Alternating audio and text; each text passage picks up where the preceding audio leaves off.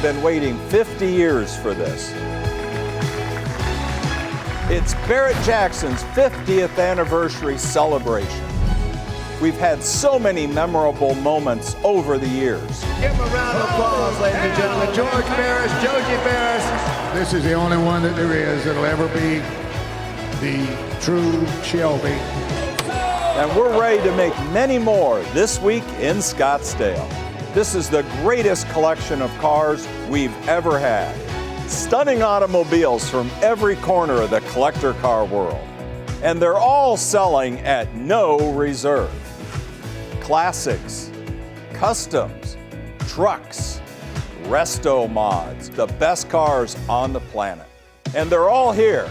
Barrett-Jackson's 50th anniversary celebration starts right now on the History Channel.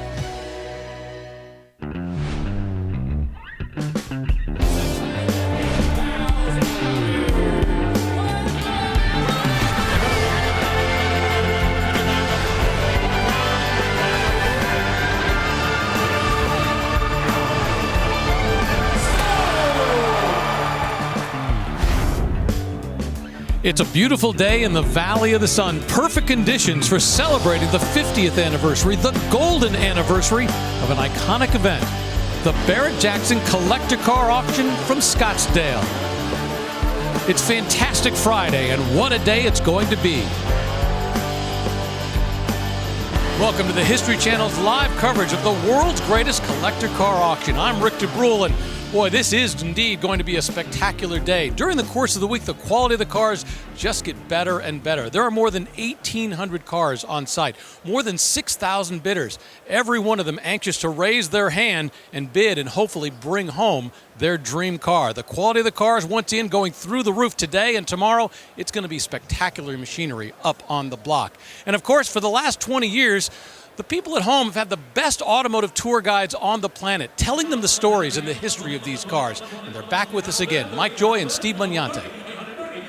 Thanks, Rick, and hi, everybody. They've been selling cars in Scottsdale since Monday, and the docket is carefully curated so that each day the quality and the prices continue to rise.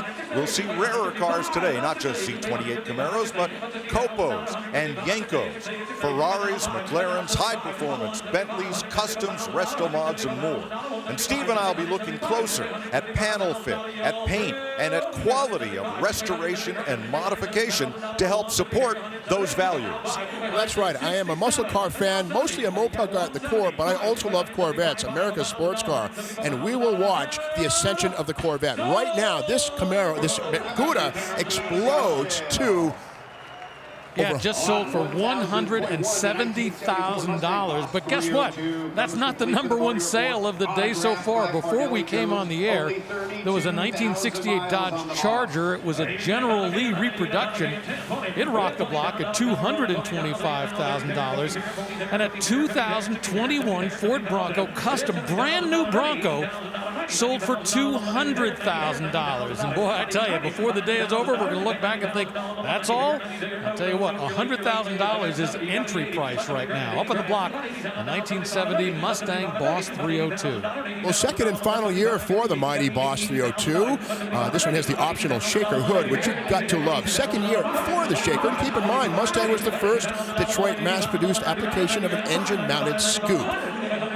The Boss 302 was built to homologate special Mustang parts to race in the SCCA Trans Am Series, which at that time was bigger nationwide and got more attention than NASCAR did. Parnelli Jones and George Fuller drove Budmore Mustangs, much like this, to the season championship.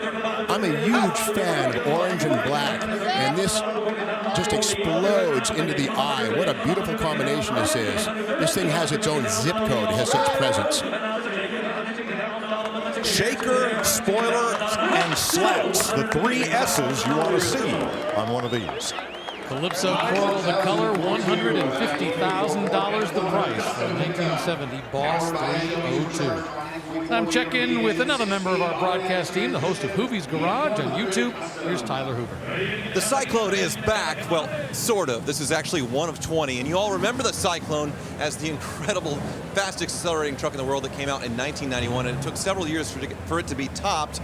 And when the new Canyon came out a few years ago, people were wondering if they're going to make the Cyclone again.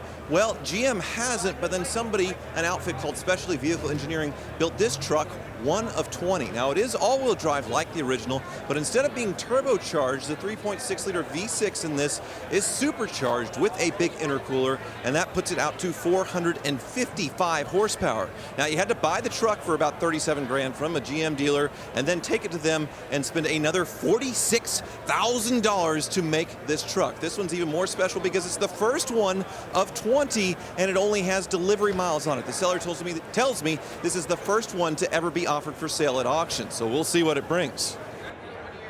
I look forward to that. And up on the block right now, another truck, a little bit on the older side, from 1954. This is an F100 custom. Well, this is what we would call a resto mod, Rick. This is a truck or a car that looks stock as built back in the day, but underneath it's all modern equipment, chassis, suspension, engine, transmission, wheels, tires, and rear end. Restored, but modified. I like what's been done here. It's all in the family. There's a Ford dual overhead cam, 5.4 valve liter engine. Great engine. $85,000 for that F100, beautifully done. Away it goes. Well, up behind it, we got a 1971 De Tomaso Pantera. This was Alejandro De Tomaso's second attempt at building a hybrid Italian-American sports car. The first was the Mangusta. This was much more developed, had a 351 Ford engine, but Ital-designed styling, and it was sold in America by Lincoln Mercury dealers. This is the first year, 1971, of a 21-year run that went through 1992. Of course, only the first 5 years were directly associated with Lincoln Mercury. About 7,260 of these were built through the 1992 run, some of them with General Motors power. This is the real one, the original one, with a 351 Cleveland, as Mike mentioned, ZF 5-speed transmission, which was shared with the Maserati Bora. The ZF company, of course, German. Transaxle being behind the engine, linking it to the rear tires. No differential and drive shaft here. It's all about the mid-engine platform for superior handling. Now, I'd call this one a survivor. There's a few little nicks and good patina on the bumper, which shows care, but also a little bit of wear. And that is probably why this is not a six-figure car. In many ways, the Pantera was the perfect blend of America and Italy, especially when you consider it was designed in the Ghia design house, which De Tomaso owned at that point. But the designer was Tom Charta, who was an American, whose father designed the Lincoln Zephyr. So it's that perfect combination, American and Italian. $75,000 for that De Tomaso Pantera.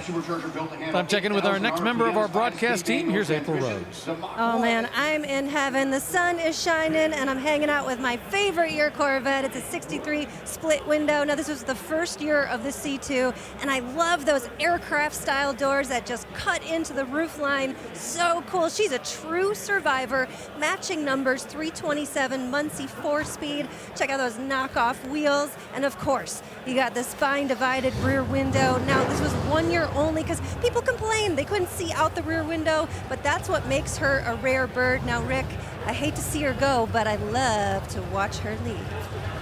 You have definitely chosen wisely. Beautiful 63. We've seen a surprising number of 63s here at Barrett-Jackson, and even more of them getting customized these days, which is something a lot of people thought would never happen. 1969 Mach 1 custom fastback up on the block right now. Well, 69 was the first year for the Mach 1, which was the first muscle Mustang, you might say, with loads of image. That's been scrubbed away. This now is just sort of murdered out. Got a 302 with a supercharged, which something you see here, it's kind of cool, where the wipers would have gone here.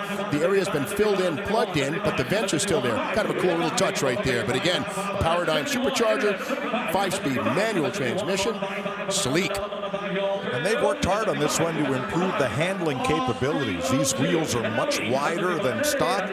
This car's been lowered a couple of inches and enhanced as far as its corner carving abilities. Back, you can see the leaf springs are gone. The lower control arms for the coil-over conversion. Better handling, and of course, with the leaf springs out of the way, there's more room for a wider tire.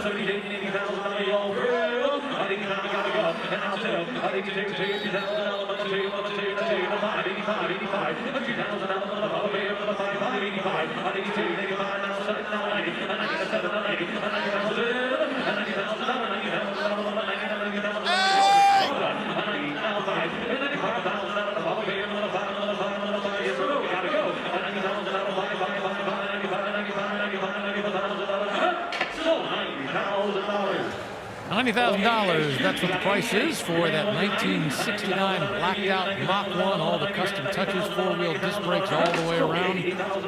Away it will go. Well, don't forget, we have 2 more days of coverage of the Barrett-Jackson Collector Car Auction. But boy, what days they're going to be. We're here for 3 hours on the History Channel. Then we switch over at 6 p.m. Eastern all the way to midnight on FYI. We come back tomorrow at 2 p.m. Eastern time for 4 hours on FYI. When we finish up our Barrett-Jackson coverage here from Scottsdale in 2022, the 50th anniversary edition, at 6 p.m. on the History Channel, going all the way until midnight. Well, boy, between now and then, we're going to see some spectacular machinery across the block sell for amazing prices.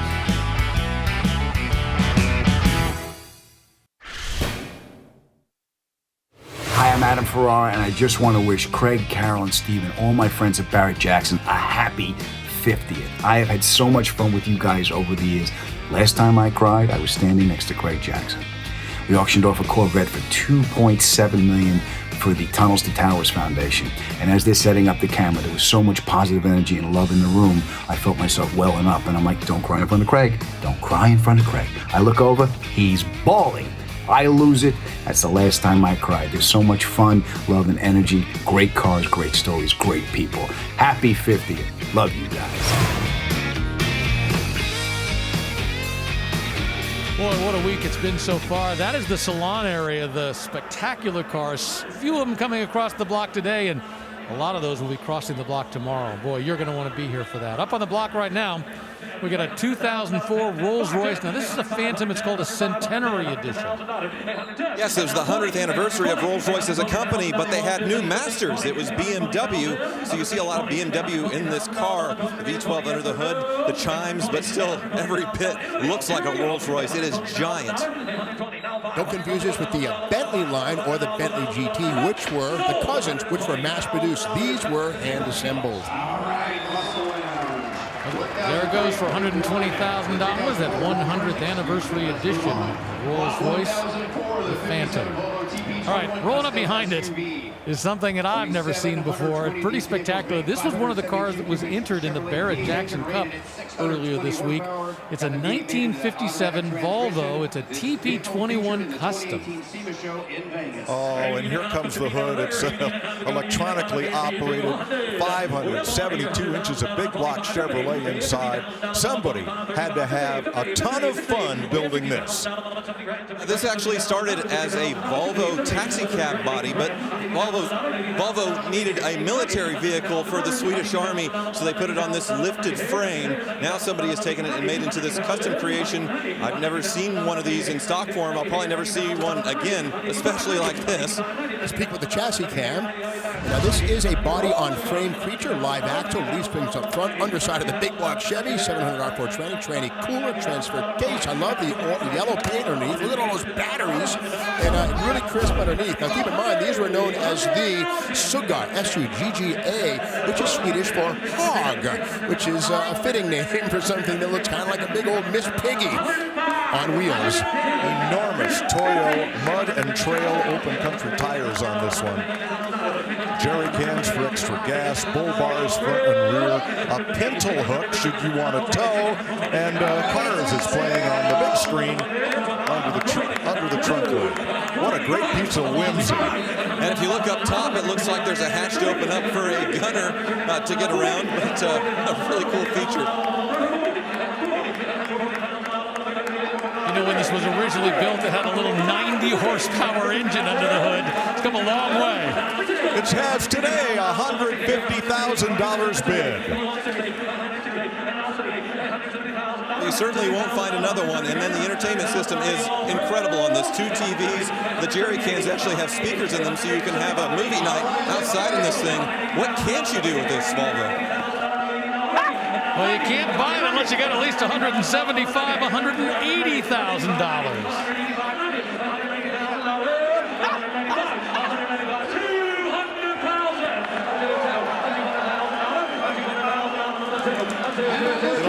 first but not the last time today that we say, I can't believe it.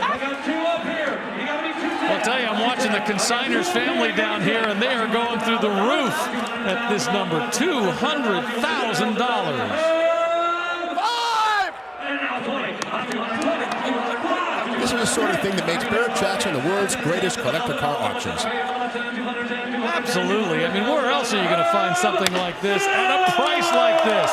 $205,000 for that 1957 Volvo Custom SUV off the charts vehicle. What an amazing sale. All right, Christian Murphy, I'm not sure what to follow that with. Rick, it is unbelievable. I am down here in the staging lanes, the Maguire staging lanes. It's chaotic down here, but it feels like it's chaotic up there. 3 cars, gentlemen, over $200,000 already, are on the History Channel, and I feel like we are creating history on the Friday, Craig. We are, absolutely. We said yesterday and the day before, every day it's going to ramp up. We said that Friday was going to be like a Saturday used to be, and Saturday is going to be something like you've never seen before, selling multiple cars over $200,000 right now. We could hear the crowd behind us. Spectacular. It's unbelievable, Steve, and you're the man behind the music there. Unbelievable. Tomorrow's the headliners. No headliners today as such, but the consistency and quality of the docket is extraordinary. Absolutely. This is officially our coming out party from all of the cloudy weather we've had in the past, metaphorically speaking. You know what I'm talking about. But what an incredible moment to see cars selling for $200,000 before we even get to the point that we're settling in. The docket is incredible. The quality of the cars are incredible. The crowds are incredible. But I'll tell you something, being on the History Channel, sharing this with millions of people, I only wish they could be here with us because it is absolutely amazing. So we were in here, I just saw the yellow truck leaving. That was one of the ones that we had in the Cup. So that is vindication right there that the market is broad, that custom vehicles bring great money, and you're going to see some spectacular vehicles going over the block today. Unbelievable. Incredible job getting us all set for today. Very exciting stuff.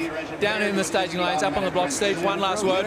Keep an eye on the charity cars today and tomorrow. We had some great ones yesterday. They're going to take you to the moon. Absolutely, gentlemen. Get back to it. Wonderful stuff. Thank you. Back to our day job. Back up to you there, Rick. All right, thanks a lot, Murphy. And right now we got a 2015 Maserati. It's a Gran Turismo MC Stradale convertible. Well, the Gran Turismo had been out for about 10 years by now, so they're trying to do things to make it more special. Like Ferrari, they call it the Stradale, which in Italian it just means road, but they gave it extra horsepower, and this one is the carbon fiber pack, so a lot of carbon fiber everywhere. It's lighter, it's faster, and it's better looking. Part of the Stradale package was free extra horsepower in the form of anti-friction coatings on the piston skirts and the rollers, which freed up horsepower by reducing friction from the Ferrari F1 program. This one has been enjoyed a bit, 26,000 miles worth, but still presents very, very much like new. Bianco Birdcage is the color. $100,000 is the price. 2015 Maserati. Away it goes to that gentleman right there. And in just a few moments, another exotic going to roll up on the block. A 1987 Ferrari 328. It's a GTS Targa, Rosso Corsa, tan interior.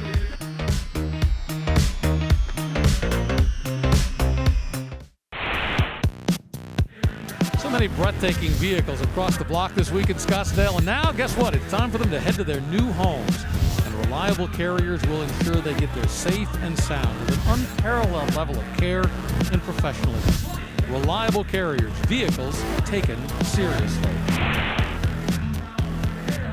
Back here at the Barrett Jackson Collector Car Auction Scottsdale, this is a car we previewed just a little while ago, a 1987 Ferrari 328 GTS Targa, already at $130,000. Well, this series, which began with the 308 with a fiberglass body back in 1976, was the first you could drive an everyday supercar. Quad cam V8 had 4 Weber carburetors at the time, and this is its most developed version. Yes, you have the look of Magnum PI or the Vacation Gal, but you have the horsepower too. 270 horsepower versus the old ones struggle to get 200 horsepower at first.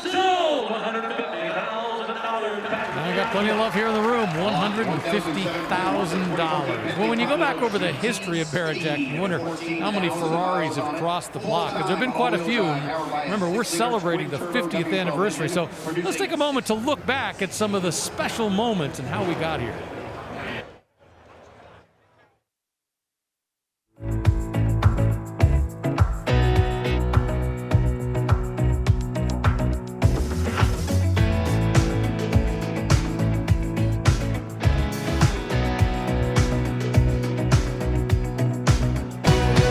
It is so fantastic. V12 Rolls-Royce, very rare automobile. The reserve is off and it's going to go. And it should fit into a John Wayne museum someplace. Thank you. We get the best classics here, and that's what draws them like a magnet. When they were at a younger age, they wanted a car like that, couldn't afford it, but now they can.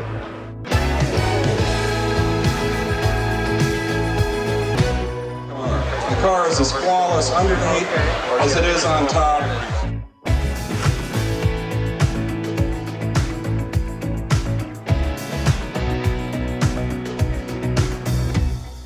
It makes us feel wonderful that we've really accomplished something.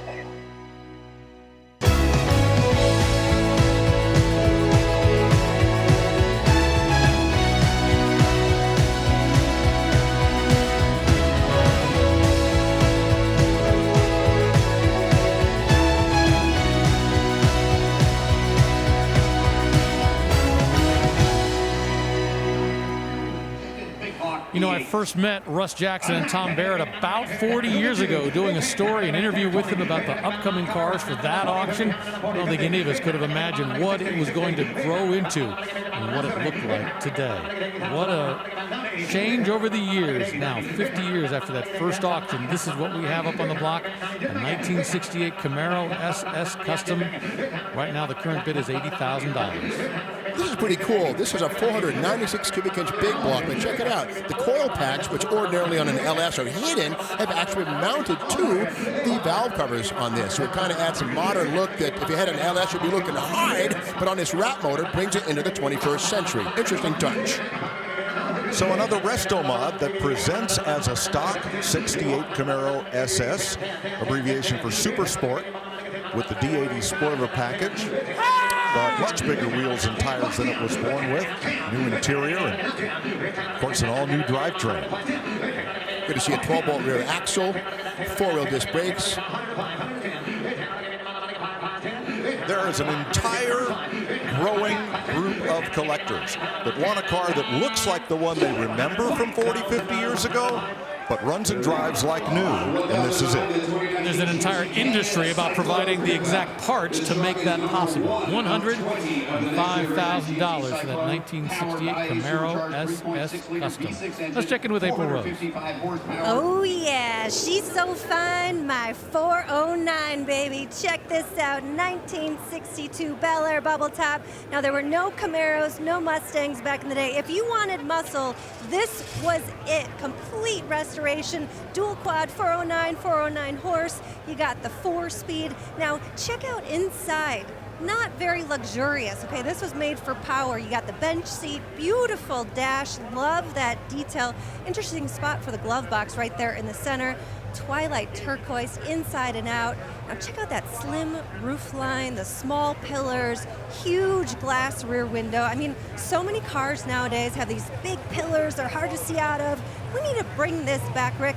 And you got to sing the song for me when she goes across the block, promise? Of course we will. We'll all get together and do a full chorus if she's so fine. All right, up on the block now, a car that Tyler Hoover previewed for us. Something pretty unusual, 2019 GMC Canyon Cyclone pickup. Let's not confuse this with the 1991 GMC Cyclone, which of course was an all-wheel drive V6 powered monster. This is a modern tribute, and yes, this has a V6. This is the 3.6 liter, but with 455 horsepower. So this may be a little heavier, but I bet you it's just as quick, if not quicker, than the original. Yeah, as I spoke earlier, Specialty Vehicle Engineering built these, only 20 of them. This is the first one that was built. The owner just basically drove it 17 miles or so and parked it, has now brought it here for sale. It was a $37,000 truck and then a $40-something thousand option to put it on this.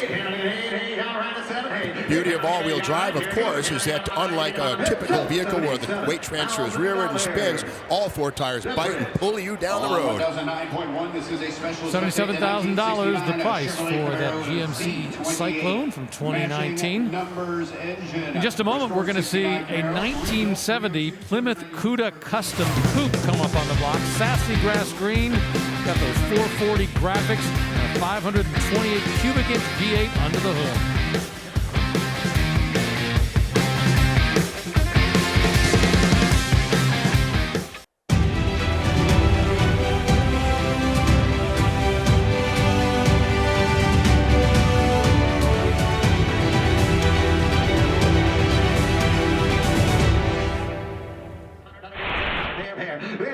I'll tell you what, no thorns in here. Absolutely not. Just great cars. Up in the block now in 1969.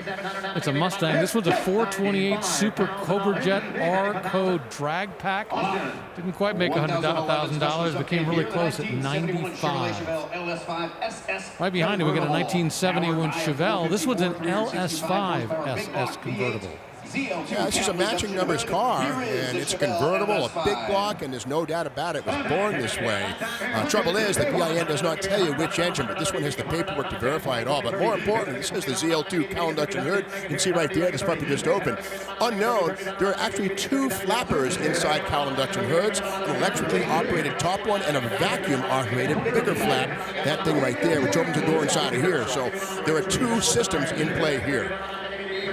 Every General Motors option has a 3-digit alphanumeric code, like, say, Z28 for the Camaro Special Performance Package. LS5 refers to this big block engine package in the Chevelle. The LS, there was an LS6. It was extremely rare, and we'll see at least one across the block this week. But yes, this was the biggest, heaviest, strongest Chevelle you can buy at most Chevrolet dealers. Speaking of the biggest and the heaviest, these wheels, these 15s were seen for the first time on the Z28 and 70, and for 1971, for an extra $43.30 you would spend for a ZJ7 15-inch style steel wheels. Now, they look great, but they're actually heavier than the standard steel wheel. But you know what? Who cares? They look really good. They kind of capture the look of a magnesium torque thrust without the expense. Well, this is the heart of the collector car hobby. Cars that are restored to just the way they left the showroom back in the day. Resto mods are great, but if I wanted a car that drove like a brand new Camaro, I'd buy a brand new Camaro. When I hop in a 72 Z28 at home, I want that car to run like it did, like I remember, so I can turn the key, put the car in gear, and be 22 years old again. Here's the cowl flap open right here. That's the electrically driven one. There's an ultra vacuum one inside. But how cool. What a beautiful thing that is. Just active. Well, $70,000 is the price. It's written on the Summit Racing sticker. You see it right there, the sold sticker. Remember, you can check that out when you walk around here at Barrett Jackson. Moments ago, while we were in our break, this Camaro came across the block. A Z28 matching numbers, 302 cubic inch engine, 4-speed transmission, hugger orange. That's pretty much everything, and it got all the money, $200,000. That is now tied as the number 3 sale of the day here at Barrett Jackson. 1941 Willys Deluxe Custom. Well, if you had catching visions of Stonewoods and Cook or Big John Mazmania and the Gas Awards of the 1960s, this is the car that was the star in those. This is a fiberglass replica thereof. This one has a 540 cubic inch supercharged big block Chevy with a couple of Holley 4 barrels mounted sideways, and what a monster. You know, Steve, I never saw one of these in the wild out on the road. But from years as a kid of building glue together and paint model kits from Revell and Monogram, we're all familiar with this body style. That's right, the Revell, Stonewoods, and Cook, still in production. Released in 1966, and here it is, what, 55 years later, you can still buy it. It's a great timeless model. Opening doors, opening trunk, Olds engine. Now this is fiberglass, Ford 9-inch rear axle narrowed, and the suspension on this is what you might call a pro retro street style from the early 80s. But again, that's what you need to go down the drag strip. Big fat tires and a 4-lane. $90,000 for that Willis Custom. That's the price. Don't forget, if you want to check the prices of all the cars that have already sold here at Barrett-Jackson over the last few days, you just want to go to barrett-jackson.com.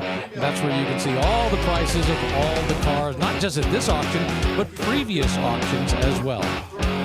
All right, a little pop culture, a little hot rod. We got Brian Setzer's 1932 Ford Custom Coupe. Well, Brian Setzer, of course, singer for the Stray Cats. They had a song called Look at That Cadillac. Well, it's all do that. Under the hood, that's a Cadillac. It's a 390 from late 50s, early 60s with a triple carburetor Edelbrock manifold. Rare vintage speed equipment. Nice choice. Look at that Cadillac. I love this. The Cadillac V8 engine was the hot rodders' choice in the 1950s up until Chevrolet released the small block V8 in 1955. Cadillacs raced at Le Mans for Brinks Cunningham with this kind of power under hood. Assigned by Brian Setzer, guitar goes with the car. This one is steel. We notice the roof on this has a fabric-ish insert. A lot of fellows will weld that shut. It's called filling the roof. It was a custom touch which got you away from the reality that, well, that's a fabric insert. That's how they work. The reality is that Chevrolet and Ford and all the manufacturers got away from this sort of construction around 1937. But before that, that's what you got. Now, this doesn't open. It doesn't do anything but cut production costs. That seems like the perfect car for the Rockabilly King, $80,000. All right, from one singer to another. Let's check in with Craig Jackson to talk about a car that's going to be sold by another major rock star. We have Bret Michaels in the studio here with us, music icon, philanthropist, but car lover. He has brought us his 2007 Bentley GT. First of all, I just want to say, this is like the rock star road trip car. It's like the most incredible muscle car, but it drives. What I loved about this is we were both laughing. You never realize the amount of speed you hit. When you're driving this car, it hauls. 552 horsepower from a W12 twin turbos. It's like the perfect car driving, going from Scottsdale or Phoenix, driving up into the mountains, going to Vegas, Los Angeles. A lot of stories. It's been on a lot of the TV shows, reality shows, a bunch of the music videos. The most important thing I want to say is I hope that the person who eventually will have this car and own it has as much fun in this car as I did. I want them to have nothing but a good time in this car. We are so excited to be back out on the road touring from one of Poison's first #1 hits, and we just remade it with the Bret Michaels Band. Every Rose has its thorn, custom guitar. You can't go on the road without a road trip guitar. But truly, this is a custom, Every Rose has its thorn guitar. I hope you enjoy it. We're added it in there. This car is the real deal.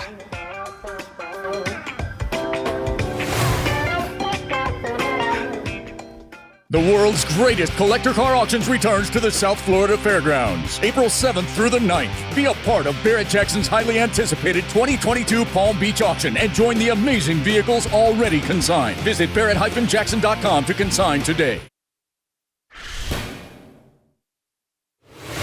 There's nothing like a Barrett-Jackson to get the blood pumping, and when you've had enough of the auction action up on the block, we'll come down here to the Dodge Thrill Ride. Michael here, he's about to take me for a spin of the 2021 Dodge Challenger wide body Hellcat. So we set now? We're set. Michael, let's hit it. Let's go out.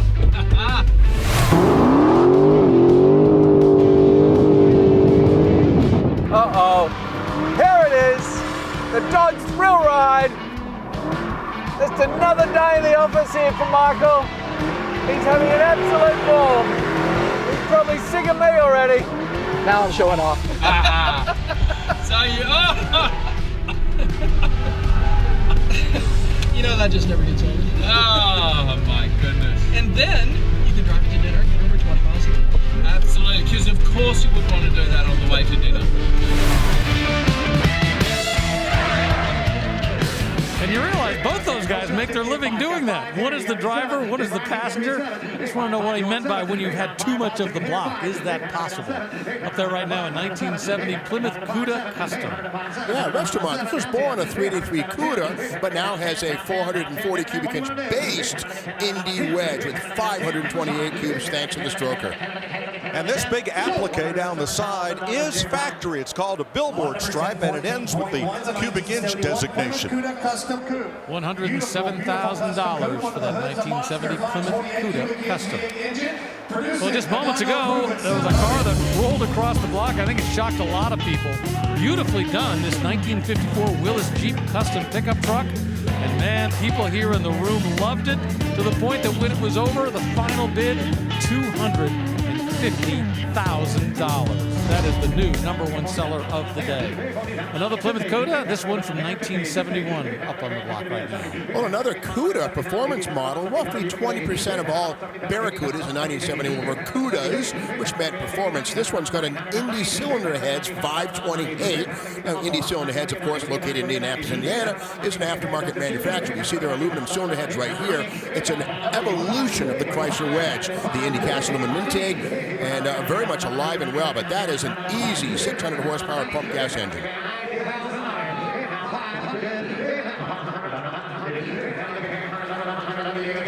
And a Dana 60 rear end, which is nice. That's about the toughest axle in the biz. This engine won't break it, even with these Hoosier DOT drag slicks on the back.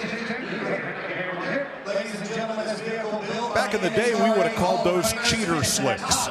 The slick tread would provide maximum traction for takeoff, and just those two little thin grooves would provide minimal legality.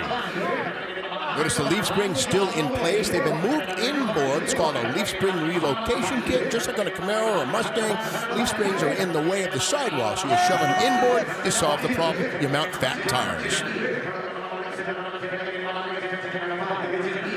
Full roll cage in this one, which is good to see. Looks like about an 8-point. Can go to the drag strip and not get sent home.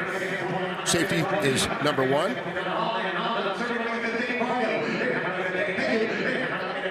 The color top banana yellow, and the price $110,000 for the 1971 Plymouth Cuda Custom.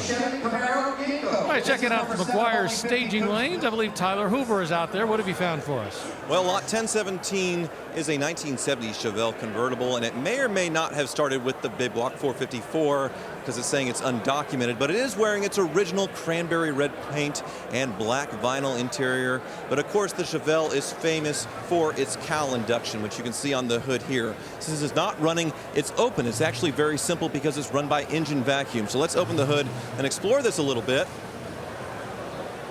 You can see right in the middle, there's that oval disc, a UFO. That is the vacuum pod that pulls off engine vacuum. So when this thing starts up, it sucks that flap back down. But then when you floor it, you lose engine vacuum. So then it opens back up, sucks air into the big 454 V8 engine. It's pretty cool tech that's just opening, closing all the time. But it is very simple. This is a laser straight, beautiful restoration. Even though it's an undocumented big block car, it is a very, very nice example. I'll tell you what, this time of the day, just about everything is a really nice example, like this 2015 Camaro Yenko up on the block. Well, this is the final year for the Gen 5 Camaro, 2015, and this one's got a supercharged engine. Of course, Don Yenko. Mike, tell us all about him.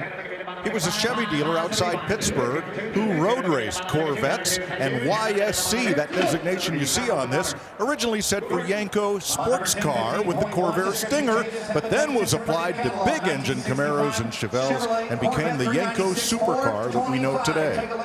$70,000 for a Yenko supercar modern edition, number 7 of 50 built. The 1965 Corvette, this one's a 396 with 425 horsepower. Well, the big block dynasty begins right here. You paid an extra $292 for the 396 big block, but something that hasn't been bought here is pretty neat, and it's the radio. How do we know it's a rated elite car? Well, of course, no antenna mast, but also there's no shrouding around the distributor.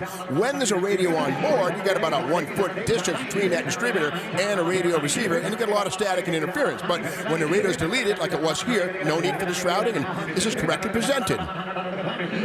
Now, the consignor states that this has a date code correct engine. That means it's not the engine the car was born with, but the casting numbers on the block indicate that the engine block was made in period back at the time when this car was near new.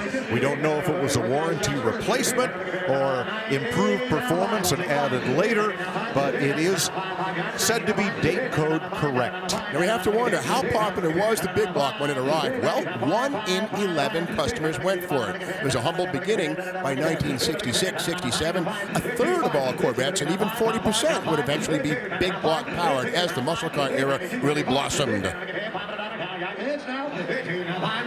That engine first came along in the mid-60s, but Junior Johnson was racing a car in NASCAR with the mystery motor as early as 1963 that became the Chevy Big Block.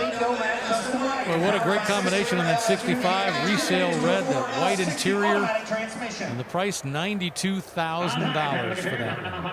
From 1965, we'll roll back to 1956 with a Nomad custom wagon.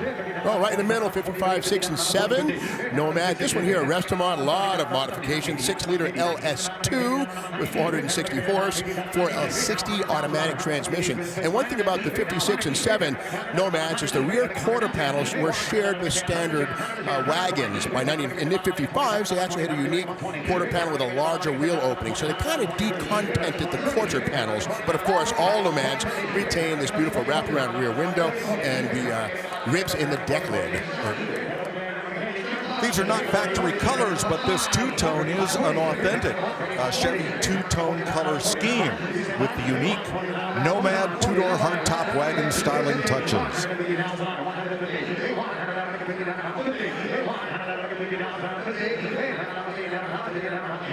Not a brand new restoration. The consignor points out it's had about 1,000 miles put on it, but once again, I always point out I like it that way. I like to know it's been run a little bit, it works. If you want to go out and enjoy it, you can do that. We're up at 150,000 and climbing.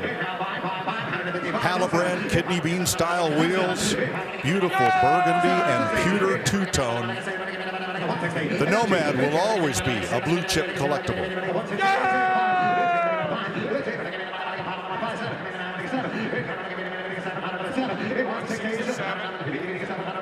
About 66. 66. Now 36, 7. 60, 167 on the phone. Now 170. 170, Jay Bryant, you're on. My phone is in. Wow, what a day. What a way to start this day here in Scottsdale. That's going to put a wrap on our first hour of coverage on the History Channel, but we're just getting warmed up. 8 more hours of live auction action headed your way.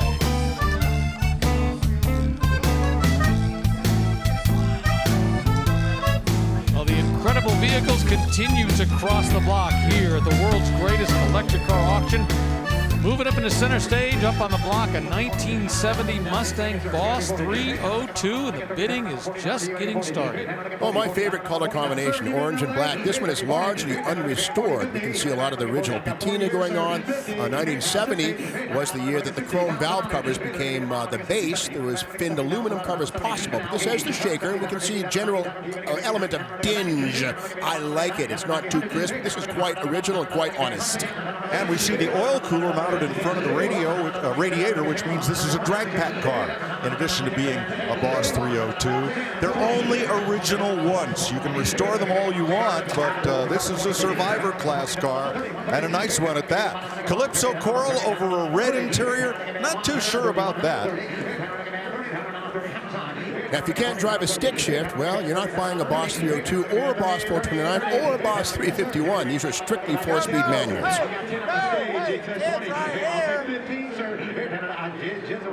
7,000 of these made back in 1970. We've talked about the fact that these are the cars that really brought it into the Shelby world. Didn't need a Shelby GT350, didn't need a Shelby GT500. And you had Boss 302s coming out in 69 and 70. This car spent most of its life in Oklahoma, I'm told, and that exterior is all original paint. What an amazing survivor. That gentleman right there gets the privilege of purchasing it. And the Summit Sold sticker goes on with a price of $110,000. Remember, the buyer will also pay a 10% commission on top of that number. Up on the block now, a 1970 Chevelle convertible. Well, as Tyler referenced earlier, the ZL2 cowl induction hood with 2 flaps, 1 electric, 1 vacuum, but all present and accounted for. Now, this is the milder LS5 with 360 horse. We know that because it has air conditioning, which is something you could not get with the solid lifter LS6. The reality is it would buzz a little higher, and the heat load on the 450 horse was a little too much for the air conditioner to be added, but a beautiful resto.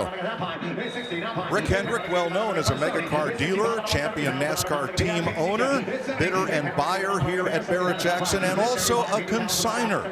This is a car out of Hendrick Performance in Concord, North Carolina, and done to just a very high standard. In 1970 was the high water mark of the horsepower race in that day. What a detail here in the right rear corner. This has a reproduction exhaust by a company called Gardner. Take a peek. Ahead of those tips are what look like little bazookas. Those are the resonators. They're a secondary muffler, the piece ahead of the tail tip, and those are correct. Often discarded, thrown away, but that's the exact correct exhaust system, courtesy of Gardner. They do the right stuff. If you're looking for 10/10ths accuracy, that's where to go.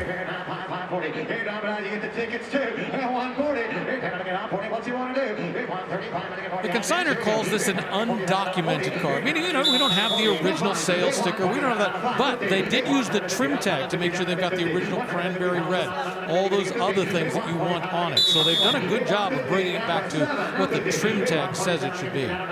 So we don't know for sure that it's a real SS, but I'll tell you, changing out the dashboard to get the correct one with the round gauge pods, that's not easy to do. So $147,000. Now time to sell a car for a great cause. Steve, go ahead.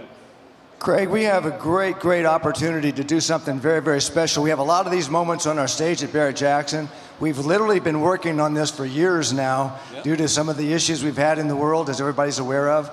But we are so proud and so honored to have our Canadian brothers and sisters. How many of you out there, Canadians? There we go. We have a great contingent of Canadian brothers and sisters, as I said before, that follow Barrett-Jackson. We love you all. We couldn't do this without you. And I'm going to turn this over to Vaughn Wyatt. Vaughn and his buddy Wayne and all the guys that's been working on this for so long can tell you something very, very special about this car, and even more special what the cost is that it's going to benefit. Yeah, thanks, Steve and Craig. Thank you for giving this opportunity. Back in April of 2018, we lost 16 young hockey players, trainers, and coaches in a tragic bus crash in northern Saskatchewan. And there's 13 survivors. We got one of the survivors, Caleb Dahlgren, with us right here. And Caleb wrote a book called Crossroads, his journey in life and since the crash. It's a bestseller, and he's donated all the proceeds to our project. And we have Doug Ramsey from Stars in Calgary on the board of directors with us. But really, to highlight this, our Hollywood ambassador is Kim Coates from Sons of Anarchy. You'll remember him as Tig Traeger. He was going to be here, but he's filming a major motion picture and unfortunately can't be here. I know he's watching. Kim, God bless you. Thank you for everything you've done for our project since we started. We've raised $2 million so far for the Pegasus project and Stars to replace their entire fleet. They save lives every day, run 900 missions in our province alone. And we're just so excited that Craig, Steve, you've given us an opportunity to put this on your stage in front of a global audience, and we want to thank you from the bottom of our hearts. You're very welcome. Tell us about the car real quick, folks. It's absolutely incredible. Beautiful 1968 Ford Mustang. Under that hood is a 535 horsepower Ford Racing 427 V8 backed by a Tremec TK0600 5-speed manual. It's been designed and dialed in every way. It's spectacular. One of the first cars I walked down to the other end of the building to look at when it got here. Beautiful car. You're buying a piece of absolute art, but more importantly, you're going to help an incredible cause. And let's make our Canadian brothers and sisters proud in the USA and raise some money, Joseph. Here we go. I had to get down 45 and have it another down. I had to get down 25, 50, and 50,000 down, 75,000 down, down, 75, 100, and 100,000 down, down, 100 is bid, and 125, and 150, 50, 50, and had to get down 50,000.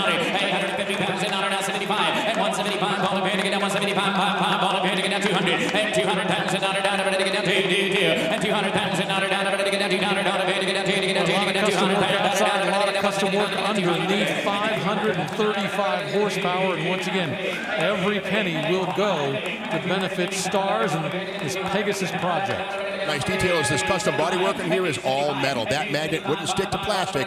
Nice work.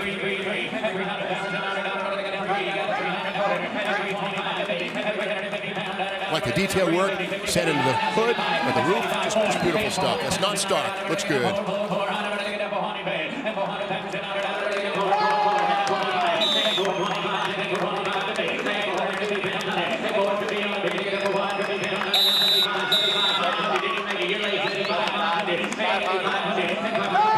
Real wheel openings have been subtly enlarged. They look stock, but they're actually about 30% larger to accommodate these massive rear wheels and tires.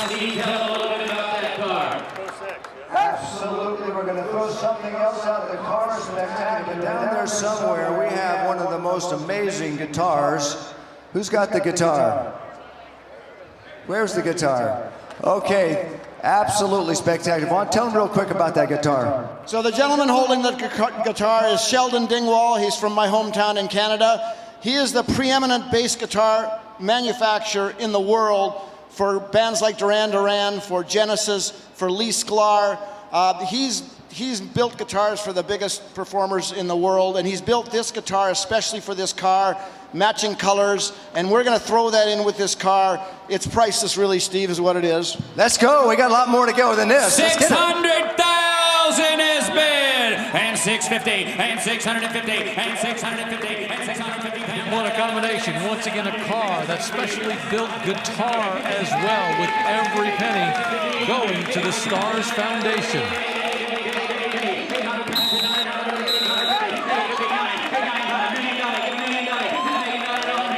Metal craftwork underneath that paint. Hours and hours of effort. Beautiful.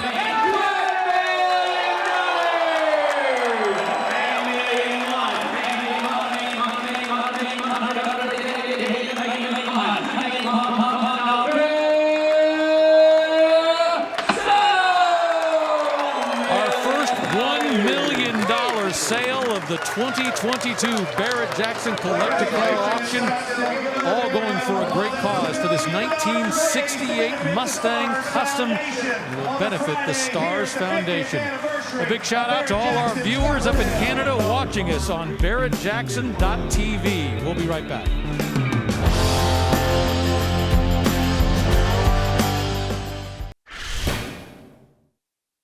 What's going on, everybody? Danny Coker here, aka The Count.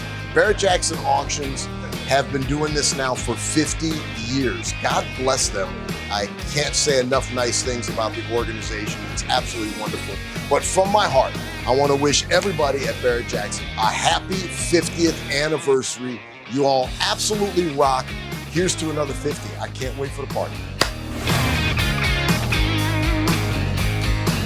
The Count from counting cars, and we could count cars all day long. More than 1,800 of them here at Westworld in Barrett-Jackson. And once again, every single one of them selling at no reserve. Like this one, a 2020 Shelby GT500. Well, this one has a mighty Predator V8, which is a descendant of the Coyote 5-liter, but it has the Voodoo's 5.2-liter displacement, but does not have the Voodoo's flat plane crank. But what none of them have that this has is a supercharger. And this is just the epitome of factory muscle. The good old days are right now.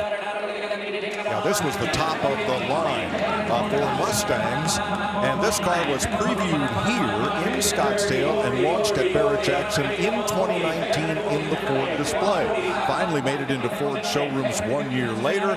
Lots of pent-up demand.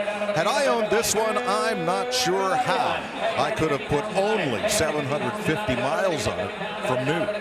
This does not have an automatic. It doesn't have a traditional manual. It has what's called a dual clutch transmission. It's a manual, but there are two clutch assemblies inside of the case. One clutch handles 1, 3, 5, and 7. The other one handles 2, 4, and 6 gear ratios, that is. So by allowing the computer to run those clutches, they'll ship way faster than any human ever could. These These days, everybody says they want that stick, but the reality is the computers are so much better. They've done side-by-side tests, and there's always the computer that wins. Well, they had it for a moment there. They double-check it and make sure they have the right bid.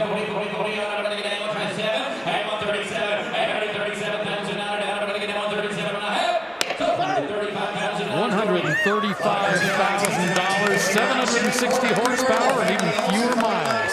Let's check in with April Rose. All right, that's it. It's official. It is Floor It Friday. And check out this Restomod. This is a serious 1968 Charger. It's got a fuel-injected 472 Hemi with nitrous, 727 trans, Dana 60 rear end. Now check out this interior, baby. Custom sound, 3 Thunder amps, huge LCD giving you live readouts, entirely hand-done leather.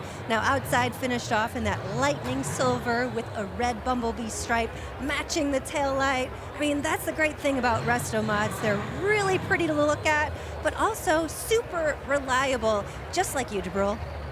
Exactly. You want to be able to get in them and go and know exactly where it's going to be when you get there. So nicely done. We look forward to all those Restomods like this one. A 1959 Corvette. And it just sold that fast for $130,000. That's another one of those cars that had a little upgrades here and there. Looks stock on the outside. Not a huge Restomod, but just enough to make it a little more modern, a little more reliable. 1969 Corvette big block, 427 cubic inches. 1969, roughly 1 in 14 buyers had the wisdom to spend an extra $437 for the L71 Tri-Power 427.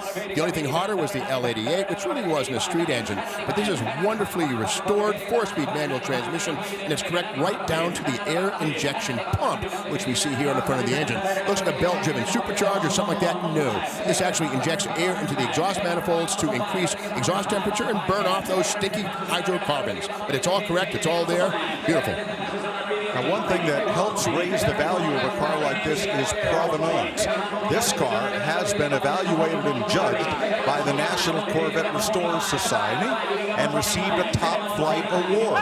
So that is assurance to the bidders that this one is restored faithfully to the way it was born. And having such award certificates as were on the dash when this one rolls up, that will propel the bidding skyward.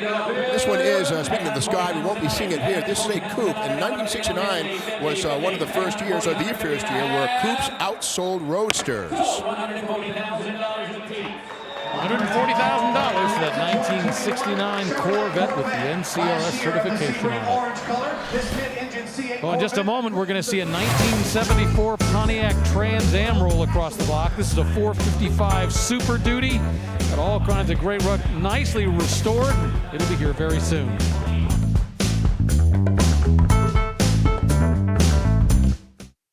The all-new line of Barrett-Jackson merchandise and apparel is now available. From road rallies to the office, there are many stylish options for the car lover. Available year-round or online at shopbarrettjackson.com.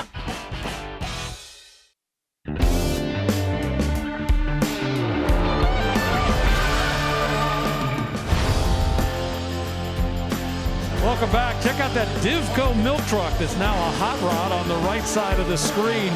That just sold here at Barrett-Jackson for $150,000. I spent my childhood literally growing up in one of those. My father was a milkman, loved those Divcos, and that one was beautifully done.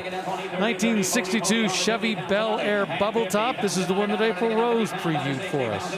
Well, as April implored us, we have to sing, while I save my pennies and I save my dimes, for one day I knew would there be a time when I'd buy a brand new 409, and here it is. Now, we know it's a 409. There's an X in the block on the front, which marks a spot. It's not a 348. Also has taller heads right there to accommodate the taller, larger ports. And in 1962, there were a total of 15,019 409s built. And this might be one of them. It's not documented, but it sure looks good. So they call this a bubble top, and that refers to the body style. This rear window is compound curved, has kind of a bubble look to it, and the A and C pillars here at the back of the roof are very, very thin. So like living in a glass house, Yes. Now, as far as documenting this car, as far as we can go short of paperwork, is looking at the VIN. We see 216, which confirms it was born a V8 tub. That could be a 283, it could be a 327, or a 409. But I love the 4-speed transmission, and that was the only way to go. No automatics with the 409 in 1961 and 2. This is a mid-level car in the full-size Chevrolet catalog. The Biscayne was the base. The Bel Air had gone to midline status in 1958. And the Impala was the top-of-the-line car as we close and hit $200,000 bid. I was going to say, it may have been a mid-level car at the time. It's a top-level car here at Barrett-Jackson. $200,000, meaning that is now tied as the number 5 seller of the day. Wow, $200,000 for that beautiful 1962 Bel Air bubble top. Well, check this out. It's out in the staging lanes. It's a 1970 Pontiac GTO Judge Ram Air 3, and if something doesn't look quite right about it, well, it's the color combination. April Rose has more. Sometimes you don't fit in with the crowd, but that's exactly what makes you stand out, and that's the case with this 1970 Pontiac GTO Judge Ram Air 3. Now, Pontiac did not offer this color combination, but here it is. The proof on the factory data plate showing it is not a custom, but a one-of-one combination. The code for mint turquoise is 3434, and the code for red interior, 254. Now, mint turquoise Judges, they were only supposed to have black or sandalwood interiors, and red interior Judges, they were only supposed to be sold with exteriors in polar white, starlight black, or cardinal red. It's got the Pontiac 400 Ram Air 3 engine, turbo 400 3-speed automatic, and it's got tons of options. It's the psychedelic Judge, one of my favorite cars rolling through that was never meant to be. That'll be up on the block very soon. Meanwhile, we got a really nice 1971 De Tomaso Pantera. Something kind of cool here. This is a mid-engine car, and that's the backside of the ZF 5-speed transaxle. Indeed, the engine's in front. That was also shared with the Maserati Bora. Something very rare on this Pantera are the wheels. They are the wider wheels from the GTS version. $105,000 for that 1971 De Tomaso Pantera, originally sold in Lincoln Mercury dealers here in the United States. 1963 Falcon Custom Hardtop. I like this. You can see here the hood is cut away so the Coyote engine can be exposed. That is beautiful. I love that. The Coyote, this is a standard induction setup on here, and Ford designed it to be appealing to the eye. You know, in many cases, stock engines are very utilitarian, not much to look at. But the Coyote is a good exception. You can see the intake runners crossing back and forth, and it's nice that the designers of this one chose to make a spectacle of the engine coming through the hood. Well, this first-generation Falcon body style was later compared to, let's say, a worn bar of soap. A very soft contours, corrected in 1964 with the square-body Falcon. But this was probably the best American-made compact car you could buy in 1960 to 64. I'd say the Plymouth Valiant was there, but I'm a Mopar guy. But they were both, indeed, they were revolutionary cars. 1960 was the year that Detroit discovered the compact, really following the American Motors Rambler and the Studebaker Champion. But yeah, this is a revolutionary car. Ford finally gets a compact. Here it is.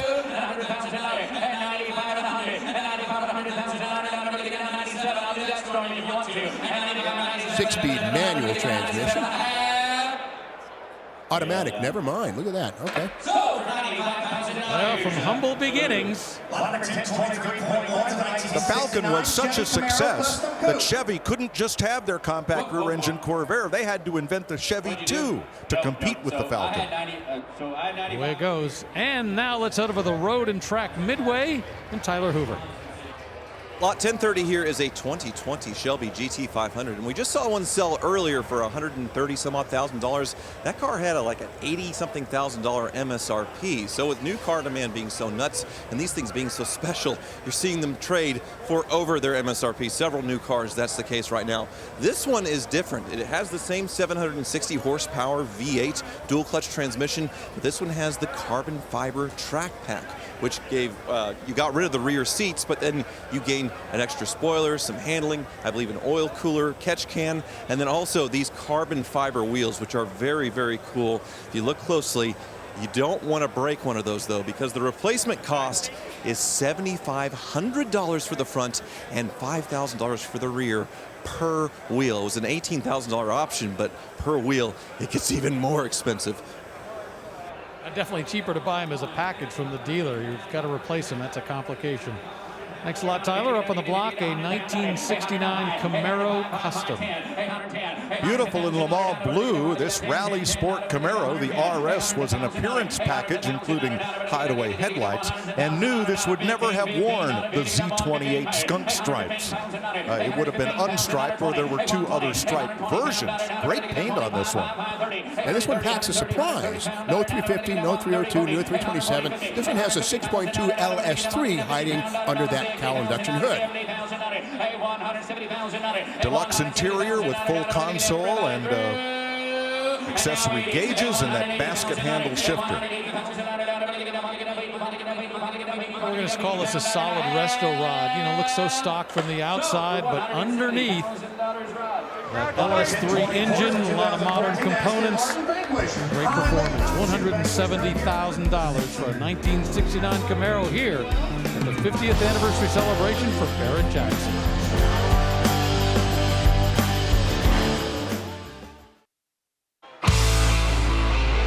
No shortage of things to do here at Barrett-Jackson. When you first walk through the doors, what you get greeted with is the manufacturer's showcase.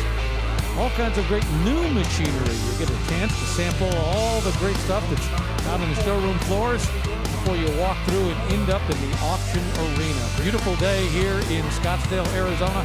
Feel sorry for all you folks up in the Northeast. That big major storm blowing in.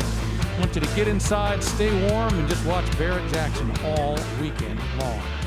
Up on the block right now, a 1974 Pontiac Trans Am. This is a 455 Super Duty, the one we previewed just a little while ago. Oh, back in 1974, somebody paid $785 extra for the X-Code Super Duty 455. Very special engine, 4-bolt mains, forged connecting rods, aluminum intake manifold, and a bunch of hardcore potential waiting to be unleashed. However, hampered by low compression and a mild cam, which were elements of the emissions era in which it lived. It does have a shaker hood, but as we close it, you'll see on the backside, it's covered up, but this is a removable plate. 1973, this was open, but again, the beginning of the end for big block power.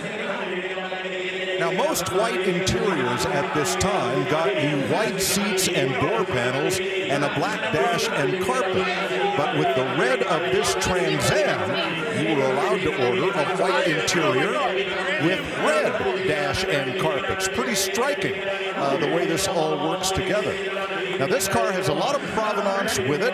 It was sold new in Yonkers, New York, and there is a whole lot of information that accompanies it, including photos of the car when it was new, photos of casting numbers, so you can verify that this car was as born. And great to be able to have all of that documentation, and that just sold for $100,000. Don't forget Barrett-Jackson.com. You want to head over there right now so you can check out the docket and see what's coming up both today and tomorrow. I'll tell you what, it is a star-studded cast. We're seeing cars regularly cover over $100,000. We've got quite a few that have sold for more than $200,000. And tomorrow, $1 million. That's going to be the number of the day. Up on the block, a 2016 Mercedes-Benz is a G63 AMG. AMG is an important thing. Keep in mind that these were first seen in 1979, and for the first 20 years, no V8, strictly 4 cylinders, diesel, 6-bangers. But as of 1999, the V8s began, and these became muscle trucks, and we got one right here. These G-Wagons are awesome, often referred to in Southern California as the Mercedes-Benz Mall Finder. My daughter Caitlin just loves these. And no, you can't have one. But this, in the high-performance AMG trim, this is a bruiser and a fast one. You know, the only way it gets better is a small run of 5 V12s built in 2002. Those are the holy grail, but short of that, an AMG 6.3-liter V8 with a blower, this is a wild muscle SUV.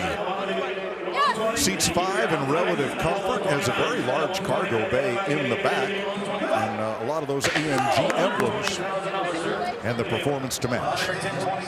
And a price to match, $120,000 for the 2016 Mercedes-Benz G63 AMG. We've heard the name Super Snake before, and this is a modern version of 2017 Ford Shelby Super Snake. That's right. We don't want to confuse this with the GT500. This is a Tier 2. Of course, you know, Shelby Automotive would take a standard Mustang GT, which is plenty potent, with the Coyote 5-liter, and then perk it up from there. So it's blessed by Shelby. It's the real thing.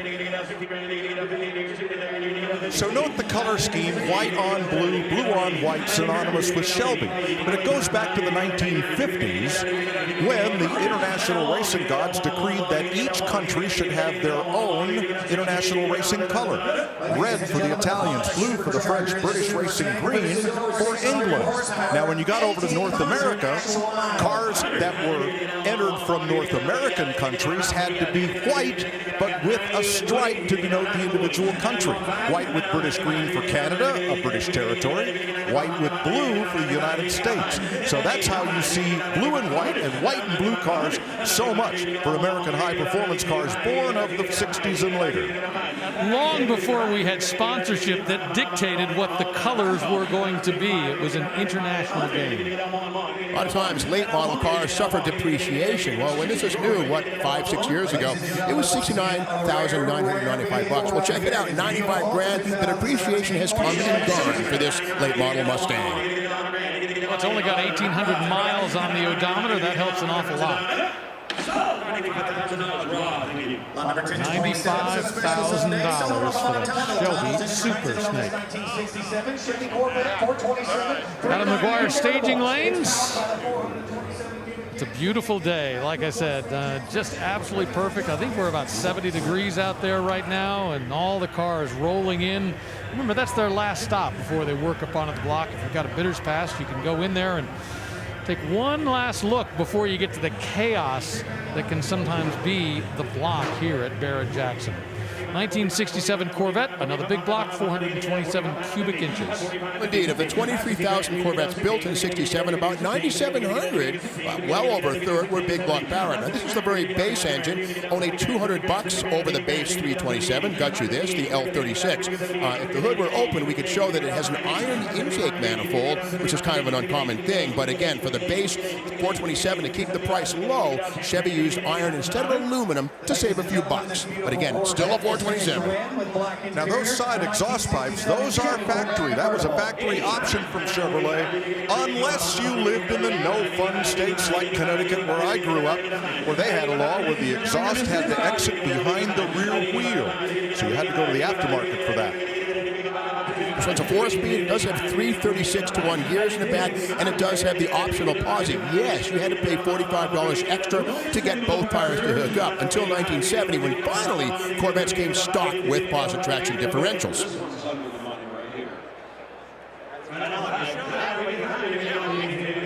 And without pausing, you get the one-wheel peel, one-tire fire at the Schwinn burn.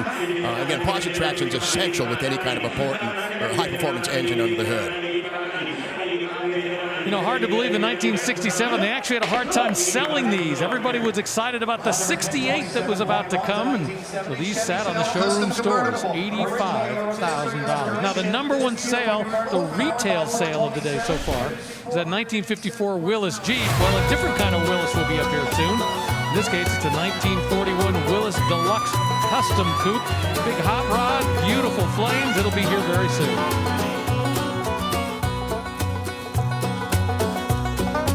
The world's greatest collector car auctions returns to the South Florida Fairgrounds, April 7th through the 9th. Be a part of Barrett Jackson's highly anticipated 2022 Palm Beach auction and join the amazing vehicles already consigned. Visit barrett-jackson.com to consign today.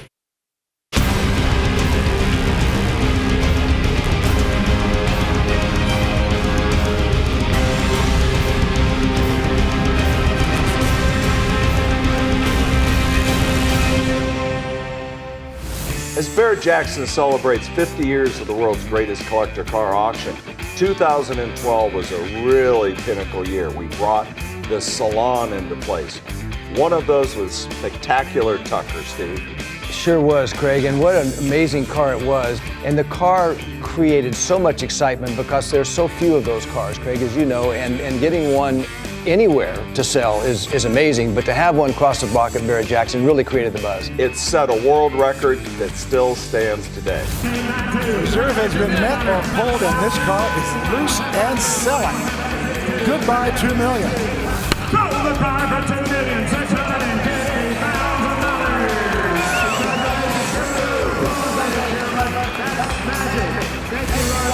for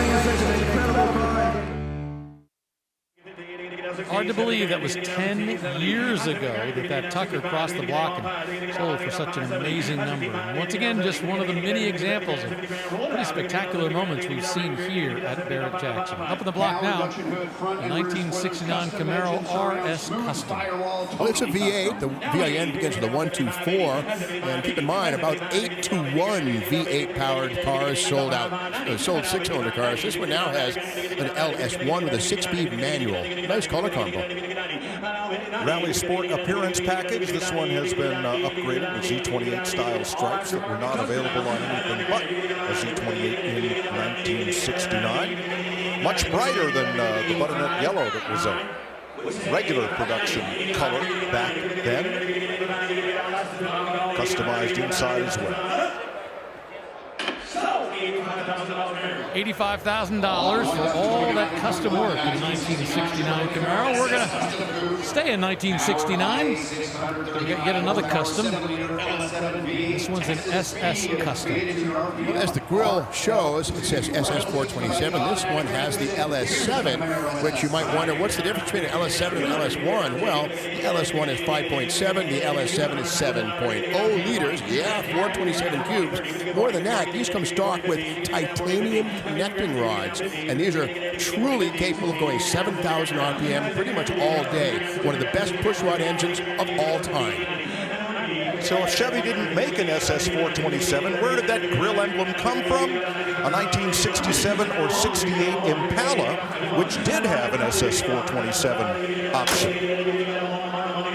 This one's got a 4L65E 4-speed automatic. It's been treated to a leaf spring delete kit, which is to say there are coilovers in the back and a 4-link suspension, which of course is how you get wide tires under a Camaro. Leaf springs are in the way otherwise. These matte finishes take quite a bit of care. The one thing you don't want to do is try to polish them or smooth them in any way. Wash them gently, leave them just like that. Well, the nice thing is, according to Consigna, this one is a wrap. So underneath is the paint job that can be changed, but you're right, even with the wrap, you got to take care of them carefully. You know, anybody familiar with Motion Performance, Baldwin Chevrolet, Long Island, the SS 427 Camaro was a possibility, but again, that was a dealer-built car, a legend in its own time. But this is kind of a tribute to that. $92,000 for a 1969 Camaro SS. Well, if you'd like to try and sharpen your bidding skills and maybe grab a great prize in the process, you'll want to play Fantasy Bid, brought to you by Dodge. Just go to BarrettJacksonFantasyBid.com to register and play. We'll try to predict the winning bid of some select auction vehicles that will cross the block this Saturday. The winner of Scottsdale will receive a 3-day Radford driving school experience. Now, that's great, but if you play the game for all 4 Barrett-Jackson auctions this year, you're going to have a chance to win the grand prize. That's a 2022 Dodge Challenger. Now, there's only one more day before the game begins, so make sure you register for Fantasy Bid, brought to you by Dodge.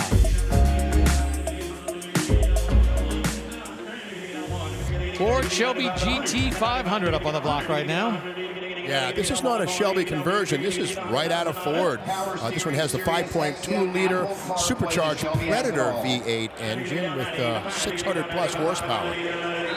When it rolled up on the block, it had only 40 miles on the clock. The color is Grabber Lime, not a throwback to one of the Grabber colors of, say, 1970. But boy, this is loud and in your face.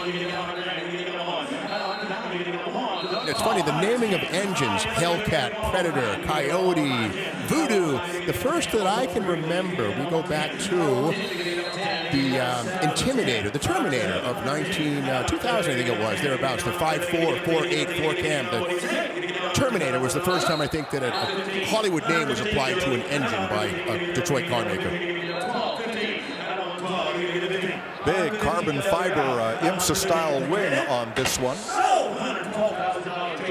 Well, only 40 miles on the odometer, $112,000 going out the door. Fist bumps up in the skybox where they came away the winning bid. Rolling up on the block right now is the car that April Rose was telling us about. A very unique color combination. This 1970 Pontiac GTO Judge Ram Air 3. And how do you know? Because of all the GM divisions, only Pontiac maintained their individual production records for each car for folks to be able to study and historians to note later on. But this is an original and not factory recommended color combination. Here's Craig Jackson.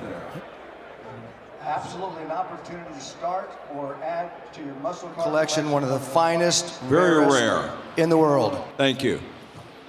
We see here the cable under the hood. This is part of the Judge's Ram Air system. Yup, there's a push-pull knob under the dash. You move that, and there's flaps inside of here that allow cool air to enter the engine, but not rain to enter in the event you want to close them up. No vacuum here, no electric. It's all about your hand pulling the knob under the dash. And you can have your own turquoise over red Judge. There is a model made of this exact car.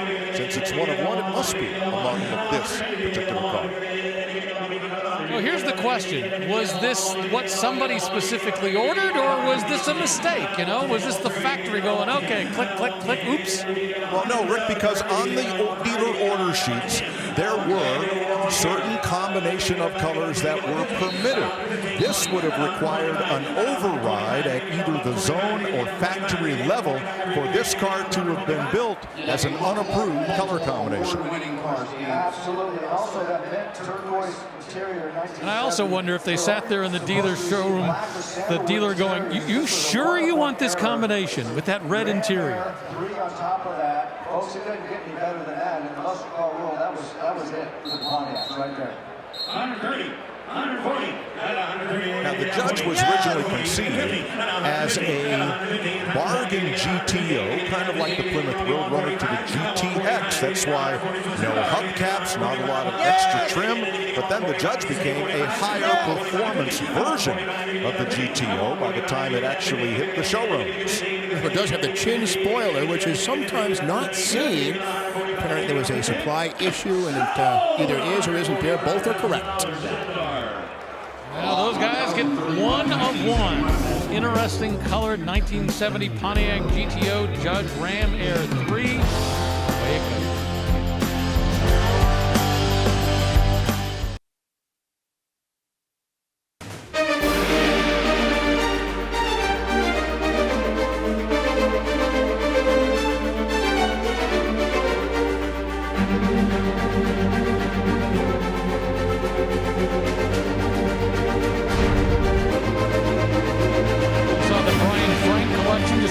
many collections they've got here. The Mile High collection, we've got a select group. All very impressive collections of cars that are selling here at Barrett-Jackson during the course of the week. And right now, we've got a 1970 Chevelle SS Custom that's up on the block.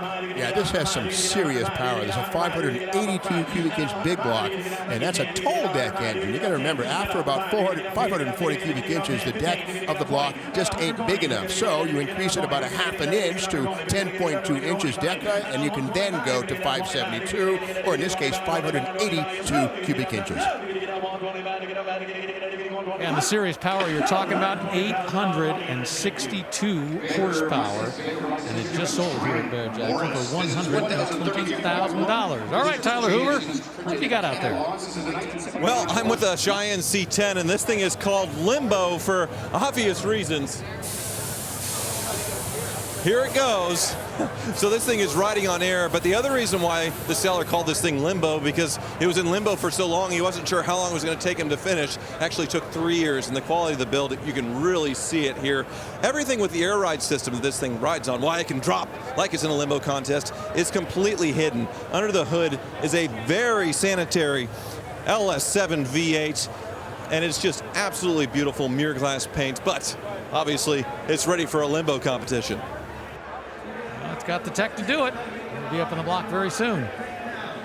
It's Porsche time. We got a 1979 930, one of only 461 made for the U.S. market.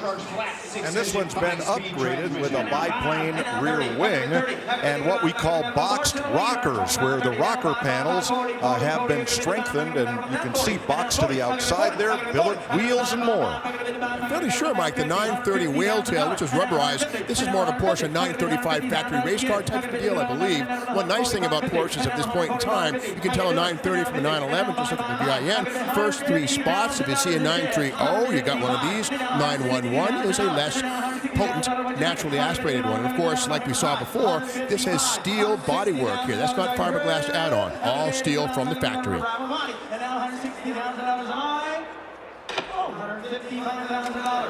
Well, custom tail, custom sides, a solid price of $155,000 for that 930 Turbo. Time to check in with April Rose. Oh man, there's just something really special about these 62 Bel Airs. I am in love with them. Now, this one's pretty sweet. I don't even know where to start. Complete resto mod. She was not born this way. All the body trim removed and replaced by custom airbrushing. Stunning interior, that rear end narrowed, custom front and rear spoilers. It's got a 409 Edelbrock Performance carburetors with custom exhaust and cutouts, 4-speed automatic, air ride suspension, root beer candy paint with tangerine base. And check this out, this show cars badging, it just says it all, Rick. Yeah, I love what they've done with the paint on that. That is absolutely amazing. All right, we will tell you that if you want to go to Barrett-Jackson.com, that's where you can find the full list of cars that are going to be crossing the block and those that have already crossed the block. Barrett-Jackson.com.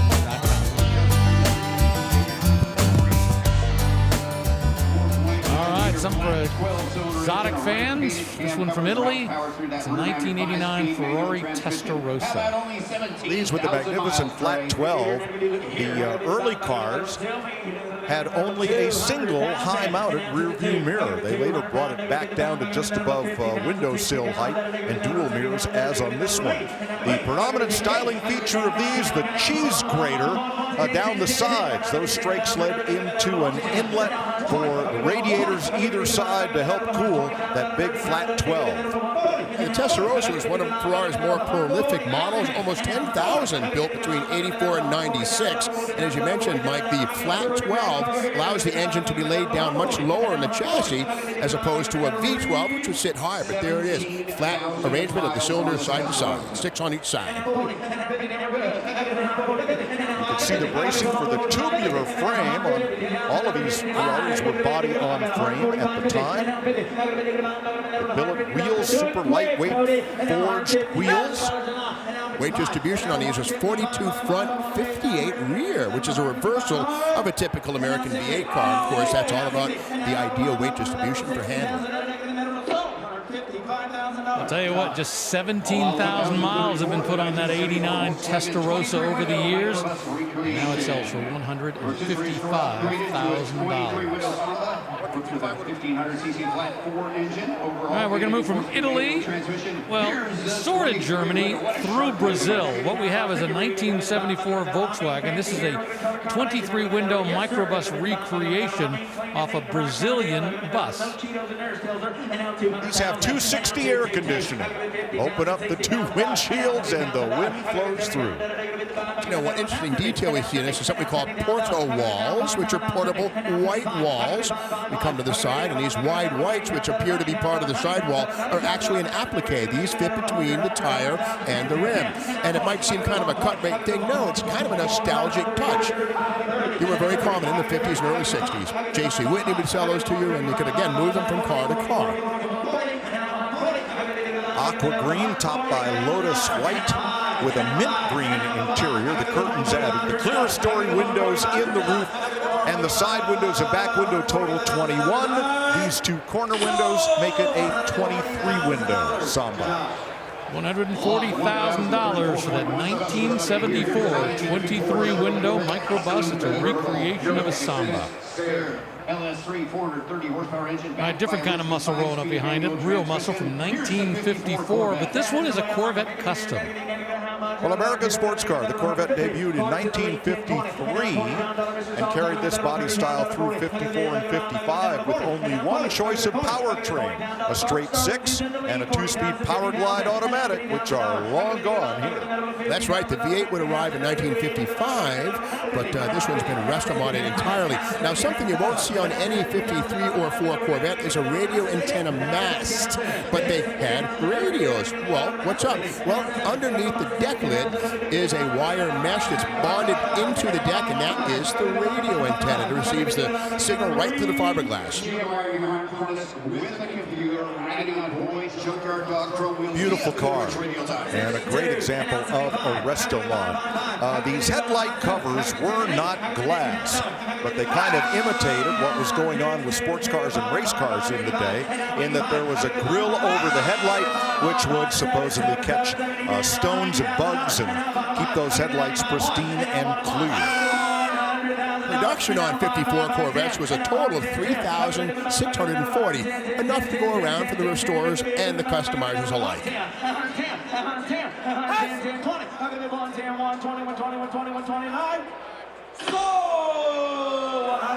$110,000 for that LS3 engine, 430 horsepower, 1954 Corvette custom. We're going to take a quick break here at Barrett-Jackson. We will come right back to the 50th anniversary celebration.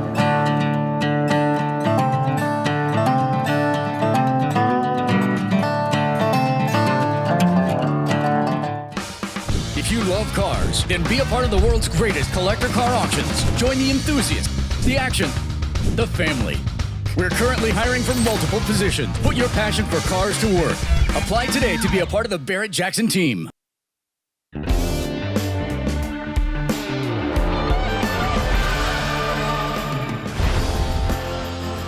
1970, great year for Shelby GT500s. It was the end of the line. This one's up on the block now, $115,000 the current bid. Beautiful real deal 428 4-speed and grabber blue.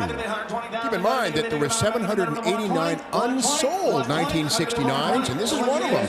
The police and Shelby worked together to renumber these as 1970s, but it's hard to imagine that there were, again, 789 unwanted cars. But one way that you can tell a 70 from a 69 is the addition of the Boss 302 chin spoiler, which was done to spice them up, as were the black stripes on the hood. But what a nice car, 428, 4-speed.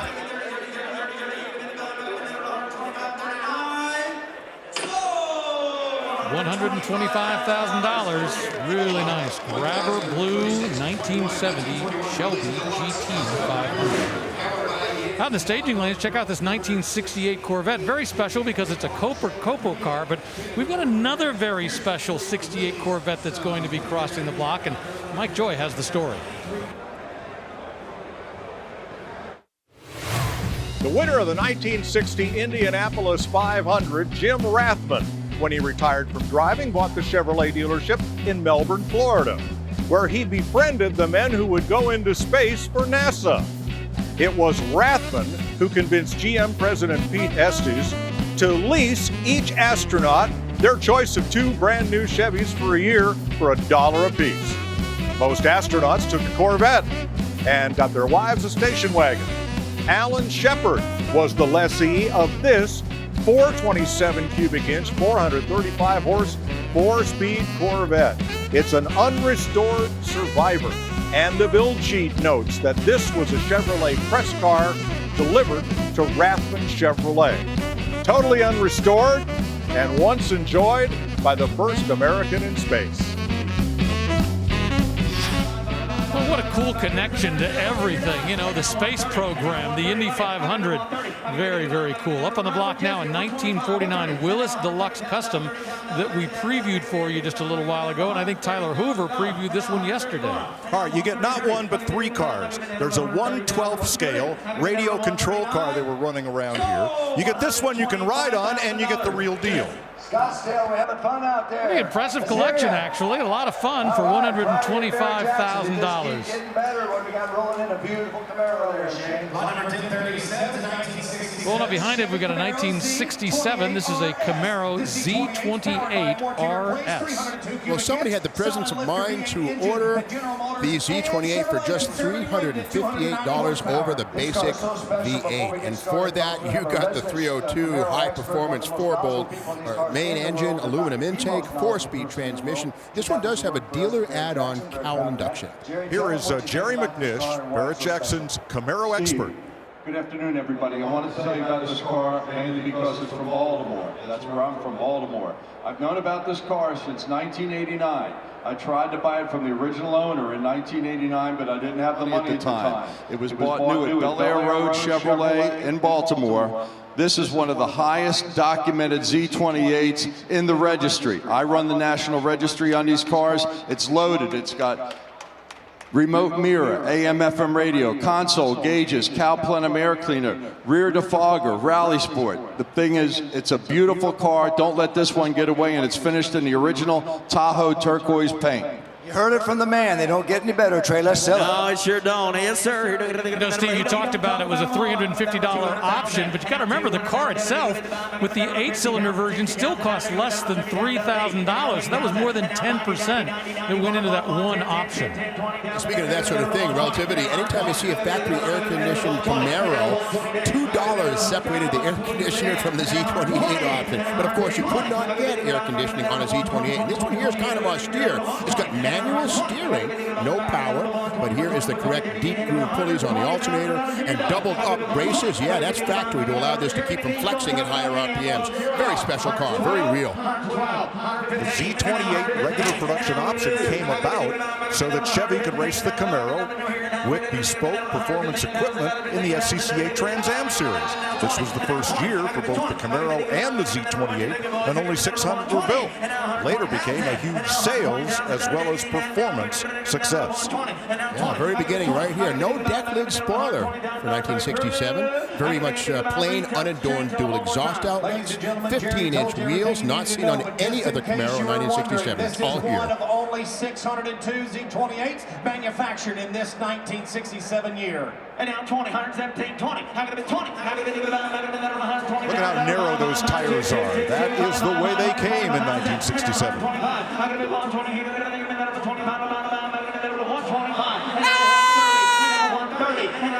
It's hard to imagine that posit traction was not standard on the Z28 in 1967. You paid another $47 to get both tires to spin. Most people did go for posit.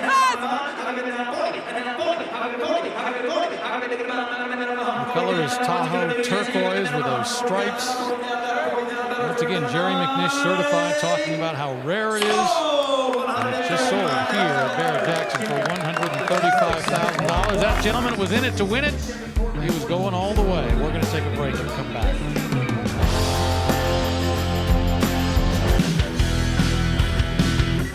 Well, there's no shortage of people here at Barrett Jackson.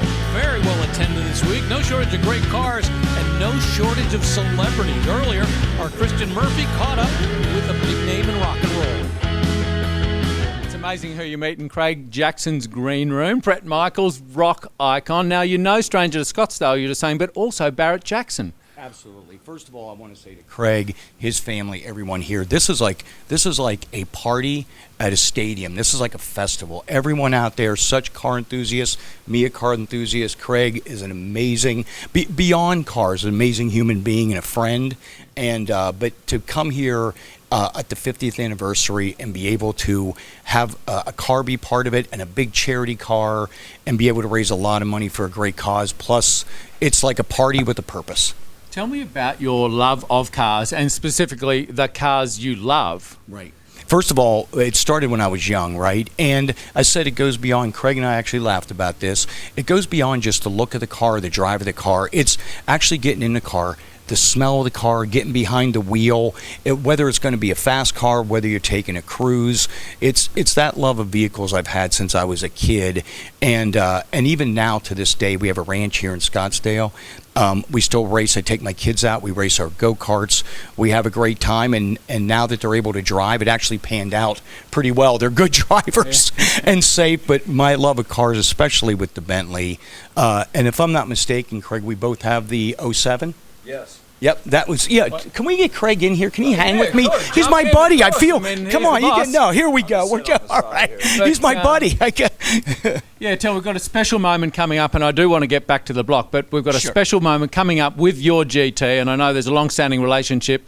This is a wonderful moment, and part of the proceeds go to charity, right? Absolutely, absolutely. And I think Craig can speak about that. Obviously, with my car, it always does. With my Life Rocks Foundation, the very charitable donation with the Pantera that we're doing is for where they saved my life. I had a subarachnoid brain hemorrhage, and if it wasn't for Barros, St. Joseph Barros, and the incredible staff and grace of God, I still get to stay here and party with everybody. And then they did the heart surgery too, and it's going to be a great, great day. Well, we're thrilled you're here and healthy. It's wonderful to have you, and thank you so much for taking some time. I know that it's very precious. So let's get back to the block right now. Thank you. Do it. Here we go. Let's get up there. Ready to rock. Back to you.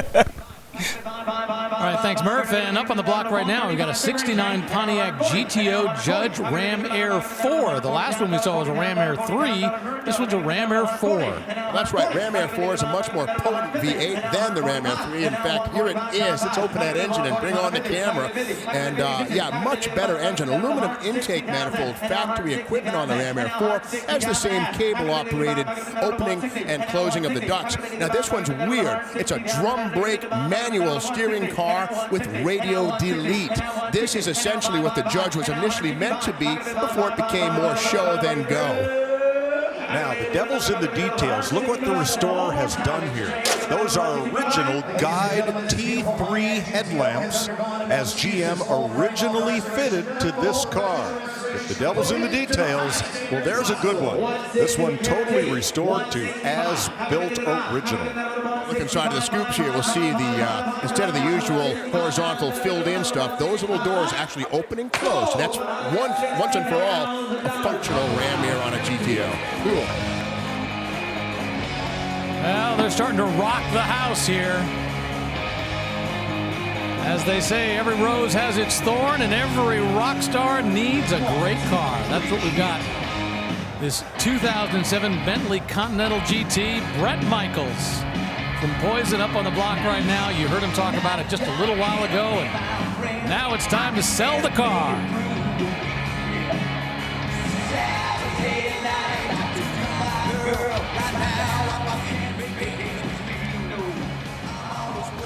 All right, Barrett Jackson, welcome Bret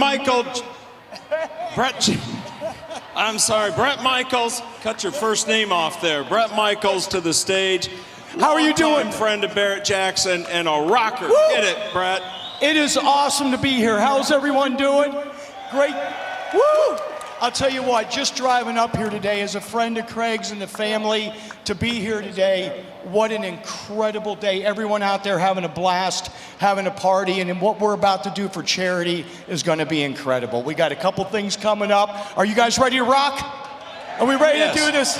All right. Absolutely. So, it is our honor, a multiple platinum award-winning artist, Many of you saw him when he won The Apprentice. He's got a business mind, a philanthropist, a father, just a great friend of Barrett Jackson. He loves cars. He drives his cars, the best part of the thing. Well driven. Tell them a little bit about your car and also about your charity. Well, first of all, the car itself, the Bentley, Craig and I were talking about this when we were doing a photo shoot for it. I've owned this car forever. I love it. I've driven it. I've driven it here. Been here many years. And I got to tell you, to all the shows we do, I call it the perfect triangle out here. I go from Scottsdale in Arizona. We go to Los Angeles to Vegas. We spend a few days there to recover, and then we drive back to Scottsdale. But I just want you to know, whoever gets this car is an experience. It is it's been on every one of the modern TV shows we've done, and it is the real deal. I know people come here and they want a great time, but this car, this Bentley GT, is fast, it's furious, it's got a lot of horsepower and ready to rock. All right, and this is it. This is one of the additions. This year we're out on the stadium tour, and whoever is going to be the new proud, awesome owner of the car, we custom made, and every rose has its Thorn guitar for our #1 song, and that will go with the car. We will tune it up and make sure it is ready to rock. All right. Woo. Tell them a little bit about the car, the year, what you do. I mean, you drive it, but 07? Yeah, it's an 07. The thing is fast, it's furious. It is probably, like I said, it is the most comfortable car I've ever driven. The experiences I've had in this car, not only being out on the road rocking this thing, because I'm a driver, but not only the experience of that, I've had my family with me, a lot of great friends. We've rocked this together. It's an 07, and it is amazing, amazing car with a lot of rock star experiences. And part of the proceeds go to your Life Rock Foundation. Absolutely. So the Life Rocks Foundation, I started at the beginning, and it is here in Scottsdale that they saved my life on many occasions, especially after having a brain hemorrhage. And I'm also a type 1 diabetic, and every penny of that money that we donate from Life Rocks, every single cent of it goes out and is distributed with no administration fee. It's an incredible experience, and that's part of what this car will bring, along with the other charitable things we're going to do. Let's do it, Joe. Let's get This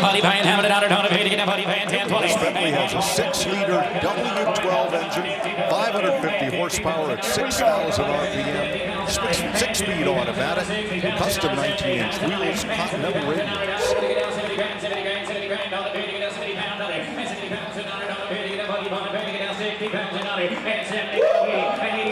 The Continental name was first used by Bentley in 1952, and until 2003, it meant a hand-built car. But in 2003, when you add the word GT behind it, well, then you got a somewhat mass-produced, all-wheel drive exotic.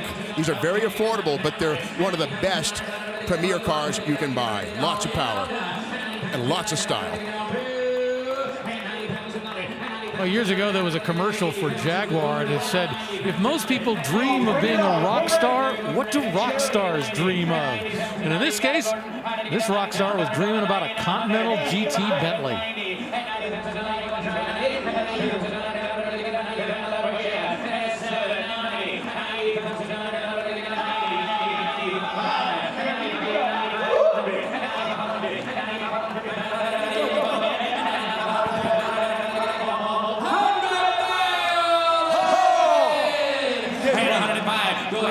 I'm going to just add this. We haven't even got started yet for this reason. Not only the guitar, but there's something we got to do with that guitar. The next experience, we can talk all we want. I can tell you anything, but here's what matters. This year, we're going out on the stadium tour. We've got Def Leppard, you got Motley Crue, Poison, Joan Jett. You get this car, part of this experience, you will be my personal VIP guest. VIP guest, on with me, hanging out and enjoying this car that you can drive to whatever stadium you choose, all right? Whatever stadium, I'm just throwing that in there. A personal experience to take this thing up to the real rock star experience with this car. All right, let it rip. All right, 110, 120.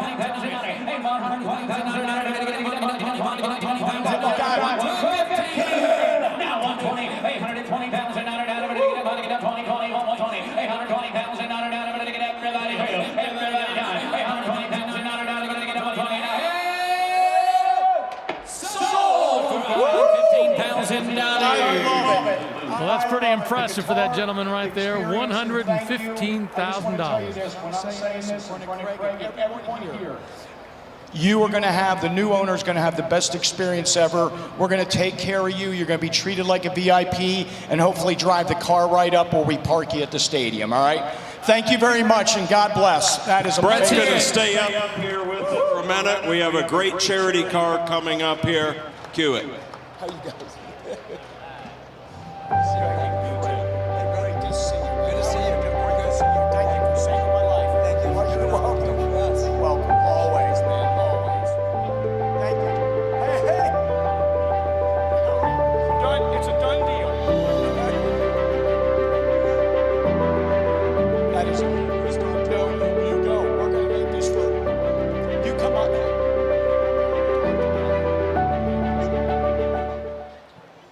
Well, here we have a 1973 Pantera donated by some very generous local Phoenicians for a great cause. Dr. Michael Lawton is here to talk about it. It also comes with, which we're going to put on top, a helmet. We'll tell a little bit about that in a moment here. This is, any of you that were watching F1 this year, one of the best seasons ever, and how well McLaren did this year. This is one of those helmets here. Bret Michaels is here. Barrow is a very special place. And we'll tie all this together here in a second, what they've done. Please tell them about Barrow and then how that relates to Bret Michaels here. Well, thank you, Craig, for having us here. This car is being auctioned for a charity, and it's to benefit Barrow Neurological Institute. We have Neuro Night on March 4th. We're opening up a brand new building on campus. It's going to be the home, our front door for all of our patients coming in and out of the Institute. It's a special place because Bret was hospitalized with a subarachnoid hemorrhage or a brain hemorrhage, and we took care of him. I want to thank this man behind me, Bob Lavinia and Bill Pope. This is his car. He made the generous contribution. And Bill Pope. I want to thank, to my right here, Donna Johnson and her partner, Cheryl Najafi. They've been organizing the party that we're going to have on March 4th. It's going to be a big blast and opening of the new building. Craig, I want to thank you and your team. And also we have here some of the nurses. The nurses are, I think, below me here. They're the ones who have been taking care of all of the sick patients during the pandemic. So I want to say a minute. When we did our 45th party, Bret Michaels played there. He did not even tell us that Monday he was going under the knife, and you guys saved his life. So that's why this means so much. Lando Norris's helmet down here is another great addition to this for those of you that love F1. Great story, great cause. You're also getting a great car. Let's tell them a little bit about the Pantera that got donated, and let's do this. This beautiful Pantera is powered by a hot 351 Windsor V8, mated of 5-speed manual, top wind pair imported, polished Yates aluminum cylinder heads, 660 Roush Yates engines supplied the aluminum cylinder heads. Edelbrock high-rise, double pumper Holly, estimated 665 horsepower, and lots of other drivetrain upgrades. Yeah, the auctioneer described this as a Windsor. No, this is a Cleveland, all right. And the difference is the cylinder heads have canted valves, quite a bit wider valve cover, more airflow potential.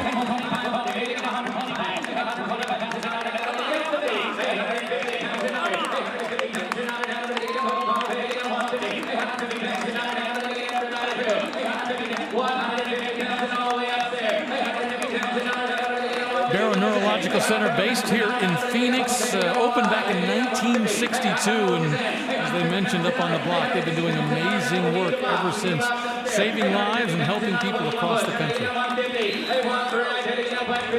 With these charity sales, Barrett-Jackson takes no fees from the buyer or from the seller. The check is written directly to the charity, and they have done this so successfully. You may have heard Eric Almirola last night talking about how he was blown away when his Cobra was sold to benefit the Mayo Clinic here last evening.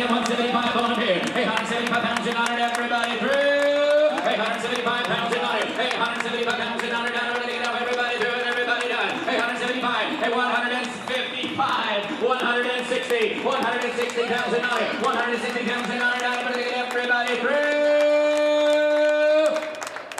Sold! $155,000. Thank you. $155,000 for that Pantera that will all go to help people and to help the facility, the Barrow Neurological Center right here in Phoenix.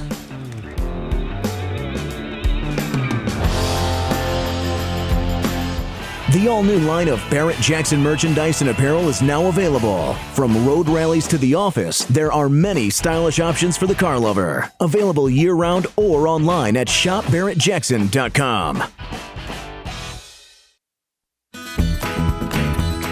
What a day, what a week it's been so far here at Barrett-Jackson. We celebrate the 50th anniversary. Remember, it was 1971 they formed the company, but January of 1972 when they held their first auction right here in Scottsdale, and now the tradition continues. Center stage, we got a 1957 Bel Air convertible. Well, of the 1.5 million Chevrolets built in 1957, only about 48,000 were convertibles, and the chassis cam will show something special about this Bel Air convertible. There it is, beautiful grille, underside of the 283, backed up by a Pollard Light automatic. But there's the X-frame right there, only seen under convertibles to help stiffen the body minus the roof. Dual exhaust, open rear axle. That might be a Posse, actually. 1957, first year for Posse, but just really nice underneath. Now pay close attention to this car because this was restored by the Snodgrass brothers of Florida Space Coast. Kenny and Dave are the nation's premier restorers of 55 to 57 Chevrolets. This one was completed in summer of 2019. It's been enjoyed by its first new owner. Now it's ready for a new home. $130,000 for that beautifully done 1957 Chevy Bel Air convertible. All right, Tyler Hoover, top that. Well, how about a gorgeous Woody, lot 1046.1, a 1946 Ford Custom Woody wagon. Now gone is the original flathead V8. You have a 350 engine with a 350 turbo trans, rack and pinion steering, vintage air conditioning, but the woodwork is incredible. This is bird's eye maple right here, and if you look at the outside, well, it's beautiful, but in the inside, it is almost more beautiful. You can see the wood continues inside, and look up at the roof. The rails, you know, the wood's actually the frame and the body of these old Woodies. And one cool touch, though, and I imagine this is a lost art, is the dashboard. It looks like it's matching bird's eye maple, but it's not. This is painted to match a metal dashboard. I gotta imagine that not many people are still able to pull off work of this quality on a beautiful Woody anymore.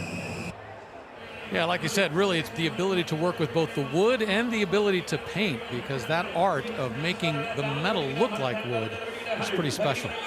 $95,000, the current bid on another Willis Custom from 1941. Beautiful willow green paint, and just look at this sleek shape. Usually we see coupes, only occasionally the convertible. So a bit of freelancing here, and we'll test your memory. What modern compact car donated its headlights to this build? I'm thinking a Mini. Mini Cooper, yes sir. The detail we see here, the prow, the beak has been laid back, probably about 25 degrees or so. That's usually bolt upright, but a lot of subtle touches on this fiberglass body. I don't know if you just missed that, but the gentleman that just won that just stood up and was pumping his fist in the air. $90,000, thrilled to come away the winner of that 1941 Willis Custom convertible.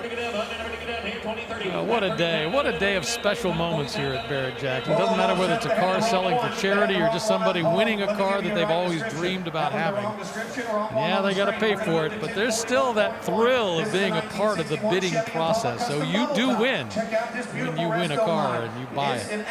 Up on the block now, another custom bubble top from 1961. This one currently bid at $40,000, but I'm sure that's going to go up. Well, when you see this grille emblem, you expect to see a W block 348 or maybe even a 409 under hood. Well, that, of course, is no longer the case.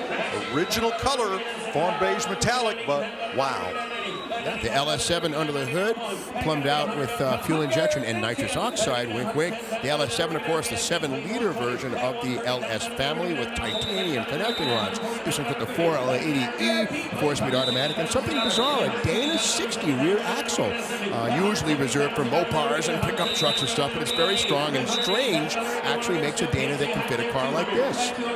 They keep building them. MS Classic Cars down near Seekonk, Massachusetts, home of Seekonk Speedway, and they just keep coming up with these incredible early Chevys like this one, and they'll have more to cross the block this weekend. This one still rides on the X frame, which is something novel that arrived in 1958 and ran through 64. 648 horsepower out of that LS7 engine. And the price, there it goes to those folks right there. Congratulations. Well, the room's been packed all day, and it's been a lot of people coming through here all week enjoying the 50th anniversary edition here at Barrett-Jackson. And this is the car that April Rose previewed just a little while ago. Well, we saw a 409 Bel Air cross a little while ago, and got another one here, but this one's been completely brought into the 21st century. This is a Lamar Walden built 409, although it's a stroker. It's now a little bit bigger than that.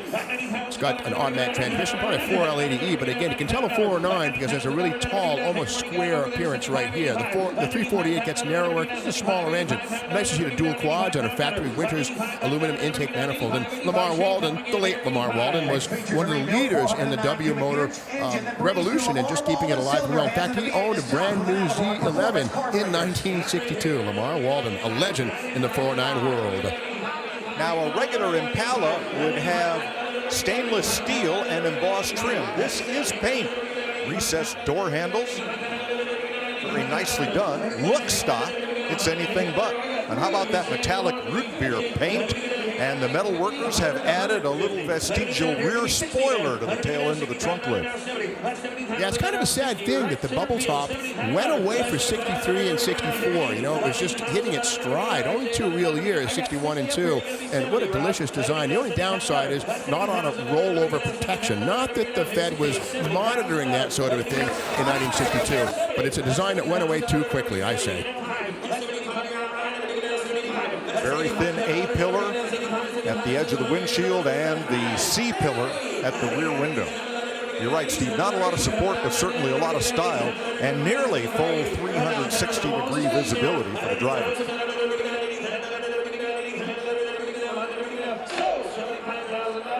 Well, $75,000, that's what it took to buy that 1962 Bel Air with all that special paintwork, the recessed door handles, 409 cubic inch engine underneath the hood. Now coming up, we got a 1957 Cadillac Series 62. This one is a custom Boyd Coddington car built to honor the king himself, Elvis Presley, and his love of pink Cadillacs.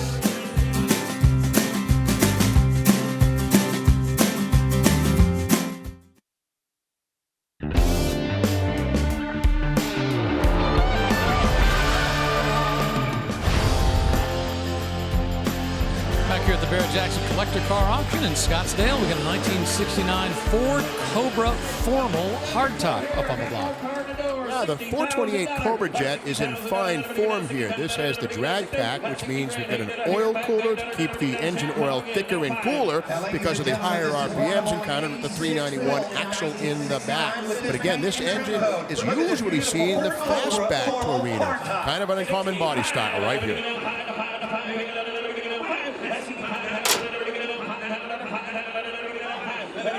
I like the way they've done this in triple black and treated this to a black vinyl top. In the late 60s, early 70s, had all of the Detroit Big Three. Vinyl tops were a very popular way to give your car that convertible look without the complexity, nuisance, and lack of security of a real folding fabric top. Yeah, this car is pretty cool. It's got a bench seat and radio delete. You know, $75,000 for the 1969 Cobra Drag Pack Formal Hardtop. Let's check in with April Rose. Oh, it's a beautiful day out here. You can see everyone's gathering around the cars. You can really get up close and personal with this 1971 Mustang Mach 1 429 Super Cobra Jet with drag pack, just to pick up hot right off the line. Tons of options, highly documented. C6 automatic, you got those correct Magnum 500 wheels, F60 15 tires, beautiful electric grabber green metallic. Now this is the last year for the big block, and Rick, I want to drive her across the block, but they won't let me.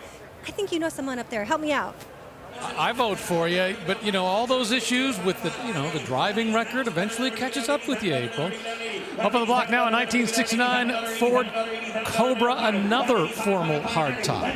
Indeed, this one's also a 428, but this one's not a Q code, it's an R code, which means it has the ram air hood. That's not bogus. This actually feeds into a round air cleaner or the rubber boot. It's also a 4-speed car with a radio and 391 gears from the factory. It's an acceleration machine.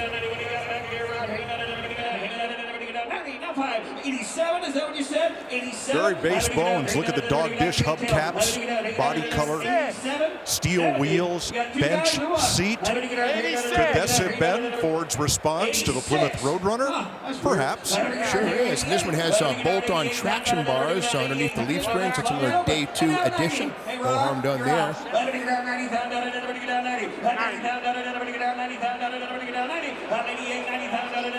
This is the polar opposite of a Shelby GT500 Mustang. Same heart, same performance potential. Next, the titles in transit. This is an updated description. A 1957 Cadillac Series 62 Custom Boyd Cutting. All right, up on the block right now, we got a 1957 Cadillac Series 62. It's the one we previewed for you earlier, and this is a Boyd Coddington car. Wow, what a beautiful full custom here. Those big Dagmar bumper bullets, well, those were stock. The Cadillac emblems have been shaved from the hood, so has just about all the chrome, and the door handles been shaved. Check out that dual inlet air cleaner, and that whole engine and engine bay have been color matched to the exterior. Yeah, 540 cubic inches with an Edelbrock Pro Flow fuel injection, a throttle body with fuel rails. Not very exotic, but certainly workable, does the job. Out back, I love the duality of the dual exhaust. Through the mufflers or through the bumper exhaust outlets are combined with a set of rectangular outlets. Kind of an interesting touch. Both exhaust going on, quad exhaust. This was a special edition candy bar. This was the prize, coming out with the top collections in the country, built by Boyd Coddington, an icon in the hot rod world. Folks, this is the trifecta. Do not let this thing roll off the auction block without thinking about what you're bidding. We were hoping this thing was going to do close to $150,000. Well, this one deserves to be in a collection or a museum, because you certainly would not want to get a paint chip or a scratch in that beautiful finish.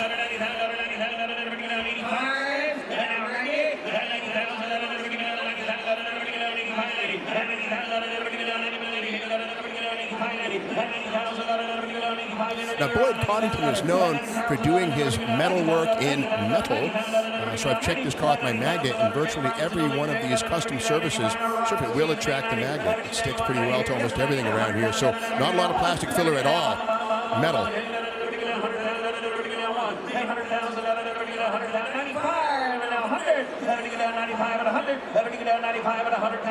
Billet wheels with the Boyd Coddington logo machined into the centers. Well, the way that 57 Cadillac goes, $95,000 for that Boyd Coddington special. Up behind it, we got a 1953 Chevy 3100 custom pickup truck. Well, they didn't look like this coming out of the factory. These were workhorses. They would have had a painted ivory-colored grille and bumper instead of all the bright work seen here. And the paint would not have been done or polished to such a high quality as this one. 5.7 under the hood. Not an LS, but certainly a workable small block. Headers, 4-barrel carburetor, serpentine drive belt.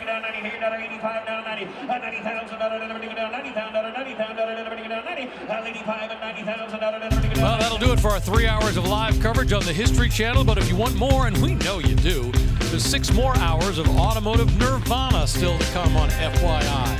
And if it's not in your current channel lineup, contact your local cable provider to find out which packages include FYI. So for Mike Joy, Steve Magnante, Tyler Hoover, April Rose, and Christian Murphy, I'm Rick DeBrule. Thanks for coming along for the ride, and we'll see you over on FYI.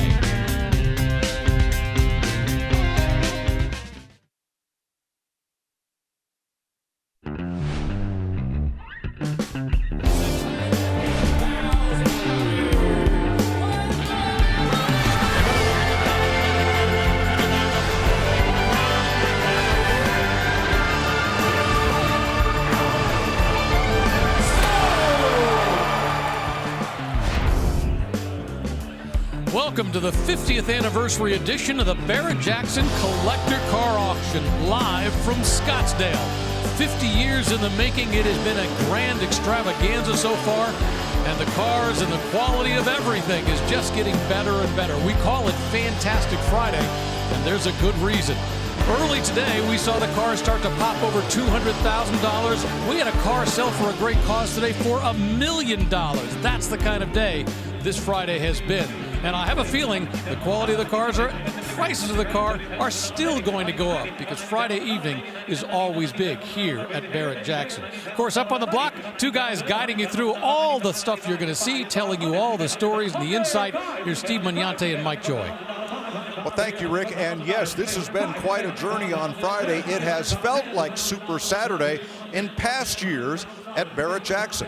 The quality of the restorations and the resto mods, the name brand builders, and the prices, Steve, just keep going up and up and up.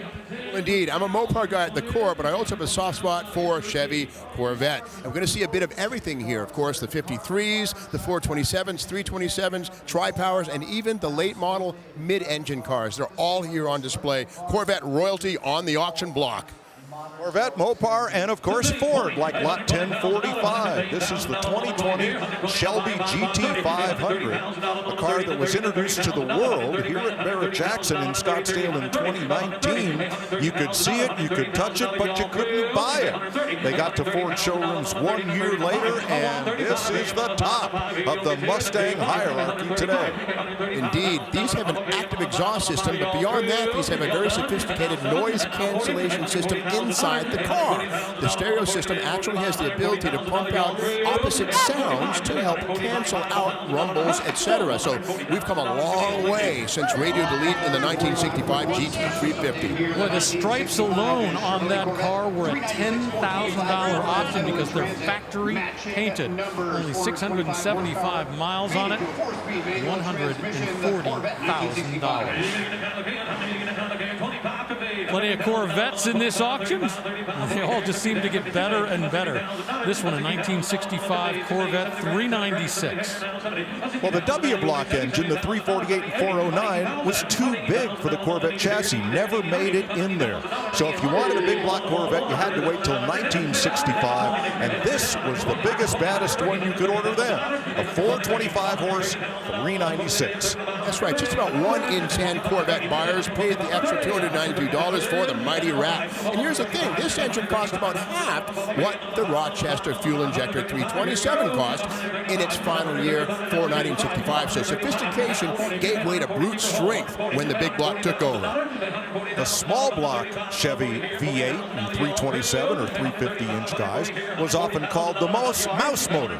So the new big block car, well, it had the Rat motor, as Steve pointed out. 396, later 427 or 454. $135,000. Boy, we haven't seen a car sell for less than $100,000 for quite a while. It takes serious money to play the game here at Barrett-Jackson in prime time, Friday and Saturday.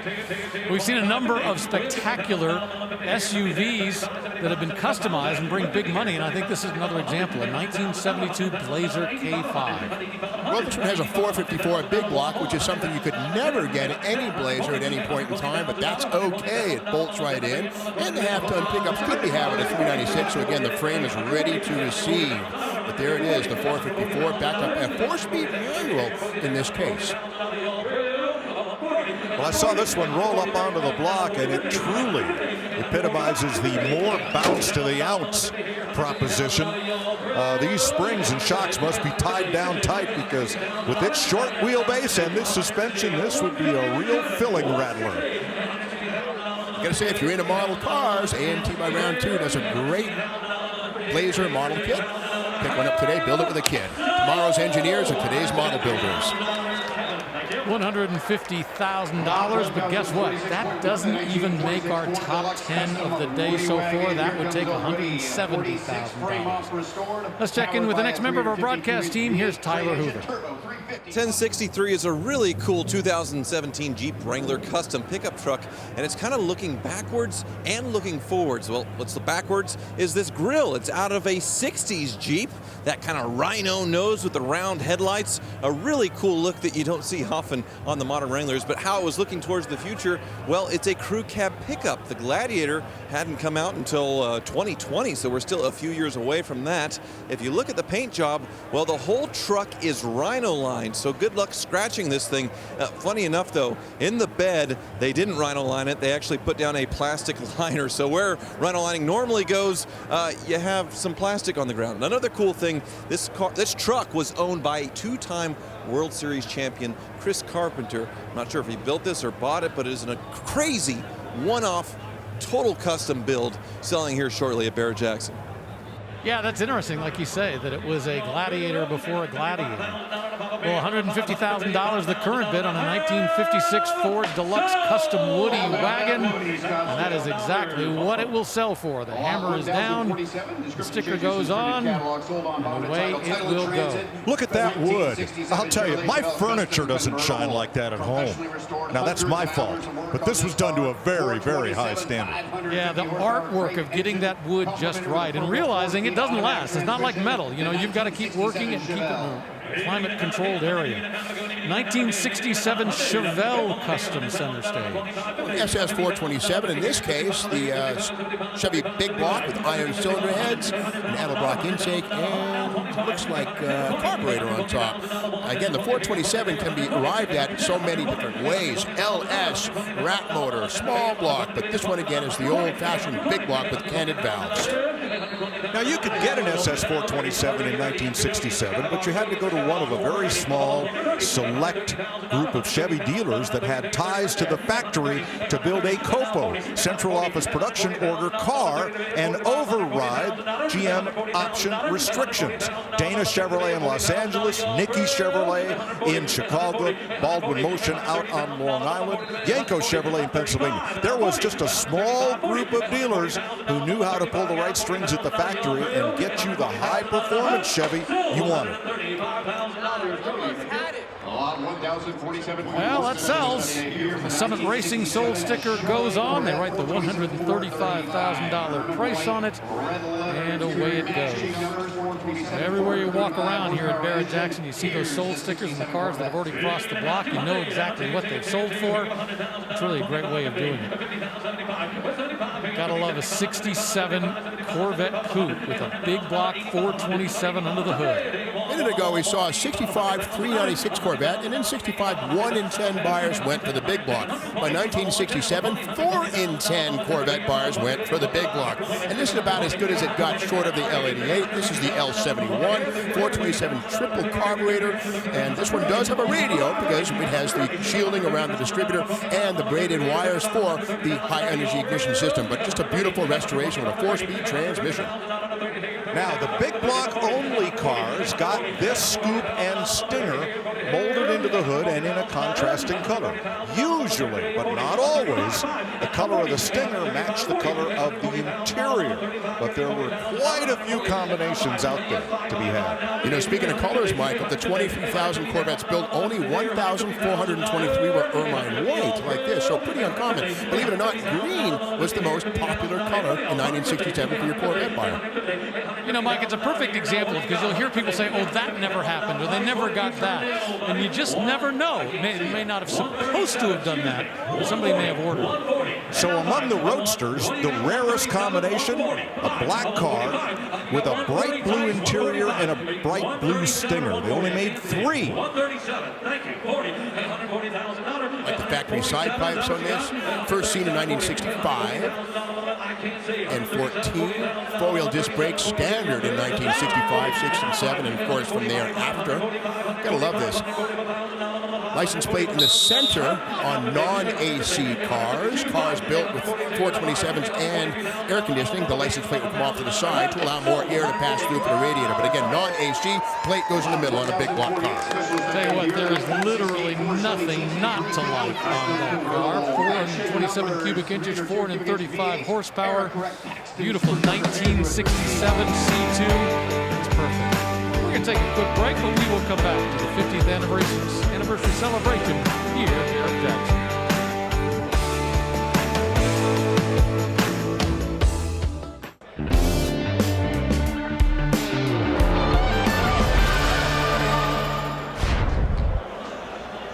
Back here in Westworld, that's the Salon Collection, a beautiful selection of cars, most of which will be crossing the block tomorrow. All part of the 50th anniversary celebration of the Barrett Jackson auction. You know, it's been 50 years since they started selling cars.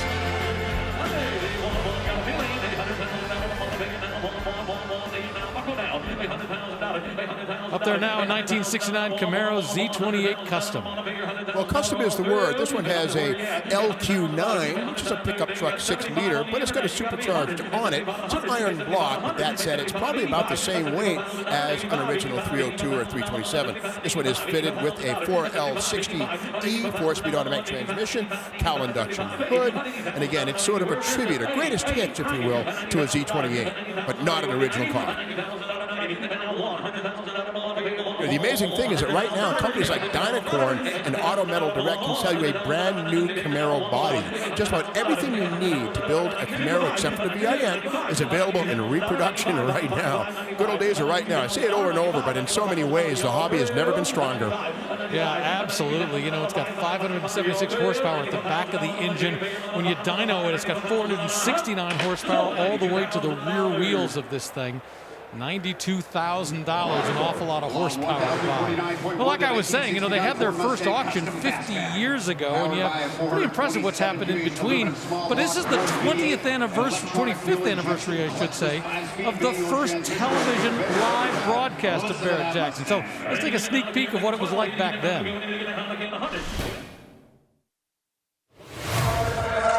And welcome back, everybody. We are under the big top, as you can see, here at Westworld in Scottsdale. It's standing room only for the 97 Barrett Jackson Classic Car Auction. And we at Speed Vision are thrilled to bring it to you, to have you along for the ride. And speaking of rides, pardon me while I drool for just a second. It's a 1961 Corvette Roadster.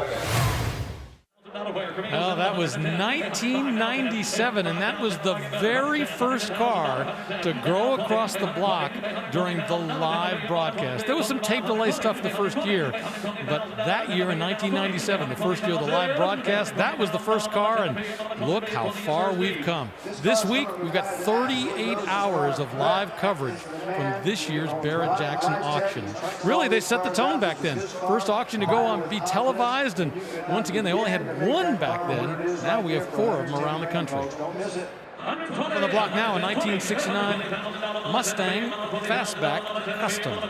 This is nice. This is an autocross killer. It's got stickers on the quarter windows describing the fact that it has actually been involved in good guys autocross racing. But this is a 427 small block Ford 5-speed manual, big fat sticky tires. This is the epitome of what pro touring is all about. Tasteful, corners, brakes, and goes. Nice. I'll tell you what, I think that's a solid number for that $130,000 for all the work that went into that 5-speed manual transmission. Oh, beautiful, beautiful car. Made it to an automatic transmission, clean car. Right now for something completely different. All that performance to a 2010 Rolls-Royce Ghost.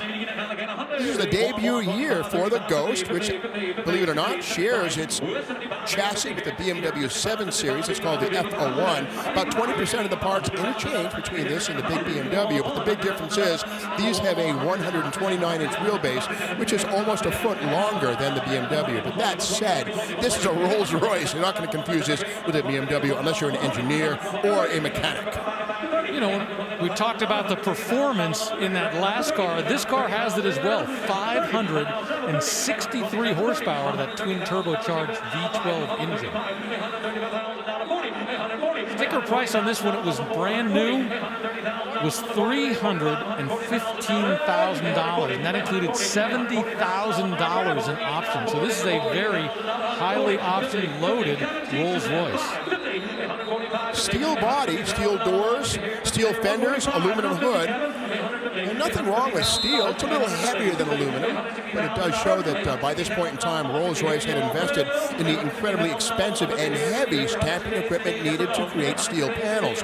Earlier Rolls-Royces used aluminum because it's softer and can be beaten into shape with much smaller, less expensive equipment. But not here. Well, that one's been driven 32,000 miles, so it's been gently used. And the gentleman right there for $150,000 gets to take it home. Let's check in with April Rose.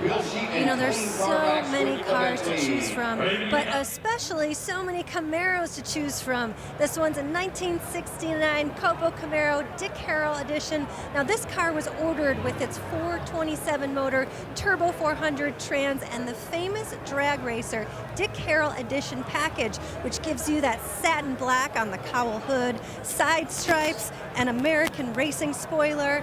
Now, it's got kind of a calming glacier blue finish I really like. It's a preservation restoration, saving the original sheet metal, and you know, all over. This car was meant to go straight and fast, and I like it. Rick? Yeah, 1969, of course, pretty much the peak year in terms of popularity here at Barrett-Jackson. Wow, $200,000, the hammer price on this 2015 Bentley Continental GTC. It was a special orders concours series, glacier white, magnolia leather inside, Mulliner specification, $200,000. Now that is in our top 10. The 1951 Ford Country Squire Custom Woody up on the block right now. I like the vanity plate on the front was a tree. Of course, that's a reference to the external wooden bodywork, but again, 49 through 51, the 3 years when there were steel internally, but the external work was made of wood, not structural. But again, 52, this would be gone, and the four-door wagon would join the line. But you got to remember that station wagons were a big part of the market in the 50s as baby boomer families needed more space and room. In 1950, about 6% of the market was wagons. By 1960, about 18% of the market consisted of station wagons. The wagon was, well, it was the SUV or the minivan of the 50s, of the baby boom. And I'm going to guess that the family that originally owned this could never imagine what's happened to it since, because now it's got an Art Morrison frame underneath, a custom frame. It's got 4-link suspension underneath. All the work that's been done to turn this into a really, really nice custom has been done. Maple, mahogany, stained, varnished, beautifully done. Kind of cool. Then and now, here is then the car being loaded onto the transporter to have its transformation. But we can see here where the wood has been removed, and that's the steel inner structure. I love that. Then and now. That's a nice, clean, solid core right there. No rust. That's an Art Morrison frame. If you see the picture in the window, this thing was a basket case. This is an incredible car. We've talked so many times about how hard it is to get this wood exactly right. And it's not like a metal body where you can just put it in the garage and say, okay, it'll look like this way 10 years from now. You know, the combination of how the environment affects it, the humidity, the temperature, the heat, the cold. So if you store it right, take care of it, it'll last a long time. But if it doesn't, well, you got to find somebody who knows how to work on these. And frankly, there's fewer and fewer people who work on the woodies.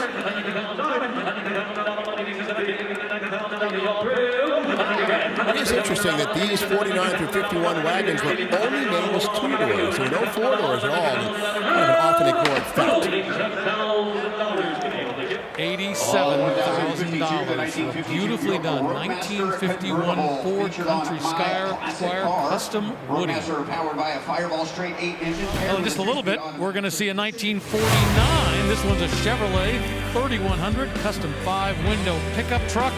All kinds of great custom work. It's been shown in car shows and done very well.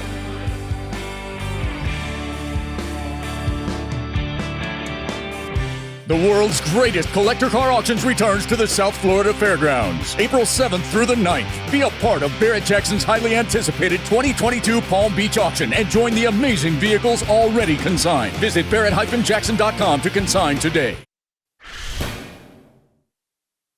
The Barrett-Jackson organization has always showed me and the world what a class act should be. The vehicles, the vendors, the entire experience is amazing. When the auctioneer starts, you can feel the pulse of the crowd start to build up and the excitement start to get everybody hooked on the auction. So congratulations from myself to the Barrett-Jackson family for 50 years of truly being the world's greatest classic car auction.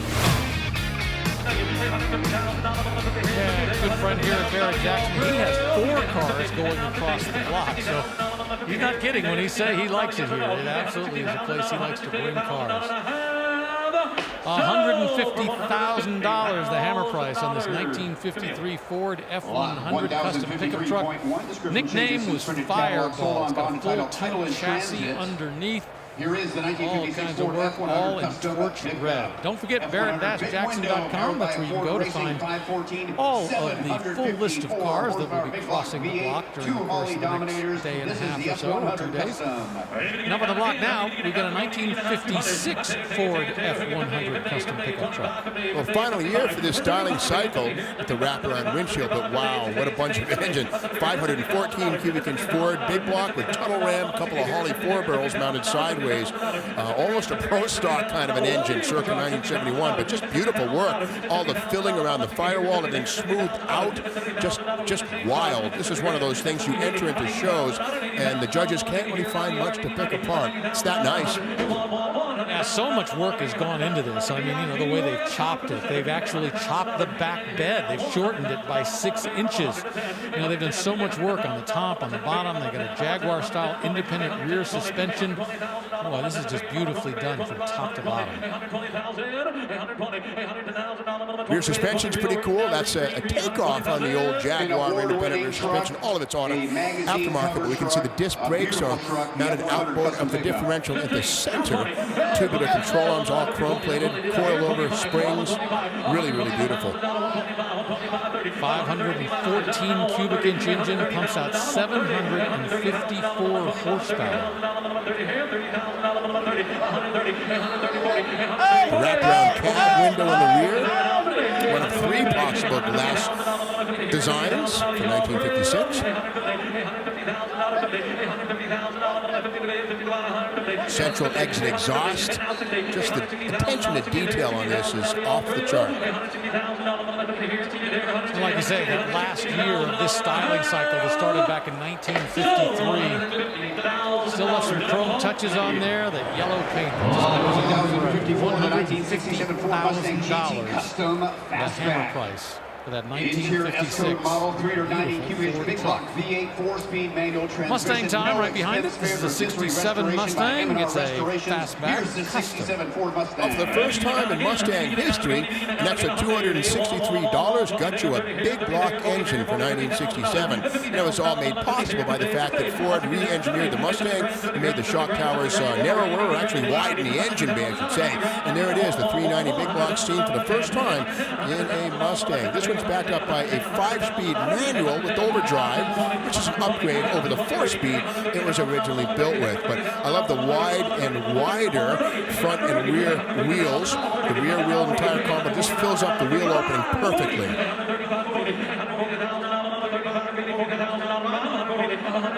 Keep in mind, the big block was fairly popular, but not as common as you might think. In 1967, 472,000 Mustangs were built, 472,000, and about 28,000 had the 390 big block. So the big block movement was just getting started. Raven black exterior, red interior, and matching red GT stripes down above the rocker panel. Sharp combination. 1967 was the first year of a little something called the GTA, and that was a specific automatic transmission version of the GT. C6 automatic backing up the V8 under the hood. This one here again, a manual transmission. Sold for $149,000. Well, it didn't make $150,000, but it came darn close. $149,000 for that 67 Mustang GT Custom Fastback. Once again, that doesn't even make it into our top 10.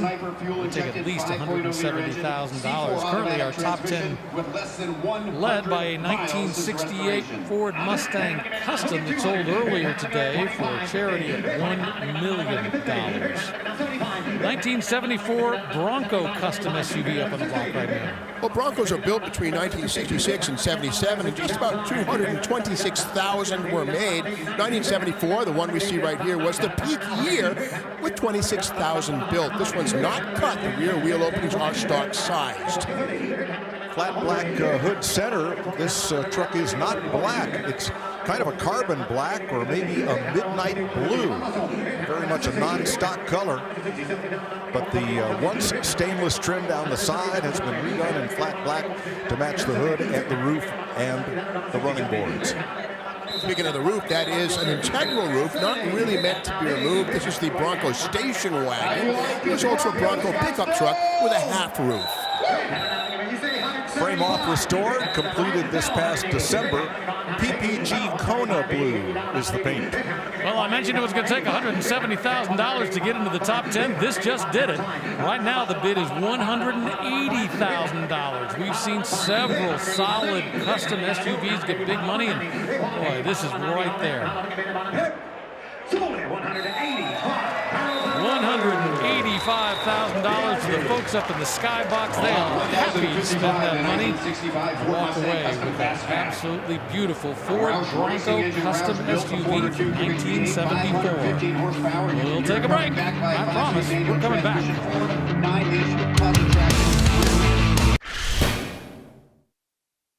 My favourite moments here at Barrett-Jackson is really just to go into the stands and soak up the experience of the auction block. And I always remember one day sitting up in the stands and there was a beautiful McLaren up on stage. And the bidding started to get to 500, 600, 700,000, 800, 900.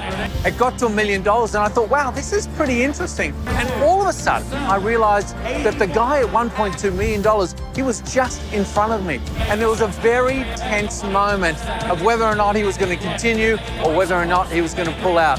And he hit the bid and he bought this incredible McLaren. And that happened right in front of me. And every time I come to Barrett-Jackson, you see that all day long. These incredible cars cross the auction block for insane amounts of money. And I just always wonder, who are those lucky people taking home the car of their dreams? And I tell you what, it's not always easy to do it. I mean, you're competing against somebody else who wants that same car. You're both bidding against each other. It's not just the money, it's the nerves to be able to bid that kind of money. Up on the block now is 67 Camaro SS Custom. Well, it's got the LS3 6.2-liter V8. $120,000. That's what it takes to buy that one right there. All right, from a 1967 Camaro to a 1967 Corvette, big lot, 427 cubic inches. Well, this is kind of a good news, bad news situation. It's got the 427, the L68, with 400 horsepower, but the medium news is somebody paid $194 for the Power Glide 2-speed automatic instead of the 4-speed. Power Glide's cool if you don't want to mess around with the clutch and if you drive in traffic a lot, but it kind of dulls the performance. That said, this does have the aluminum intake, triple Holley 2 barrels, got a radio, of course, got the shielding, and manual steering and manual brakes. So kind of a workout to drive, but no clutch pedal, no shifting. Now, if I recall correctly, the reason the 1950s style Power Glide was used in these Corvettes was that the frame and bodywork wouldn't accommodate the larger 3-speed turbo Hydra-Matic. That wouldn't come along until the next Corvette styling cycle, which began in 1968. That's right, the tunnel, the transmission tunnel was the primary problem. The Turbo 400 was available as early as 1965 in big cars and stuff, but yeah, for whatever reason, Chevrolet did not switch over. And the Power Glide, well, you were kind of stuck with it. But again, if you didn't care and didn't want to ship, well, get a Power Glide. It's okay. Two styling cues denote the 1967 Stingray. One is this rectangular backup light above the license plate area. That is unique to 1967. And the other are these Ferrari-style gills on the front fender. Those are unique to 67. This is a numbers matching car, and that is to say that the block and the case of the transmission and pretty much everything has probably been here since day one. Now, it is possible to restamp these things, so no big claims are made there, but this appears as it would have when it was a brand new car, except for the radial tires. Well, check that out. We've got multiple bidders involved in this one. We had somebody on the skybox, a couple of people on the floor, somebody on the block. Final price for that one was $95,000 for a 1967 big block Corvette. All right, now it's time to check in with two members of our team who seem to have found each other outside. Thanks very much, Rick. You know, there are celebrity cars and then there are really cool celebrity cars, especially for Rat Pack tragics like Hoovie and I, huh? Yes, this 1986 Rolls-Royce Corniche was originally owned by Dean Martin. Yes, the Dean Martin of the Rat Pack.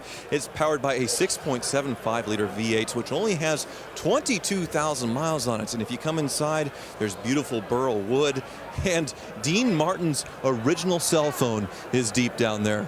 Now, I'm thinking a lot of things happened inside here because the car comes with the original crystal glasses, a flask and opener, as well as the original dealer delivery form in Dean Martin's name, Tyler. Yeah, you know, Dean Martin always said that he felt sorry for people who didn't drink because when they woke up, that's the best they'd feel all day. But I feel like we have to end this in maybe a little American Idol style. Yep. See on the block who does it better. So let's see who does Dean better. Murph? When a big piece of pie hits you right in the eye, that's amore.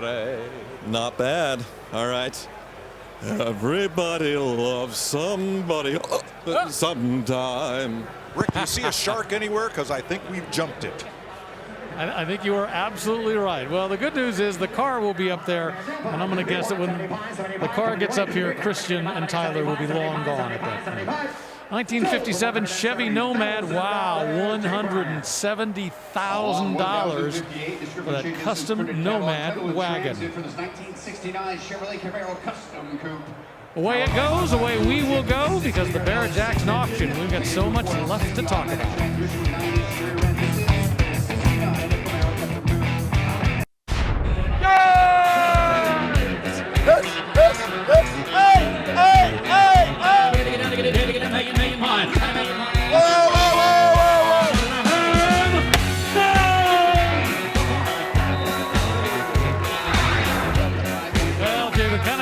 Just likes peace and quiet on a Friday afternoon. This is not where you want to be. Barrett-Jackson has so much going on, and it is not quiet anywhere. It is an auction. It's a 12-ring circus, and in the center of all right now is a truck we previewed just a little while ago, a 1949 Chevy 3100 custom 5-window. What a beautiful piece, and totally unlike the way it was born with this LS engine swap. Color matched, and let's have a look at our chassis cam. Watch it roll across, see if it's a sanitary underneath as it is on top. All of that candy Merlot paint. Nice set of headers, automatic transmission. Everything looking brand new beneath. Beautiful. Independent rear suspension with coilovers. This thing has been dropped. It sits on Hallobrand kidney bean style wheels. It's been shaved of all ornamentation and handles. Beautiful. I'll tell you what, it is getting a lot of attention in the room. $200,000 is the current bid. All the hardware underneath, but nothing on top. It's beautiful. That's what it sells for, $200,000 for that 1949 Chevy 3100 custom 5-window pickup truck. Wow. Chevrolet to Ford, 1949 to 1971. This one's a Mach 1 429 Super Cobra Jet. Everything you could want, but we just actually. As April said earlier, this is the last year of the big block with the Mustangs and a new body style. Now, I remember this from the James Bond film, of course, a red one where they got it up in an alley sideways on 2 wheels, and they were actually able to pull that off as a real stunt. It wasn't like a model car or something, but that's what this takes me back to. It's a beautiful restored example. With the Detroit locker rear end. So there's a piece of Mustang history, the biggest, the baddest 429 Super Cobra Jet Ram Air car you could buy in the nation. In 1971, they made about 36,000 Mach 1s that year. Really, production was beginning to wane with the Mustang overall. You got to remember that first year they sold 680,000. By 1971, it was less than 150,000 produced. But the Mach 1, well, that was the big dog. This one with a 411 Detroit locker and a take on Grabber Green. This is a metallic shade. Grabber Green originally was a solid color. This is a nice metallic Endura front bumper, front spoiler, that flat black or matte black on the hood. Wow. Now, there was a time where this was sort of the unloved body style, but as you can see now, it's getting a lot more appreciation. I guess the older ones, rising tide lifts all boats, but I think this is a really handsome style myself. In 1971, you could also get a Boss 351, but that was pretty pricey. I mean, that cost more than $4,100. The Mach 1 was only $300 or so above the base price, so this is a pretty solid machine for its day. However, this particular Mustang, we have a reproduction of the window sticker here, and it totals $6,300. So this one got everything.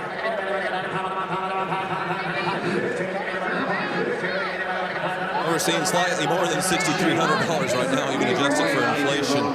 But I do love the option of this one and the color. The roofline, it almost seems flat. It's very interesting how they did this going into the spoiler. I imagine it's very aerodynamic, way better than, say, the older Mustangs, which I imagine is what they were going for.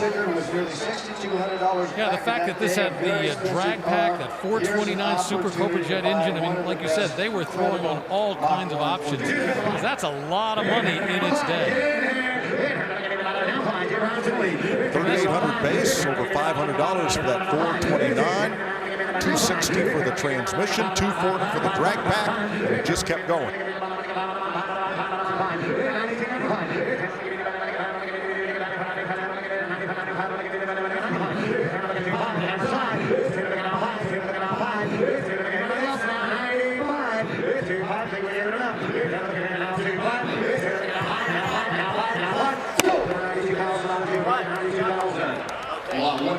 $92,000 the final price. That 1971 Mustang Mach 1 429 Super Cobra Jet. Pretty rare bird, very highly optioned, as we mentioned. Gentlemen can take it home.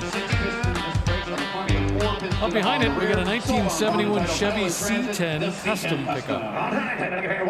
Boy, it's funny how these have become such great customs, because when they were new, they were built to work, and that was it. This one's been dropped right on the ground, bagged with an air suspension, 20-inch wheels, two-tone paint, leather interior with some great embossing, brand new wood in the back. This will haul, but it's not going to haul stuff home for Menards or Lowe's, is it? No, it's going to haul butts, and that's because it has a 5.3-liter V8 under the hood, so the smaller LS that you would have found, say, in a 2000 Chevy pickup truck, but this one's been modified to over 500 horsepower. That's a very close to original kind of putty color on this Chevy, with the white roof and the white lower body style, factory style two-tone,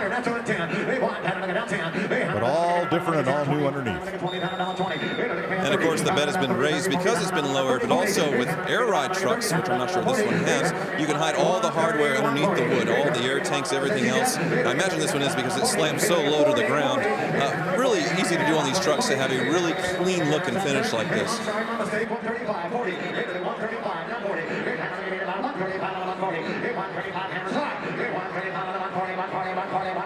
This body style came out in 1967. They called them the Action Line trucks. They just were prettier than the trucks that come before in terms of the sleek lines, and people were beginning to think of these as more than just utility. Well, I'll tell you what, we have seen some Broncos bring big money on the block, and I'll be curious to see what this 1972 custom Bronco does. Well, like many of them, this one has been treated to a lift to some big, wide wheels, much more so than was originally there. But it does retain its stock fender lines. Marty Report comes with it to show exactly how it was built as a customized interior and a Ford Motorsport small block. Now this one started life as a Western truck, rust-free, total nut and bolt restoration. You got a 351 Windsor under the hood, and of course Broncos have been popular here, the rest of us, for a very long time now. That's why it's here on Friday and built to this level.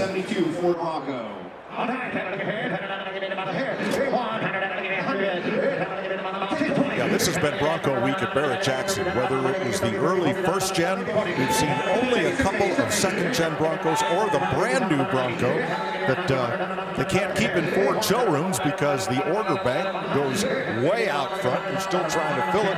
Henry Ford III told me the other night here. I said, how long did you have to wait for your brand new Bronco? He said, I'm still waiting. So I guess the rest of us shouldn't feel so bad. Yeah, it is a little frustrating on new cars right now trying to get something, and Bronco had the problem with the tops when they were new. One thing I like about this one, so many you see a modern looking wheel on it. This one has a pretty classic looking turbine wheel, American Racing I believe, to where you still have quite a bit of sidewall. It kind of is a good tribute to say something they would have done back in the day.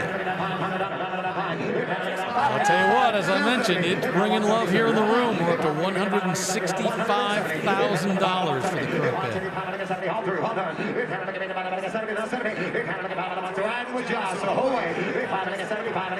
I had recently had the opportunity to drive a new Bronco, and it is very fun with the EcoBoost, but something about these old ones, they have the character and the feel. They're just right there, awesome. number one, baby. 1063 specialist update here. Well, that guy's pretty happy to be on the block. $165,000. All right, Tyler, this is the car you previewed. I don't know if I should call it a car. It's more like a pickup truck, a 2017 Jeep Wrangler. This started life as a normal Wrangler Unlimited, so it wasn't a truck. The Gladiator wasn't out yet until 2020, and this was owned by a famous baseball player, two-time World Series champion, Chris Carpenter. I like the front end styling because it recalls the Jeep pickups of old, of say, what, the 70s, with the way this one is styled, pretty sharp. Yeah, they called it the Rhino nose, and actually they covered it up in the Wagoneer going through the years. So when you had the grill in the front, you could pull it off and kind of backdate them, even all the way up to 1991. Obviously, this one's backdated with that same style of grill, but it wasn't hiding behind there. You're feeling that Rhino line paint. It feels like sandpaper. Yeah, you never have to or get to polish it, that's for sure, but you'll also never scuff or scratch it.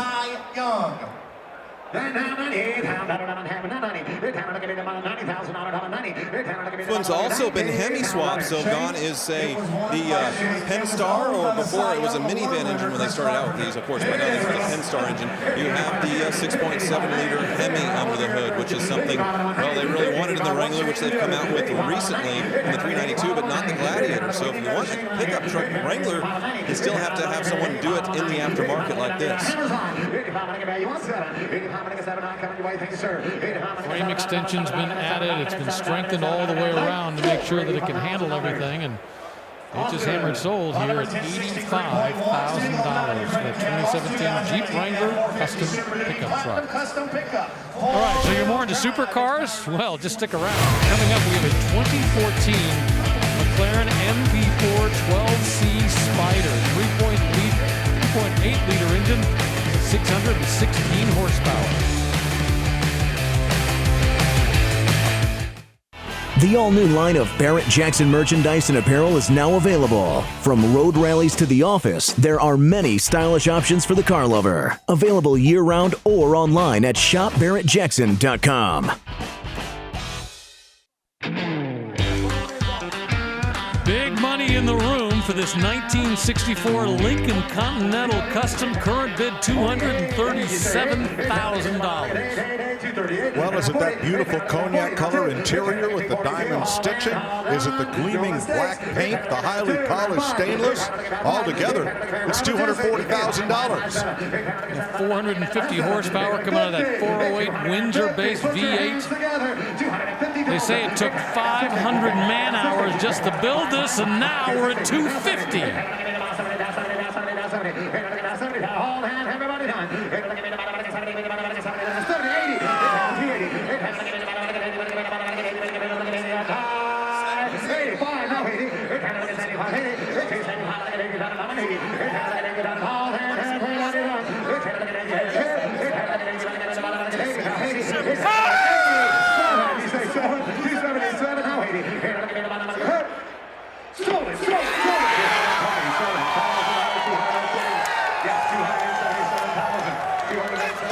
Wow, $277,000 for a very custom 1964 Lincoln Continental convertible.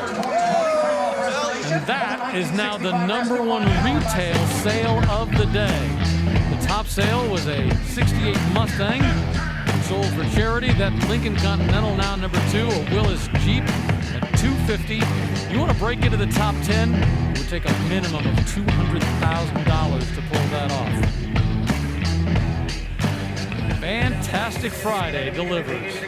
1965 Corvette Custom up on the block. A lot of upgrades here. The body is pretty stock, except for the Stinger hood. The Stinger itself has been raised about another 2 inches. An LS3 fuel-injected small block is what lies underneath. Upgraded suspension, C7 style wheels, and the side exhaust color matched to the body. The interior, however, looks very stock. Nice restaurant. Yeah, 430 horsepower, just enough to get it up and going. The rear quarters of that, by the way, were actually widened out. It's actually about 1.5 inches wider than a normal 1965 Corvette.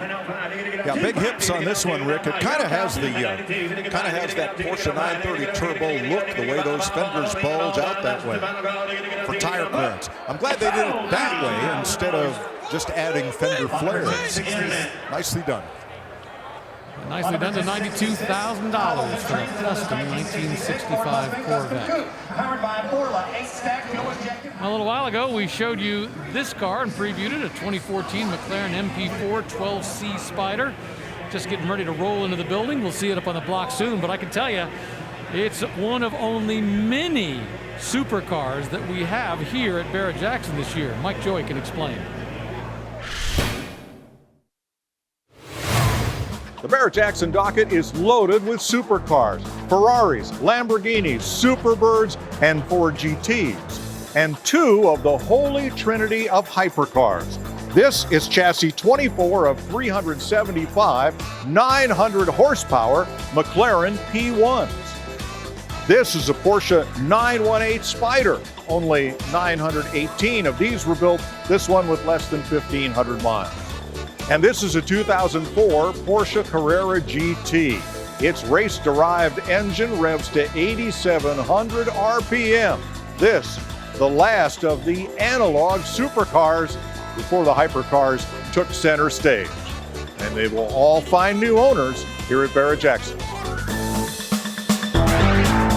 What a collection of cars. We'll see most of those cross the block tomorrow.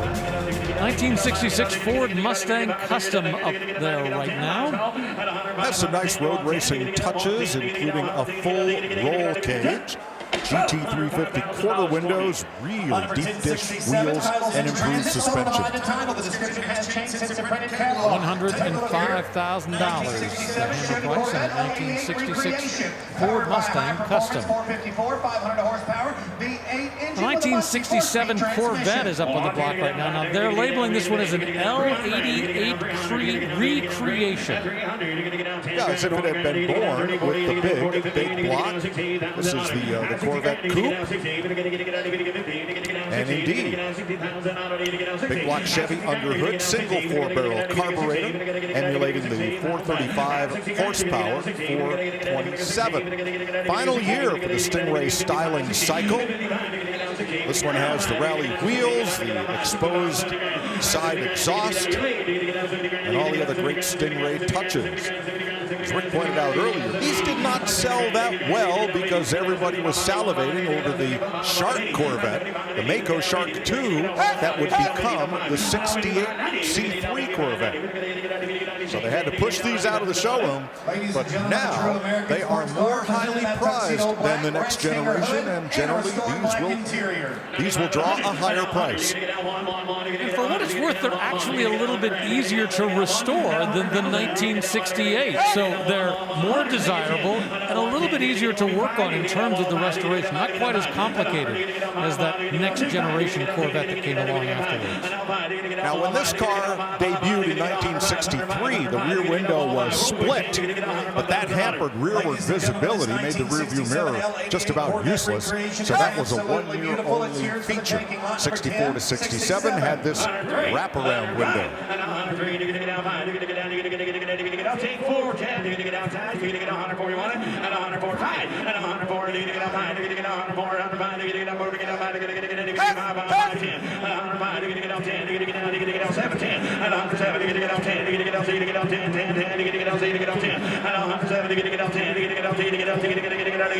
Black on black with a red stinger.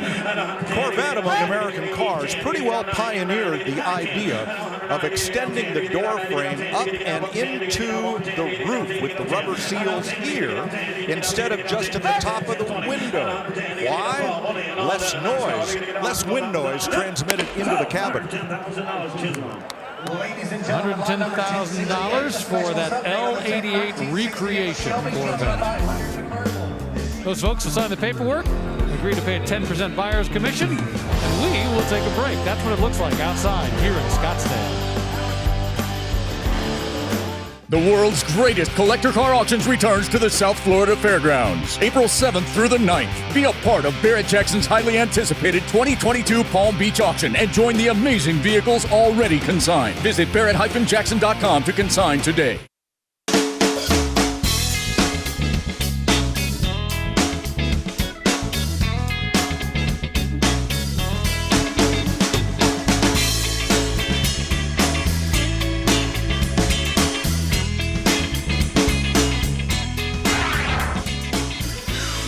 Quite a week so far, and the best is yet to come. I think we're even going to see higher prices today, believe it or not, with the top sale so far, that $1 million charity car, $277,000, the top retail sale. And look at this 1969 Camaro. We're already at $180,000. A lot of very subtle work on this. The body, almost everything about it has been redone. Under the hood, a 454 cubic inch LSX iron race block. Well, this was Chris Carpenter's Camaro, and one of his Cardinals jerseys will accompany the sale from the former Cy Young winner. Ladies and gentlemen, once again, an opportunity to buy. On the trunk, you see a lot of sculpting.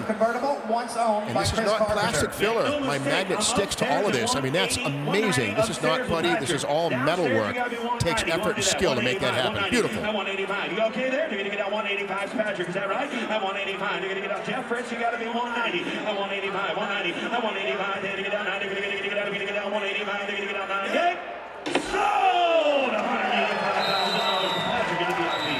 Number 1070, the title. Quite a car, quite a price. $185,000 for Chris Carpenter, former Cy Young Award winners, Camaro.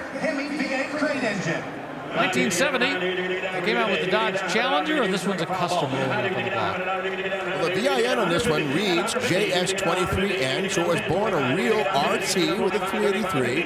Now it has a Hemi under the hood, but not what you think. Not a 426, but rather a third generation Hemi, 6.1 liters, and the hood comes up. We'll take a peek when the camera clicks, but yeah, this third generation Hemi came along in 2004 for pickup truck and SUV use, and of course, filtered into the Challenger and the Charger and the Magnum and the 300, and here it is, 6.1 liter guys. Yeah, it's a Hemi, okay, a lot of power, but lighter than the second generation Elephant.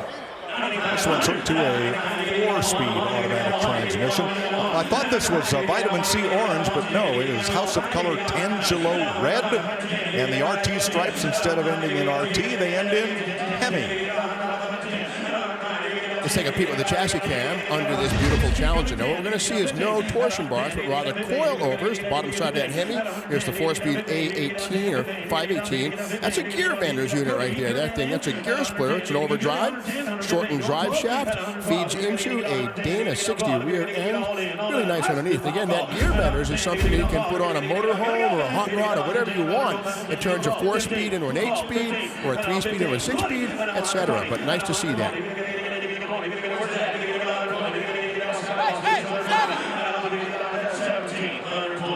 Rear wheel openings have been stretched just a little bit.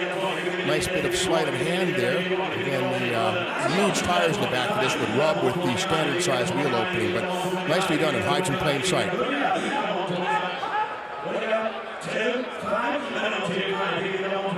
The great thing this week is just what kind of custom do you want? I mean, we've seen every conceivable kind of car that's been customized.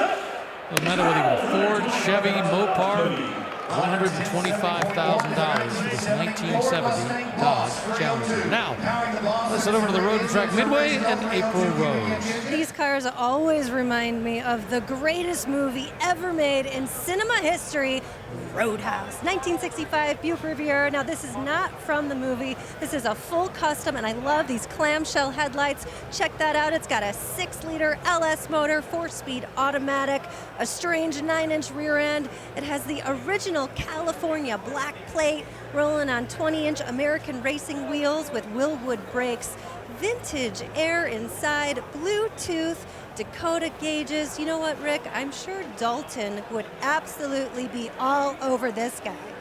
Obviously, you are a Patrick Swayze fan. Thanks a lot, April. Was ordered from the factory. For the block, we've got a 1970 Boss 302. Here it is. Something that wasn't purchased was the $65 Shaker hood, but it does have the slats and the spoiler on the deck lid. Interesting color combination, this ivy gold or kind of metallic line. Don't think I've ever seen this on a Boss 302. Now, the Shaker hood was a very popular option, but the factory Trans Am race cars did without. They did not have the hole cut in the hood and the Shaker scoop. They instead used cowled induction. This is an actual G code, which is the Boss 302 4-speed. $127,000 for a Boss 302. All right, let's head outside. The weather's beautiful. Out in the McGuire staging lanes, I believe Tyler Hoover's standing by. Well, lot 1076 here is the birth of a legend. It's a 1976 Porsche 930 Turbo, one of the first few years of the factory turbocharged Porsche engine. This one is incredible, showing some 40-some-odd thousand original miles. It was actually sold new in the United States, and they called these things Widowmakers because of this turbo engine. I've driven a few of these, and when the turbo kicks in, it kicks so hard that you can hardly control the vehicle. I mean, pins you back in your seat, and due to the orientation of a 911, the engine hangs back past the rear wheels. It will often kick the rear end out and then dump backwards, and then you go backwards into whatever you're going to hit. So a lot of these cars were crashed or, you know, created widows. That's why they called it the Widowmaker. This one appears to be totally original. Whoever owned it was obviously able to keep control, but this is a very special car. The earlier the 930 turbos are, the better, in my opinion. Well, I can tell you what's getting better money up on the block right now is this 1971 Chevy C10 Custom, $180,000. Beautiful gleaming paint, red over white. Kind of a Clark plaid interior, much like you might see in your VW GTI, very similar. And everything done here to just a tremendously high standard.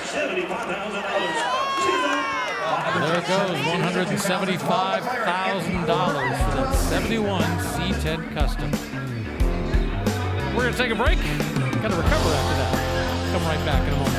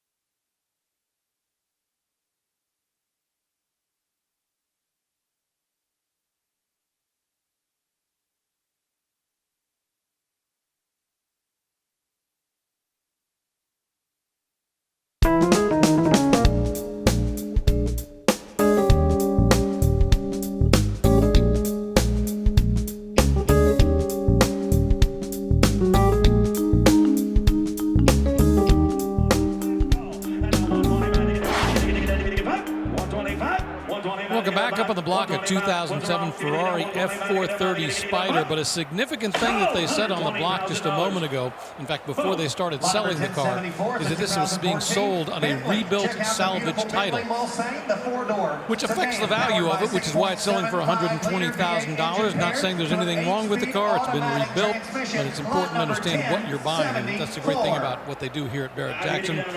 Make sure you understand the vehicle history. Right behind it, a 2014 Bentley Mulsanne.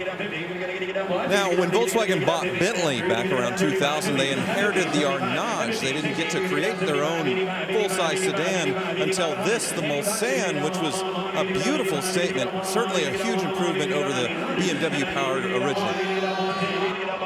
Mulsanne is, of course, a tiny village in France near Le Mans that lent its name to the 4-mile straightaway connecting the two towns that's part of the 24-hour race circuit. Don't confuse this Mulsanne with a Bentley Continental GT, which is sort of the mass market Bentley. These were certainly sold side by side. The big difference, of course, while the Continental GT had a W12, these have a big old V8, which has its roots going all the way back to 1959. It's a pushrod V8, but again, it's twin turboed, and with cylinder deactivation, it's totally modern, not for the 21st century, but quite an old bunch of bones on this engine block. And as if this thing weren't fancy enough, it's also the Mulliner trim. So you got the special two-piece wheels, the quilted leather interior. This was a very, very spicy window sticker when new. I imagine a fraction of the current bid. 165, now 70. Now they're going to get down 170, now 60s. What do you give me up top? It's a 6.75 liter engine. And again, this block debuted back in 1959 as a 412 cubic inch engine. Well, bring solid money here at Barrett-Jackson, $167,000 for that 2014 Bentley Mulsanne. Don't forget, Barrett-Jackson.com. That's where you can go to check out all the cars that have yet to cross the block, as well as those that have already been sold. And you can even do some historical research and look back at previous auctions. So if you want to check on how cars have sold over the years, you can do that. Barrett-Jackson.com. Well, this is the McLaren MP4 12C Spider we previewed for you just a little while ago. It's up on the block right now. So this was McLaren's first mass production car, if you will. They still didn't build too many, but before this, the most car they ever built in numbers for the public was the F1. So this is what followed up. This is what introduced McLaren to the public again. And this is the Spider version that they built a year or two later. Really striking styling, but of course, the 650S came back so quickly, followed it so quickly, that these kind of got left in the dust. 12C, the C suffix refers to the large amount of carbon fiber in the chassis and body of this version. Now, my son Scott is 22, loves these cars. He can tell every variation apart, tell me what they are, because it seemed like McLaren was bringing out a new model about every 6 weeks for a while. It's kind of like iPhones, I think, because you can't really tell the difference between an iPhone 3G and a 13 or whatever we're at now. McLaren is sort of taking that approach to cars, but this one certainly is very cool. $145,000 for that 2014 McLaren MP4 12C Spider. I wish they had a shorter name for that, but that's what they've got. That's what they call it, and away it goes. 260 horsepower. Well, Tyler had your eye on this one a little bit earlier, a 1976 Porsche 930 Turbo. Yeah, I actually kind of have a mutt version of this at home. It's a 74 Carrera narrow body that has a 76 930 turbo engine in the back, which just makes it even more scary being the narrow body with the smaller wheels. But I absolutely love it. I couldn't afford one of this caliber, obviously, but I love my mutt at home. Everything in that engine bay has been powder coated. At the Fuchs wheels, of course, widened here. They do a great job of filling those big extended fender wells, and the body on this is all entirely steel. Price new on this was $25,880 in 1976, which was 3 times the price of a Corvette. Not that you'd necessarily cross-shop those two. And Mike just popped the bonnet, but this is sort of the birth of what they call the whale tail. Before this, they had the duck tail, which was on the Carreras, and they needed extra room, obviously, for the turbo and all this stuff going on. So you have this giant wing, which actually started a whole trend with Porsche. People were putting them in all their cars, and finally Porsche just said, what the heck, we'll just put them on anything if you wanted it. It turned into an option even with the non-turbo cars. But these early ones, it's kind of a special whale tail, special look. It's really neat. Well, check out the number, $240,000, the current bid on the 76 Porsche 930 Turbo. That means it would be the number 4 sale of the day if it stops there. That's exactly what it does, $240,000. 1976 Porsche 930 Turbo, one of only 590 examples produced in the 1976 that came to the United States. All right, this is what our top 5 looks like right now. $1 million for the charity car, $277,000 for a custom Lincoln Continental. If you want to break in, it's going to take at least $225,000. Up on the block now, well, this is a car that both Tyler and Christian Murphy previewed for us, that 1986 Rolls-Royce Corniche convertible that used to belong to Dean Martin. Well, the consignor describes this as having a Holley EFI replacement for the Bosch fuel injection, so a little unusual, but I guess if it works, it works. Well, you know, the British Electronics were never the strong suit on these. It also has a mineral oil suspension that is quite a bit to maintain. I mean, it controls the brakes and also the suspension gives you a really nice ride. That's probably why Dean Martin wanted it. I mean, imagine him driving down the road in this. I wonder what he'd listen to. Probably not himself. I don't think he's that much of a narcissist, right? So one of the bidders on this car, on this Rolls, is a Bentley. Super modified legend Bentley Warren. That's him in the black bandana. I said, Bentley, what are you going to do with a Rolls Royce? He said, get a real good parking spot at the local steakhouse. The Corniche was built between 1971 and 1995, and for the first several years, you could get this as a coupe, but from 1980 onward, strictly as a drop top. I'll tell you what, we have 3 committed bidders right now. One on the floor, one over the internet, one on the block. We're closing in on $200,000. No, $190,000 for that 1986 Rolls-Royce that used to belong to Dean Martin. Hugs and kisses on the block. Everybody's happy when they win. We'll come right back.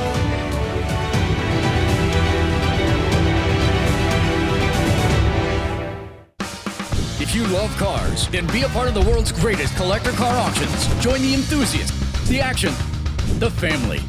We're currently hiring for multiple positions. Put your passion for cars to work. Apply today to be a part of the Barrett-Jackson team.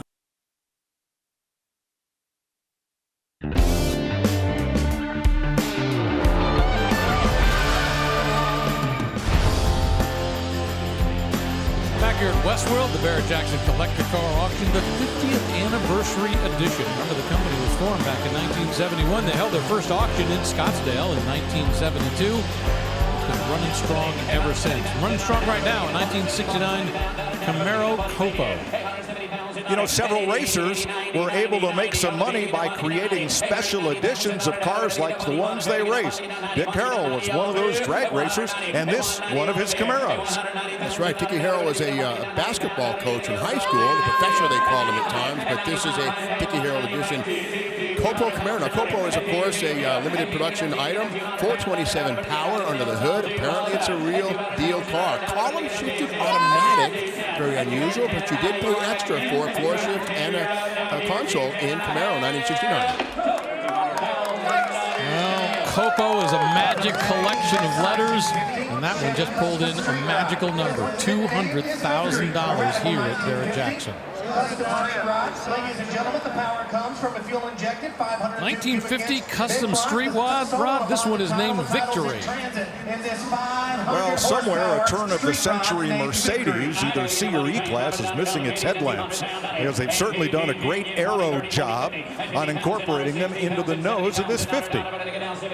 There's a whole, let's take a peek underneath this one. The chassis cab, and there it is, a tube frame, big block Chevrolet. Looks like a 4L60 60. You love the body-colored chassis, oil cooler, chrome drive shaft and exhaust, polished chrome Ford 9-inch, stainless steel exhaust, nice use of color. Beautiful burgundy and burnt orange two-tone. Sharp grill in this. I can't identify what car might have donated that grill. Some great styling touches. The quarter window here, just very sharp and very, very different. Look at those flush-mounted taillights and through bumper exhaust. You know, apparently the consignor describes that a Dodge Neon donated its greenhouse. Now, you might have said that already. I hadn't heard it, but yeah, Dodge Neon, an interesting little car, really, in some ways. But the greenhouse, the glass, and the roof perhaps were sourced from one of those.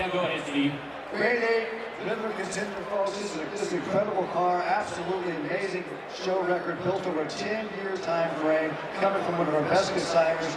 When I say it was a Riddler Award contender, that says it all. The best of the best fall in that category. And that's one right there. Don't miss it.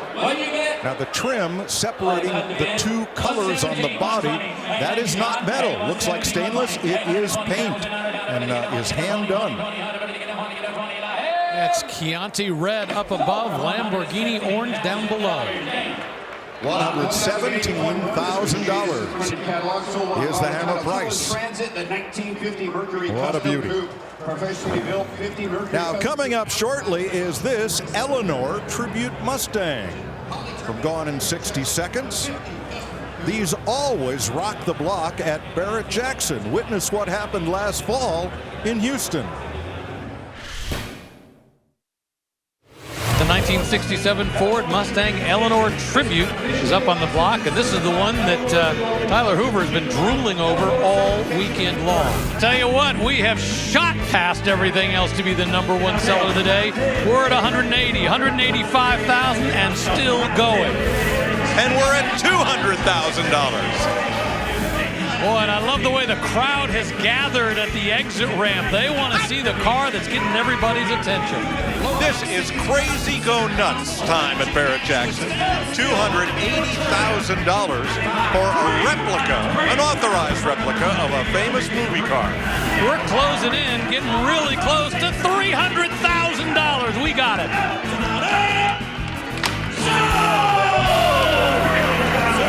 Wow, that was quite a show.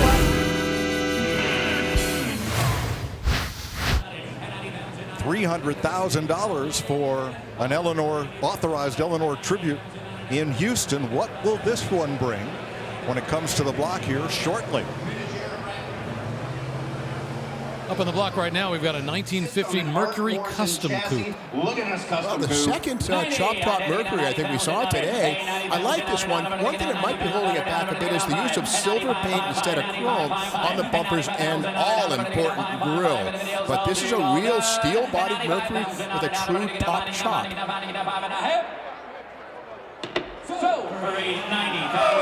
$90,000 is the hammer price.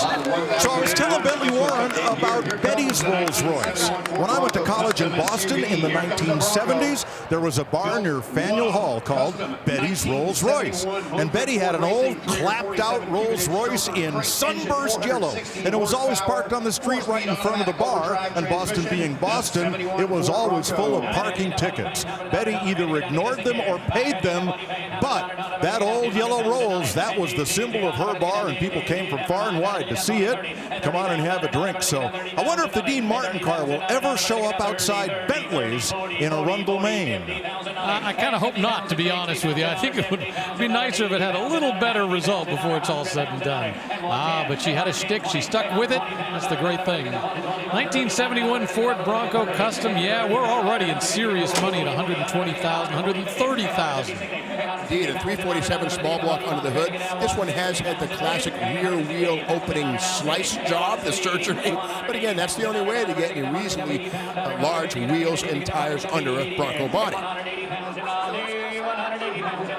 This has a 3-page booklet full of modifications, totally unlike the way it was born for pedestrian duty back in 1971. But these little first-generation Broncos have become white hot here at Barrett-Jackson. And I tell you what, I think the Custom is bringing significantly more than the original models. If you've got one and you're considering customizing it, I mean, I hate to see the old ones go away, and maybe it'll bring more value to the old ones because they won't be cut up. But boy, there's no harm, no foul in the collector car world right now for modifying these. So for $165,000. The way that one goes at $165,000. Let's check in with April Rose.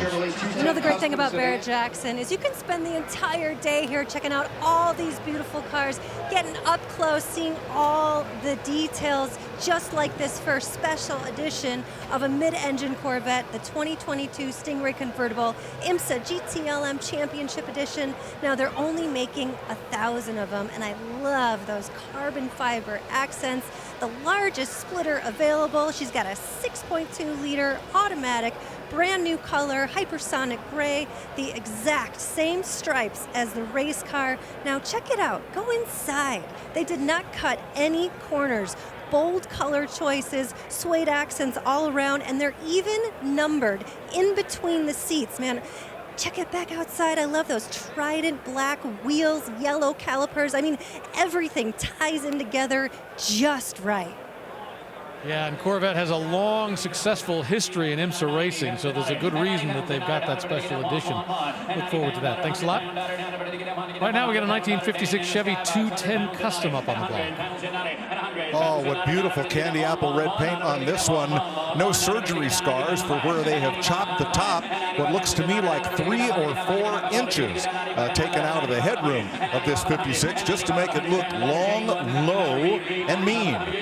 This one's powered by 427 cubic inch LS, built by the folks at JMS Racing.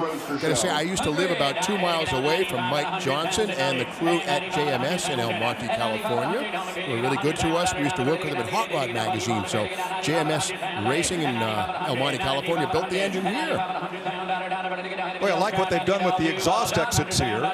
It's a quad exhaust, and they've relieved the bumper so that it comes out just the right place. Well, love the chop. It's beautifully done, and it sells at $95,000. That 210, the step up in the world. We're going to take a quick break. We will come back to Scottsdale.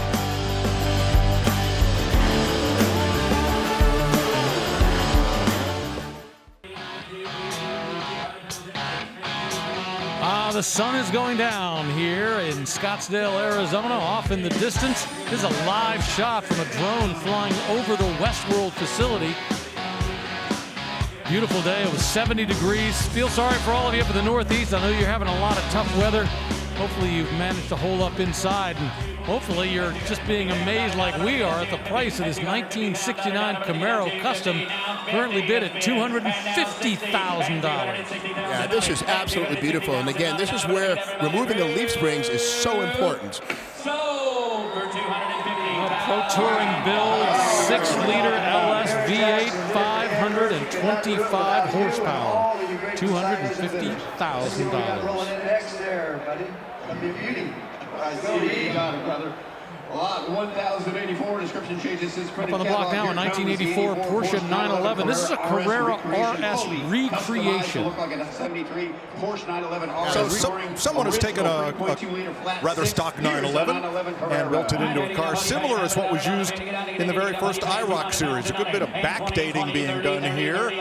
Bumpers and fenders, and of course the little ducktail rear spoiler as well. Yeah, that ducktail spoiler, of course, presages and predates the wheel tail, made of fiberglass, not soft in any way, shape, or form. But the original 73 RS was a super duper lightweight. They only weighed 2,117 pounds, courtesy of lightweight parts, including fiberglass bucket seats. And this is a tribute to the original RS, but it certainly is not one of them. The Penske Racing Museum, which is just west of where we are here at Westworld, regularly has Mark Donohue's IROC winning Porsche RS from 1973.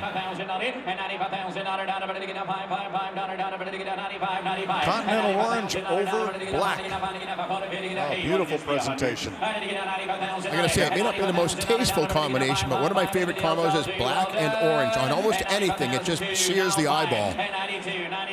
So why did they do this? It turns out the vehicle history report shows that this car was in an accident in 2003 and sustained substantial front end damage. The owner apparently decided, well, why redo it as it was new? Let's build something really special. And they did. It's funny, nose damage is pretty uncommon. Tail damage is more common with a Porsche like this because they tend to go around and around. But anyway, with that said, good save. I love what they've done. I think part of the reason is they've done it so well. It's not just that they converted it. They did a great job. It looks good. It really shows off what they were trying to achieve. $95,000 for that 1984 911 RS recreation. All right, in just a little bit, we're going to see a car cross the block that's going to raise money for a very special cause, and Christian Murphy has more on that. 97 if you want it. 97. Toyota is a wonderful supporter of philanthropic causes, and this auction is certainly no exception. Absolutely, and we're very excited because this has actually been 002, and it's all to benefit the Toyota U.S. Paralympic Fund. This is the first ever Toyota hybrid Tundra. Now this is the TRD Pro version, so it's going to be a little bit more sporty. You're going to have a little bit more of a lift. Even though this is a hybrid version, you're built to perform out on the road, and you're still going to be able to handle all sorts of terrain. What about comfort? Talk to me about the insides. Okay, well, if you haven't been inside the Tundra, you definitely have to check it out because the space in this Crew Max cab is out of this world. Power, comfort, looks, and utility. You got it. Wonderful news from Toyota, continuing to support philanthropic causes that really do make a difference. And we've already seen one car sell for charity today, a 68 Mustang Custom that raised $1 million. Up on the block now, this is the one that April previewed for us just a little while ago. She was talking about how it was a similar car that was in the movie Roadhouse. And this one is up on the block now, a 1965 Buick Riviera. Well, final year for the Riviera with this styling cycle, and the clamshell headlights were made their debut and their disappearance, as it were. But about 35,000 of these cars were built in 1965. This one, of course, has had an LS engine swap. The 425 nailhead is long gone.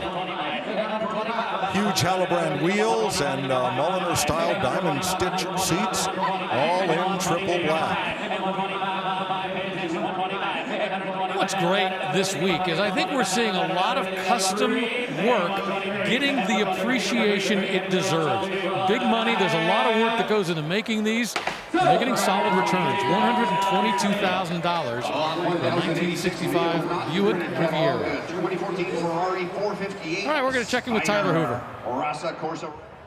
Well, Lot 1102 is a very significant piece of history. A 1932 Ford Hot Rod that was built by Sam Conrad in 1963. Been on several covers, including Hot Rod Magazine, Road and Track, but probably what this thing is most famous for is being photographed with the Beach Boys here in their album cover. Well, it wasn't an album cover, but for a movie in front of Capitol Records when they were recording here. You can see this is the Beach Boys in front of this 1932 Ford Roadster. So the history of this thing is significant. Obviously, a real period-correct built hot rod is going to bring some big money.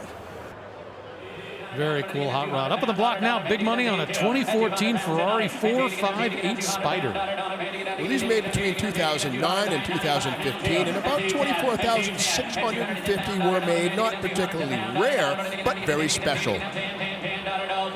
Just a beautiful car in Rosso Corsa with the beige upholstery and the Daytona style seats. Truly one of the best supercars you could buy. It's been superseded by the 488 Spider, which again, just now going out of production. All I can say is, these are just gorgeous. If this car isn't on your dream list, what's wrong? Automatic transmission. 30, I had to get Forged wheels, the F1 paddle ship transmission, those seat inserts going all the way back to the 71 Ferrari Daytona, the 365 GTB4, Cloisonne emblems, you pay an extra $2,000 for those. And up in the nose, these winglets are actually deformable. At 120 miles an hour, they actually form and become downforce makers. Kind of interesting piece. Active bodywork that's not motorized, but actually bends with the wind, designed to do it. Carbon ceramic brakes all the way around, standard. If you're buying a Porsche, you pay an extra $10,000 for those.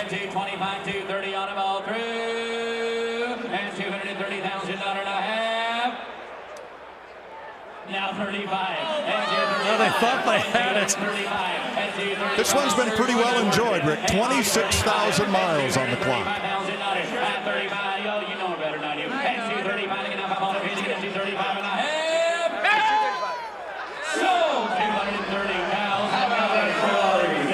Well, I was watching the couple that had the lower bid.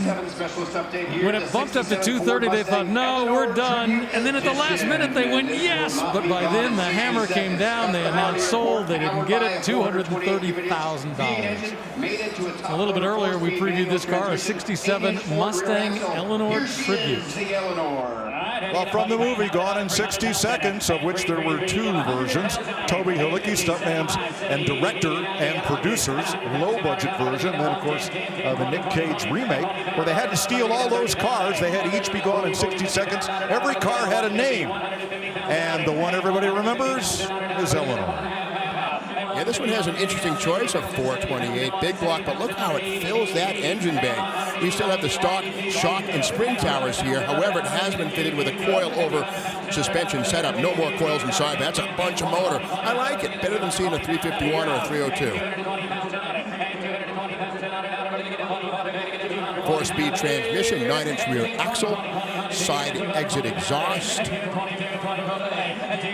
So the original Eleanor was a fairly stock Mustang with a lot of Shelby add-on pieces, like the side scoops, upper and lower, and the spoilers. But it had a look all its own that, well, has transcended 2 generations of movies. Inside the rear window, we see the nitrous oxide systems, or NOS, but that's the term of it. Mike Thermos, the founder of Nitrous Oxide Systems around 1979 or so, and of course created an industry unto itself, even a phrase, a buzzword that's now part of the vernacular. But if you got NOS in your car, it all started right there. Nitrous Oxide Systems. Well, at $300,000, that's what one drew in Houston last fall, so that's not unexpected. Roger out. And 310,000 out and down. I'm going to get up 3 to get out 10. Roger out. And 310, 10, 10. I'm going to get out 2, 1.5. Sold. And away it goes, $300,000. You know the action is fast and furious here on Friday at Scottsdale. We still have a long way to go, so buckle up. Continue to ride along with us for the next 4 hours.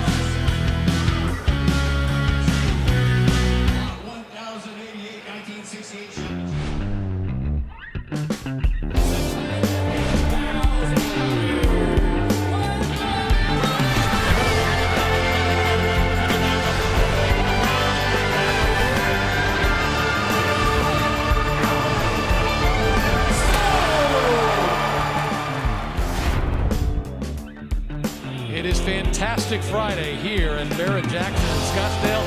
Yes, the 50th anniversary edition, the golden anniversary.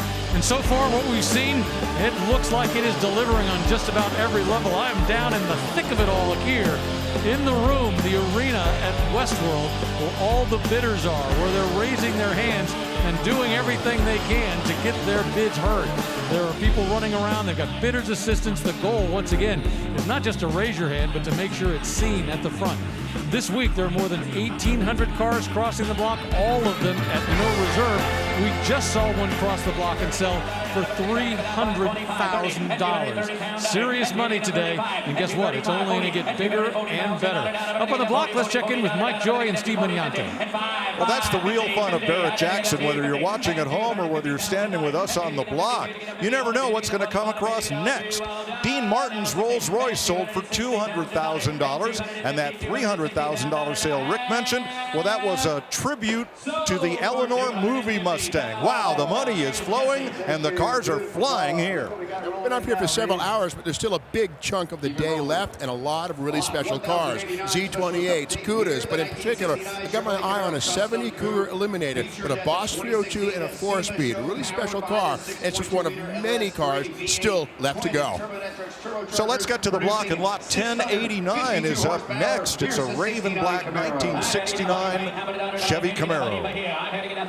Blacked out, real sinister looking car. This is powered by an LS3 with twin turbos, a 6-speed manual, and a 9-inch rear axle. And like many Pro Touring Camaros, this one has been given a coil-over suspension conversion in the back. No more leaf springs. That's the only way to fit those massive tires in the back, which look just right. Give it a really menacing, ready to pounce kind of a vibe. Yeah, I'm seeing lightweight tubular A-frames up front, so the suspension has been very changed front and rear. Seems every time they do a poll on the favorite Camaro of all time, more people choose this 1969 as their favorite. Willwood disc brakes all the way around, and of course Willwood used to specialize in race-only discs and really discourage people from using on the street, and that's about 20 years ago. And of course since then they've realized that the Pro Touring street market is one of the biggest markets, and now Willwood of course is one of the big names, them and Bear, stainless steel, but four-wheel disc brakes used to be the stuff of NASA. Now they're standard equipment in every well-built Pro Touring car.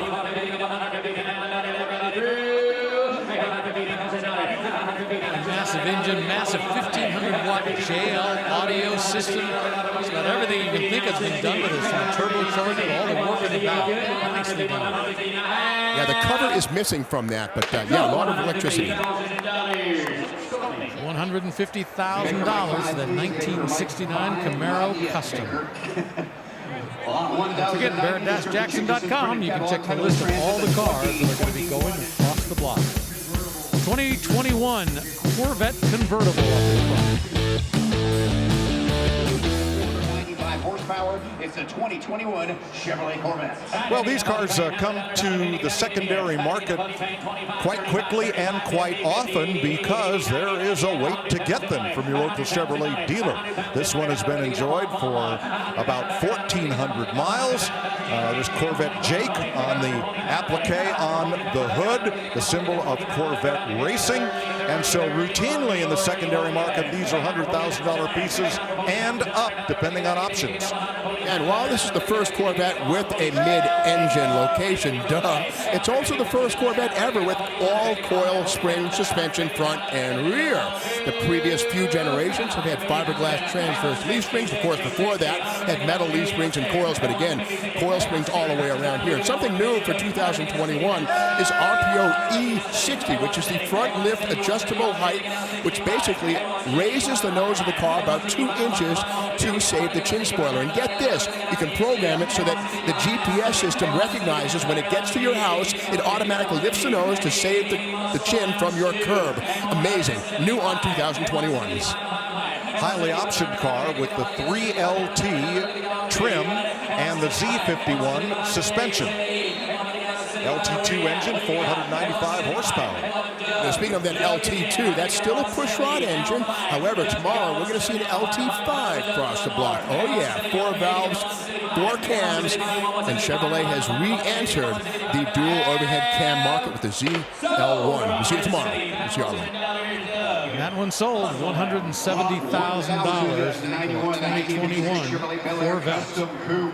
Powered by a fuel-injected LS3 6.2. Well, from all that modern machinery and all that modern design in that 2021, we're going to go to a 1956 Bel Air. Of course, this one started in 1956. It's had a lot of changes along the way.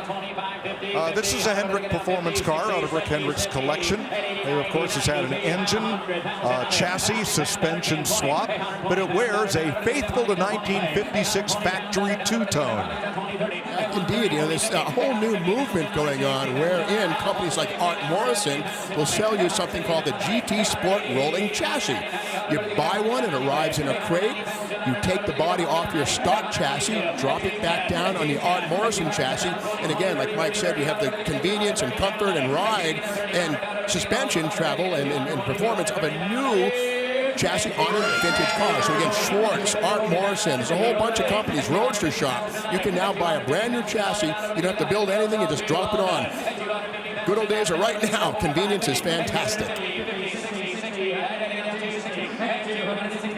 With NASCAR going to a brand new assembled car for 2022, I wouldn't be surprised if quite a few of the previously employed fabricators at these NASCAR Cup teams end up in the hot rod business building cars like this one. Yeah, the ability to have that skill, it's not easy. It's something you learn over a long period of time. And boy, right now with customs as hot as they are, I would think that'd be a pretty lucrative place to land.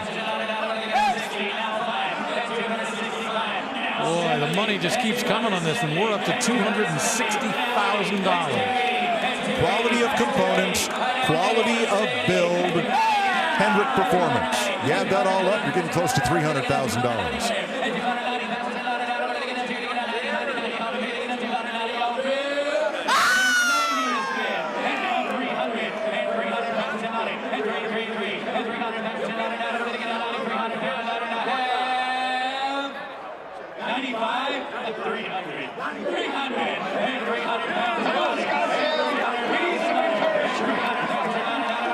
Four-wheel Willwood disc brakes, 4L60E automatic. Crowd is into this one, I can tell you. Looked like the bidder wasn't sure if he was going to go, and the crowd got behind him, and his hand was up in the air. Now we're up to $305. Come on, sir, it's only another $5,000. Yeah, that's what he told him $30,000 ago.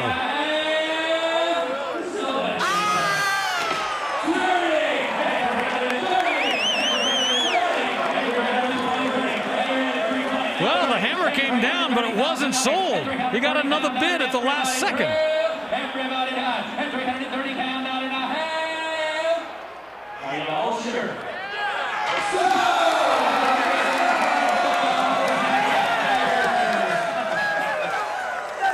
$320,000 for an absolutely beautiful 1956 Chevy Bel Air Custom. Wow, that is now the #1 retail sale of the day. That's our top 5 and how it's changed. Now, if you want to break into the top 5, it's going to take at least $250,000. In fact, we have a 3-way tie with 3 cars that have that. Oh, man. April Rose, that's going to be tough to top. I don't know. It's pretty beautiful out here. It's getting romantic with that sunset now. I gotta tell you, in 1970, you had a lot of choices for muscle cars, just like this 1970 Mercury Cougar Eliminator Boss 302. I love that blacked out grille, which was unique to the Eliminator. It's got the hidden headlights, matching numbers, Boss 302, 4-speed trans with a Hirsch shifter, and it just stands out and screams with that competition blue paint, factory upgraded suspension, which was part of that Eliminator package. Now, if you were looking for a little class with your muscle car, this was it. I tell you what, I'm a huge fan of the Cougars. Great looking cars, loved them back in the day and really love them now. And that one, that Eliminator, it's going to be special when it gets in here. Big money again on a 1973 Ford Bronco Custom SUV. You got one of these in your garage, you might want to consider tweaking it up a little bit. Well, it's the kind of thing we've been seeing all evening long. Quality components, quality build, a James Duff 4-link suspension added to this one. Mustang V8. Everything old is new again, and this one is very new and very sharp. That's right, no more leaf springs, coil springs, but something I see in the bodywork, the rear wheel openings typically are cut open and then covered with a plastic fairing. This has been reimagined in steel to look as if it was that way from Ford, but in stock trim it's much smaller. That's nice. It looks just like it was supposed to be that way, not the add-on rubber flare you usually see. Nice touch. And 195 and a half. So for $190,000. Sometimes I wonder how many more of these can they sell, and it looks like they can sell plenty more. $190,000 for the 1973 Ford Bronco. Beautiful sunsets here in Arizona. It happens on a regular basis.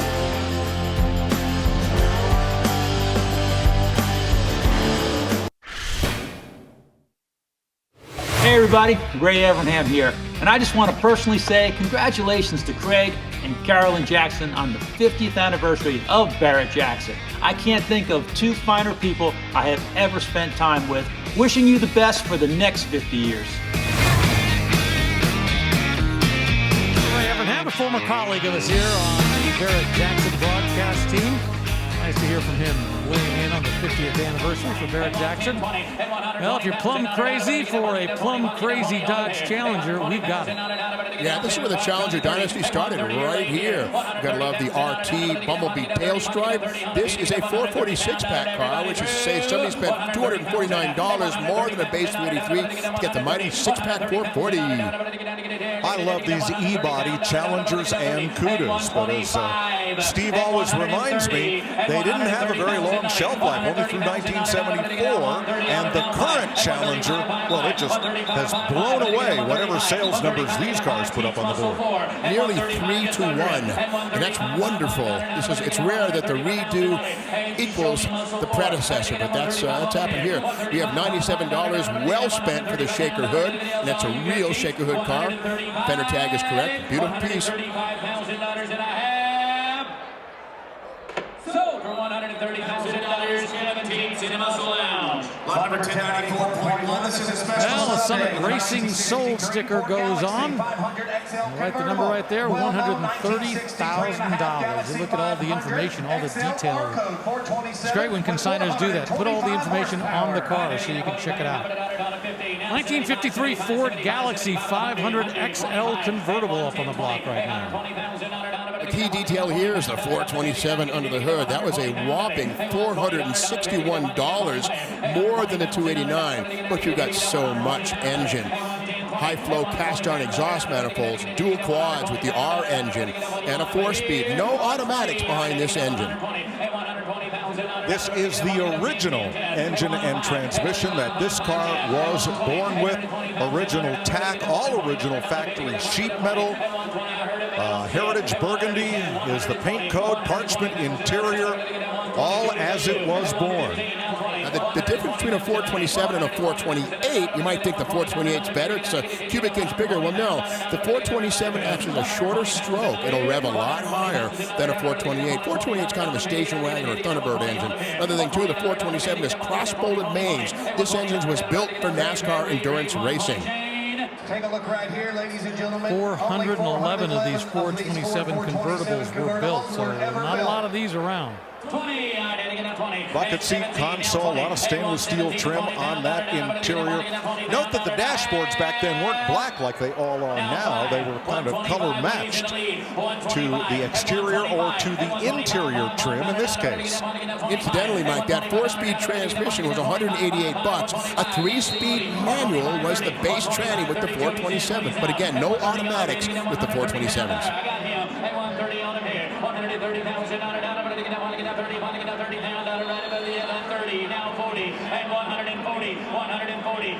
Well, looks like we got John Staluppi involved in the bidding on this one, up to $125,000, now $135,000. John Staluppi, a regular bidder here at Barrett-Jackson. He's got quite a nice museum in southern Florida.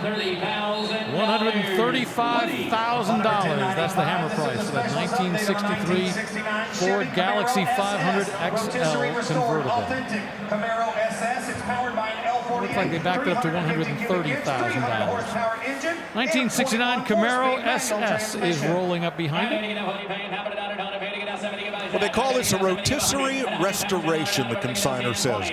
Now, what that means is they take the unit body of this car and they mount it just on a spit, just like you would a rotisserie, attaching to each end of the body. That's so you can work on the bottom or the inside as easily as the exterior. And when you're done, Then you will remarry it to the front subframe, to the suspension, the drivetrain, put it all back together. Let's have a peek with the chassis cam and take a look. There's the chin spoiler, very nice on the Super Sport.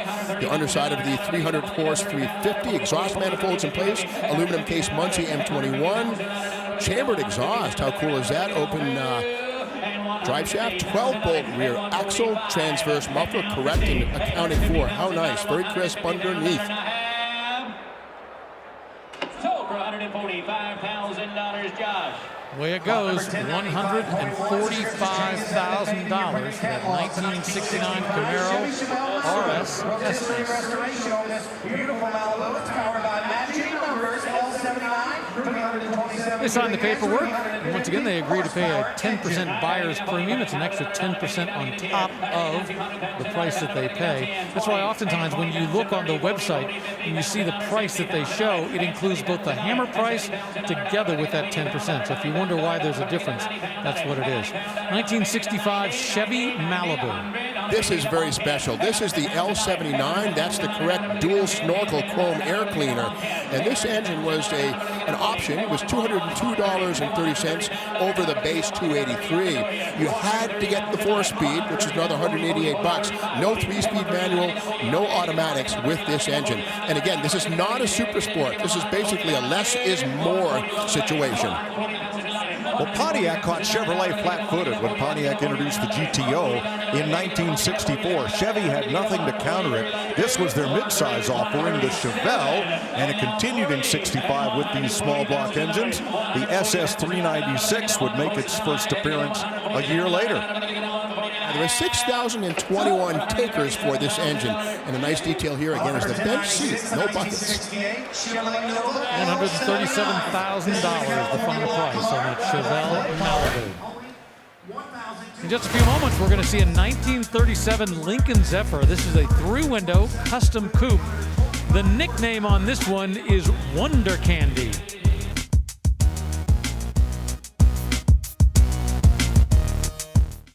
The all-new line of Barrett-Jackson merchandise and apparel is now available. From road rallies to the office, there are many stylish options for the car lover. Available year-round or online at shopbarrettjackson.com.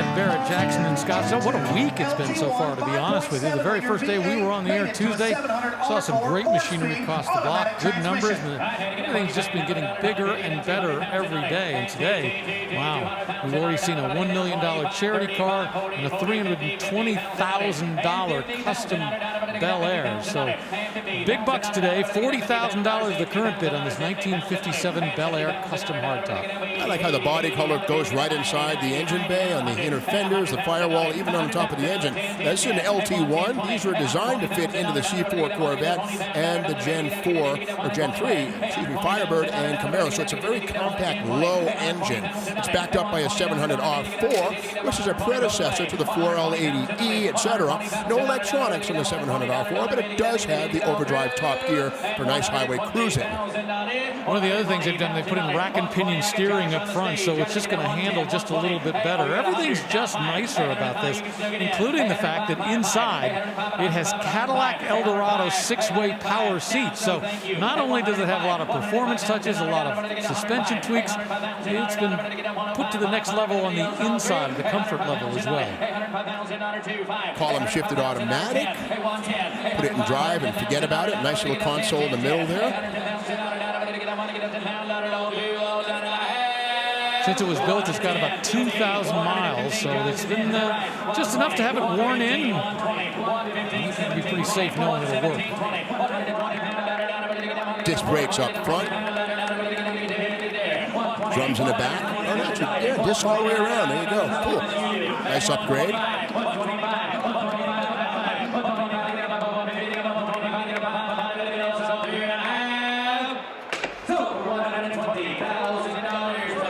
$120,000, the top bid. That's what takes it away. Now let's head over to the Road and Track Midway. We're going to check in with Tyler Hoover. Now, I love CTSV wagons like 1113. You have the performance of a Corvette, the comfort of a Cadillac, and the practicality of a wagon, but this one is pretty special. As you see in the back, it has a wide body kit on it that's carbon fiber to get on these rear wheels. It's also a pretty rare manual transmission model, but you need that wider rear end because of what Hennessy has done under the hood of this thing. It's taken the LS engine and given it a twin turbo kit, and you can turn one knob and have 800 horsepower, or turn it a little more and have 1,000 horsepower, or turn it all the way up and have 1,200 horsepower in your family hauler wagon. I think every dad in America, including me, deserves one of these. I'm right there with you, Tyler. Let's both get that one. $150,000 the current bid on a 1972 Chevy K5 Blazer. Seen Bronco Customs cross the block, and Blazer Customs do well also. Well, the Blazer was doing really well in 1972. 47,000 were built versus 21,000 Broncos. So Blazer was late to the party, but absolutely took the lead. But this one's really well modified. 350 with the Holly Sniper EFI unit. Turbo 400 automatic transmission. That's a factory two-tone and dark applique on the tail. Chevy Sport Truck, however, the interior has received a lot of upgrades. A lot of these Blazers came with a rubber floor mat. This one fully carpeted. But look at those nicely trimmed out bucket seats and interior door panels. These were a little noisy inside because there was no headliner. So just the vibration of the roof. This is just way better than it was born. Great paint quality, great construction, even panel gaps, nicely done. You did see a few two-wheel drive Blazers and Jimmys cross the block, but again, about 97% were four-wheelers like this. Got a big 4-inch lift, 35-inch tires, and a $200,000 price tag. Congratulations to that gentleman right there. We got a custom Woody wagon rolling behind it. This one's from 1949, a Ford Country Squire. Well, I love long roofs, and they have come into their own in the last couple of years at Barrett-Jackson. The Country Squire, two-door station wagon with all that wood trim all the way down the side and the tail. Here's Steve Davis. This comes out of the valley where I'm from in California. Absolutely beautiful, beautiful piece right here. This 49 is the first of three model years, 49, 50, 51, and this one has a 347 cubic inch small block Ford, 6-speed manual transmission, and there were 31,412 of these made in 1949, which sounds like a lot, but really it was a drop in the bucket of Ford production. Nice mix of old and new here. Big Torque Thrust D wheels. Look at these little tiny rearview mirrors. They are very modern, and they have been given a faux wood look. Now, originally, you'd see a bird's eye maple on these. The wood has been done to a very high furniture grade standard. No door handles. Those have been shaved. Bucket seats in front, a 3-seat bench in back, and plenty of cargo room. Love this metallic blue paint and the LED taillights recessed into the wood on the tailgate. Not the way they did it originally. What they did was they had round taillights and they were hinged so that when the tailgate came down, the headlights, taillights would swivel so you could be seen with the tailgate down. Not so this. $120,000 the final price. Now let's see a car sell for a great cause. It's time to join the ones who cleared the way for us and move this world into one full of possibilities, where all have access to more opportunities and resources. It's time to create a new legacy together. When we all can move, there's no telling how far we'll go.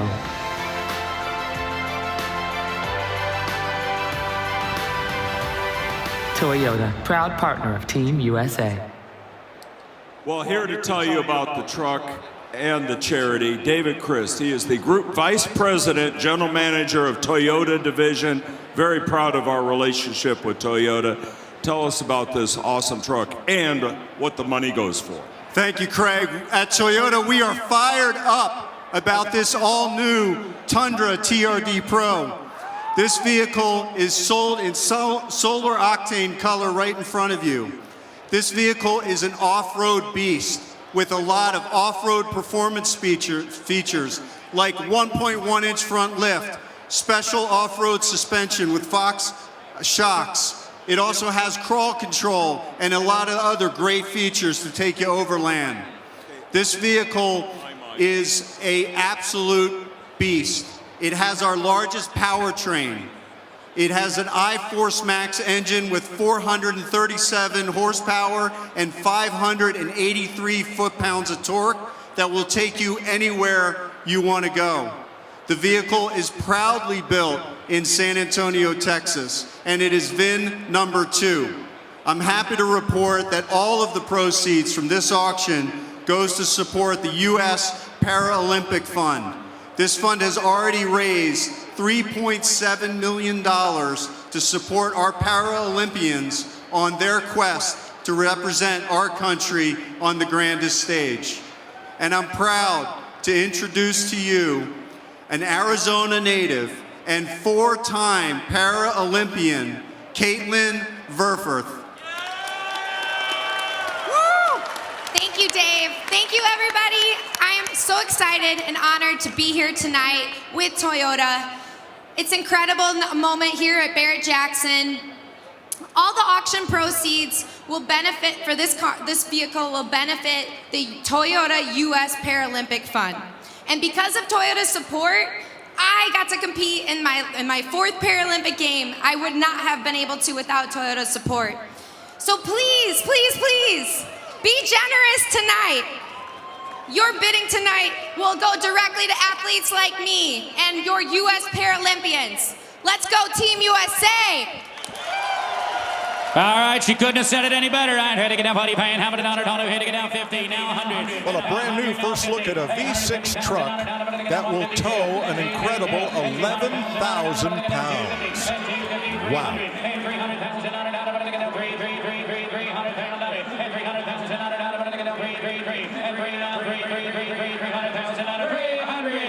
Toyota uses steel for the basic cab structure, as does Dodge and General Motors, but with aluminum front doors, steel rear doors. Kind of an uncommon combination to have a steel rear door and aluminum front door, but the fenders on the front are steel, hood is aluminum, the bed is aluminum, but otherwise the cab is steel. I understand. Dave, don't you have something special to add to this bad boy right here? But wait, there's more. You get an all-inclusive trip for two to Park City, Utah, where you will join the families of Paralympians to cheer on Team USA. You will get the original sketches of this vehicle signed by the original designer, and you will get the engine cover signed by Mike Swears, the chief engineer who is here with us tonight. He designed this badass truck.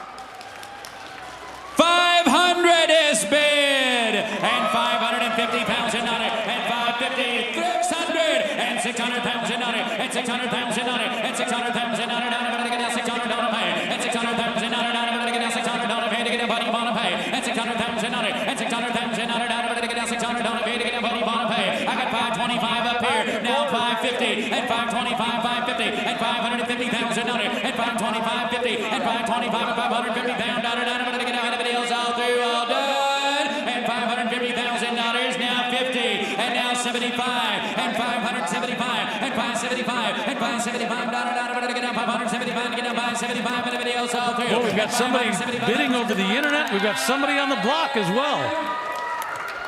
Sold for $550,000. Internet. $550,000. Every penny going to the U.S. Paralympic Fund. The check will be written directly. Another great moment here at Barrett-Jackson.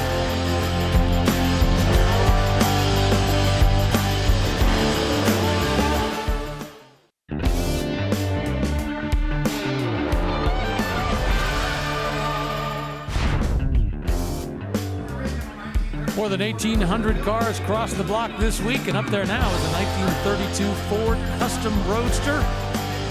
This is the one I believe that Tyler previewed, and this is one of all the cars that are crossing the block, every single one of them at no reserve. Yeah, it's pretty cool. There was a famous photograph of the Beach Boys at the Capitol Records building in Hollywood, just off Hollywood Boulevard. And this car was there, and so was that license plate. Cool. Piece of time in history. Well, if a car maintains its continuous California registration from new back in that day, it would still wear the same original California black plate. Now, small block Chevy, you see that in a lot of these Ford Roadsters because of the location of the oil pickup and the deep part of the oil pan behind the front crossmember. Ford V8s weren't as easily swapped in back in the day as these small block Chevys were.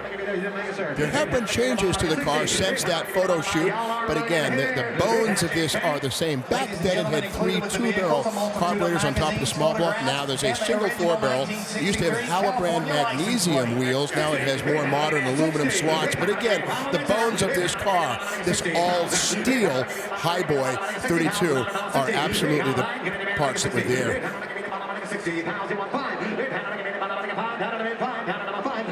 Now you'll see the exposed frame here, painted body color. That is the frame, the chassis of the car. And this is called a Highboy Roadster because as they were new, the body sits on top of the frame. There would have been running boards and fenders that would have kept you from seeing that frame when these were new, but of course those are long gone. An interesting detail, Mike, is that the frame is actually stamped with that graceful little ridge down the bottom. And, you know, Henry Ford really had an eye for design. They could have just done a straight old piece of metal, but it's kind of cool. That's not an applique or a modesty panel. That's the shape of the frame on the side. But it does have drum brakes up front, which it did back in the day. The straight axle is still there. It's been heated and lowered. You heat it up, you bend it, and that drops the axle. It's called dropping an axle. Transfers leaf spring still there. Chrome shock still there. Well, a very significant hot rod, a lot of history in terms of the guy who built it, as well as the place it once got to be with the Beach Boys, and it sells for $75,000. A while ago, April Rose previewed this 2022 Corvette Stingray. It's an IMSA GT-LM Championship Edition. Chevrolet has become kind of famous for doing these limited special editions of Corvettes, kind of unannounced, and you got to know someone to get one, and you got to know that they're coming. This is one of those. You know, the amazing thing is that some folks would say with the Roadster's ability to convert itself into a hardtop, why do you need a coupe? Well, you know, it's a good question, but you're going to love it. We just saw the conversion here. It took all about 12 seconds. Here's a little piece of information. The Roadster is actually 101 pounds lighter than the coupe, which is typically the reverse of the situation. But here it is, man, the 494 horsepower LT engine. Well, the Corvette has plenty of history in the IMSA world. You know, they won 9 IMSA championships, 5 WeatherTech championships. They've won the 24 Hours of Le Mans, 24 Hours of Daytona. Plenty of racing history behind this.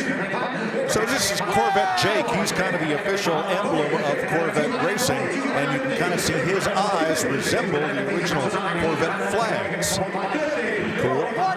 They say that racing improves the breed, and something that's amazing is all Corvettes have dry sump oiling systems, which is something that was strictly Z06 or really race stuff, but now the dry sump allows the engine to sit lower in the chassis. No oil pan to speak of, but there's about 15 to 20 quarts of Mobil 1 in a reservoir, but dry sump lubrication standard on Corvette. Racing does improve the breed.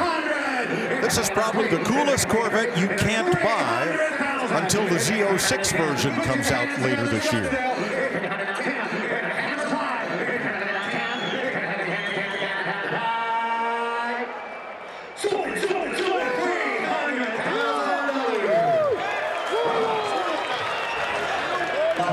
Showing off to the crowd. I can tell you what, I was watching that guy when he was bidding. As soon as there was another bid, he wouldn't flinch. Somebody would bid, he'd outbid him. That guy wanted that car, and he wanted it bad. $300,000. Let's update our top 5.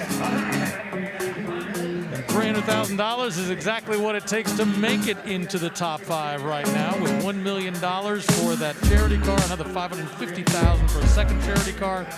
The top retail sale of the day, $320,000 for a custom Bel Air.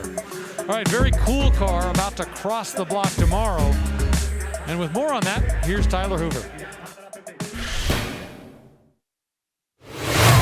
The Mercedes-Benz 300 SL has been a blue chip collectible for as long as I've been alive, and it's easy to see why. Of course, the iconic gull-wing doors, the tubular chassis, and direct-injected inline-6 engine are way ahead of its time. And this one is special because it raced in the 1957 Cuban Grand Prix, and it actually won in its class. Now, it was somehow smuggled off the island in 1961 as the Castro Revolution, a Bay of Pigs invasion, and a Cuban Missile Crisis cut off all relations between Cuba and the rest of the world. This one was very lucky, but another car, well, it wasn't.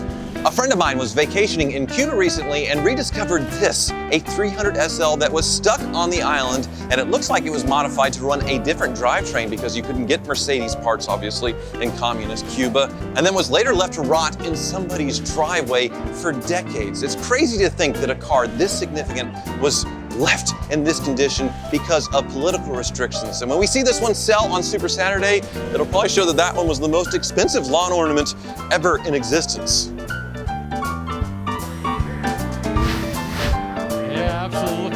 That strawberry red, which by the way is a factory color. That strawberry red 300 SL coming across the block tomorrow. It's going to bring solid money. It's funny that Tyler Hoover said that's been a collectible the whole time he's been alive. It's actually been a collectible the entire time I've been alive. That was a collectible the moment it was built. 1965 Mustang Custom Fastback. Oh, nice little nod to the GT350R up front. This fiberglass prow, which was seen on 36 of the real thing. This is not that. This is sort of a tribute to it, but pretty cool. Got a Roush V8 under the hood, aluminum cylinder heads, Edelbrock 4-barrel intake, Holley carburetor. This was born a C code, which means it was a 289 2-barrel, but that was then, this is now. Yeah, very nice tribute to the car that won the SCCAB Production National Championship. The dash glove box has been signed by Carroll Shelby. Now, what Mustang owners would do would be take the glove box or the sun visor off their car, send it to Shelby, and with the donation to the Carroll Shelby Heart Foundation, he would autograph it and send it back. He's signed hundreds, well, maybe thousands of those in his lifetime for various owners. I think that's the coolest thing ever. If you have your Shelby signed by Carroll Shelby, your AAR Cuda signed by Dan Gurney, or anything like that, wow, that's just provenance that, well, we can no longer buy, sadly. $125,000 for that very, very cool Mustang Custom Fastback. We're going to take a break. Look at all those awesome cars. The world's greatest collector car auctions returns to the South Florida Fairgrounds, April 7th through the 9th. Be a part of Barrett-Jackson's highly anticipated 2022 Palm Beach auction and join the amazing vehicles already consigned. Visit Barrett-Jackson.com to consign today. Most people don't get to see one GT40 in real life. Look at all those lined up. Oh yeah, and then there's a Porsche 918, a McLaren, Porsche Carrera. All kinds of amazing machinery that's going to be crossing the block tomorrow here at Barrett-Jackson. All of it at No Reserve. This is a car we previewed just a little while ago, a 1937 Lincoln Zephyr 3-window custom coupe. The nickname is Wonder Candy. Well, the Zephyr was one of America's first streamlined cars, introduced in 1936 and built through 1939. But we can't forget the Chrysler Airflow of 1936, or 34 through 37. So, yeah. This one's been all upgraded with a GM Vortec V8, and the top has been given a 4-inch chop. And given the extreme angle of that rear window, that's not an easy one to pull off. But well done. These were 12-cylinder powered when new. This one currently has a 383 Chevy Turbo 350 automatic transmission. $80,000, the hammer price on that 1937 Lincoln Zephyr 3-window. Well, before they sell cars here at Barrett-Jackson, in the morning they sell automobilia. Check these out. A nicely restored 1920s original filling station. It's a Revere air and water pull. Nicely restored, $28,000. That's what it sold for. How about a rare 1930s General Motors single-sided neon porcelain. It's an arrow-shaped dealership sign, $63,000. Oh, but we can top that. Check this out, a 1952 Gordon's Elsie the Cow Kitty Ride. Restored to like it was when it was brand new, it sold this morning for $86,000. Have to plug a lot of nickels in to pay for that thing. There's a whole series of stuff out there, rides, cars, all kinds of great what they call automobilia, fun to watch as it crosses the block. Something special up there right now, a 2018 Silverado Yenko pickup truck. This one has a 416 cubic inch stroked LT1, similar to what they put in the Yenko Camaro, but this has a taller supercharger. And again, this is all-wheel drive, 800 horsepower. So Don Yenko is long gone, and Yenko Chevrolet outside Pittsburgh is no more. But the name has been revived, and I saw Ed Hamburger's signature under the hood of this one. Can he get prize with that?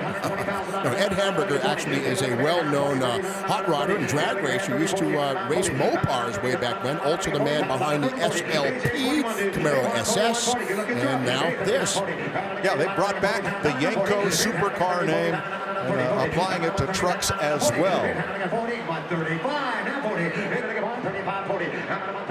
Just 25 of these produced, and looks like this was the first one. Only 409 miles on the odometer. So you're getting a brand new 800 horsepower truck, essentially. And you're getting it for $135,000. I'm checking with Tyler Hoover. Well, this is a 2017 Ford F-250, and it was a SEMA show truck. So SEMA, you see all of these crazy builds, and hey, anyway, this one obviously transforms itself, but under the hood is the 6.7 liter diesel on this one, but it has a triple compound turbo on it, so it's 1,495 pound-feet of torque, which on a diesel is the torque that matters, and that's absolutely massive. But you just saw the suspension do its thing. It has an adjustable suspension for about 15 inches up or down, and that's because you have a coilover, pretty normal looking here, but also you see all around you have hydraulic rams, so you have two struts on the suspension system, which gives you all this adjustment. It's all powder coated beautifully to match the wheels or the rest of the undercarriage. Basically a perfect SEMA show truck from 2017 that you can own right now. What a wild machine out there. Up on the block now, a 1959 Impala Custom. Something special here, a 409, and the beautiful thing is an Edelbrock, that classic American speed equipment manufacturer, they make 409 cylinder heads in aluminum. We got them right here. They've been painted black to match the engine, but brand new 409 heads, yep, you can buy them. Wow, $200,000. The 59 was just such a huge styling departure for Chevrolet. The urban legend is that the back end of this car was sketched on a cocktail napkin. Alcohol was involved. There's that gull wing look. Hammer time. $200,000 for a 1959 Chevy Impala, beautifully done. From 1959, we're going to move forward one whole year to 1950. And from Chevrolet to Ford, this is a Ford Starliner custom bubble top. It's interesting to see here on the block the evolution of styling and, of course, the similarities from year to year, but crosstown rivals Chevrolet and Ford did things similarly but actually very differently. This one has the large wraparound windows front and rear, and like the Chevy, this is a body-on-frame car. Let's take a peek under the hood. Yeah, we got something that's not mundane. That's a Ford 390, no problem with that. It's all iron, but I like the way it's been painted red and kind of stands out in that black engine bay. Black over red, gleaming paint, huge wheels, front and rear. I'll tell you, the trouble with black is black paint shows every flaw in the bodywork, and here none are present. The success of a black paint job is due largely to the preparation. Hours and hours. I just don't have the patience, but somebody really took their time and did a great job with this. I love how the Starliner theme is supported by the shooting stars on the B-pillars, those on each side, those three little falling stars, and the space age, you know, Sputnik, that whole wonderment and exploration of outer space that a decade after this car was built, thought we'd be on the moon. But here it is, the dream beginning. $135,000 for a 1960 Ford Starliner. It's a custom bubble top. That color, by the way, is Toyota black. So Toyota's a big name here tonight. From 1960, let's roll forward 61 years for a 2021 Corvette. Well, not long ago, we saw an early 50s Corvette in black over red. Here it is, 2021. And this car rolls to the block with only 2,500 actual miles. So somebody got to enjoy it a little bit before it came to Barrett-Jackson. This is the base car. This is the car that theoretically can be purchased for just about $60,000. That's what we call a 1LT. And look at the fifth character of the VIN. If you see an A, that's a 1LT. B is the 2LT, C is the 3LT, and each one of those jumps up in price about $10,000 to $15,000. But again, technically, $60,000 will get you one of these base Corvettes. The beauty is they have the same 495 horsepower from the top to the bottom. Now this also has the Stingray R package, which includes the Z06 rear spoiler, front splitter, and C8R badging. $155,000 for a 2021 Corvette. Well, a little earlier we saw an Eleanor Tribute rock the block. We got another one, 1967 Fastback. Oh yeah, another 428. Good to see not a shortcut 302 or a lesser engine, backed up with a 4-speed, 9-inch rear axle with independent rear suspension. But something we'll see on this that's very important is the official license tag. Eleanor Tribute Edition, and you won't be using the Eleanor name without getting permission. I get it. Boy, there was just a rush of people to the block to come and bid on this one. Well, the great thing about the Eleanors is, yes, they all look essentially the same from the outside in terms of the body kit. It's what you do inside that can make it special, how you can make it your own. And again, we see that blue nitrous oxide systems bottle, commonly known as NOS. And you've got to keep in mind, of course, nitrous oxide systems. Mike Thermos started the company in the late 70s, early 80s. Barry Grant also made nitrous kits. Edelbrock makes nitrous. Harry Miller, 10,000 RPM. Marvin Miller. So again, nitrous oxide at NOS is pretty much the most known. I think now it's more famous as an energy drink than it is a nitrous oxide engine system.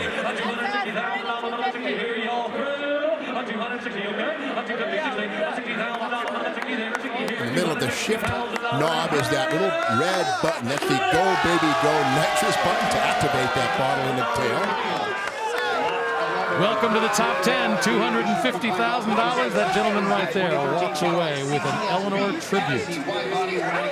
April Rose, what have you got?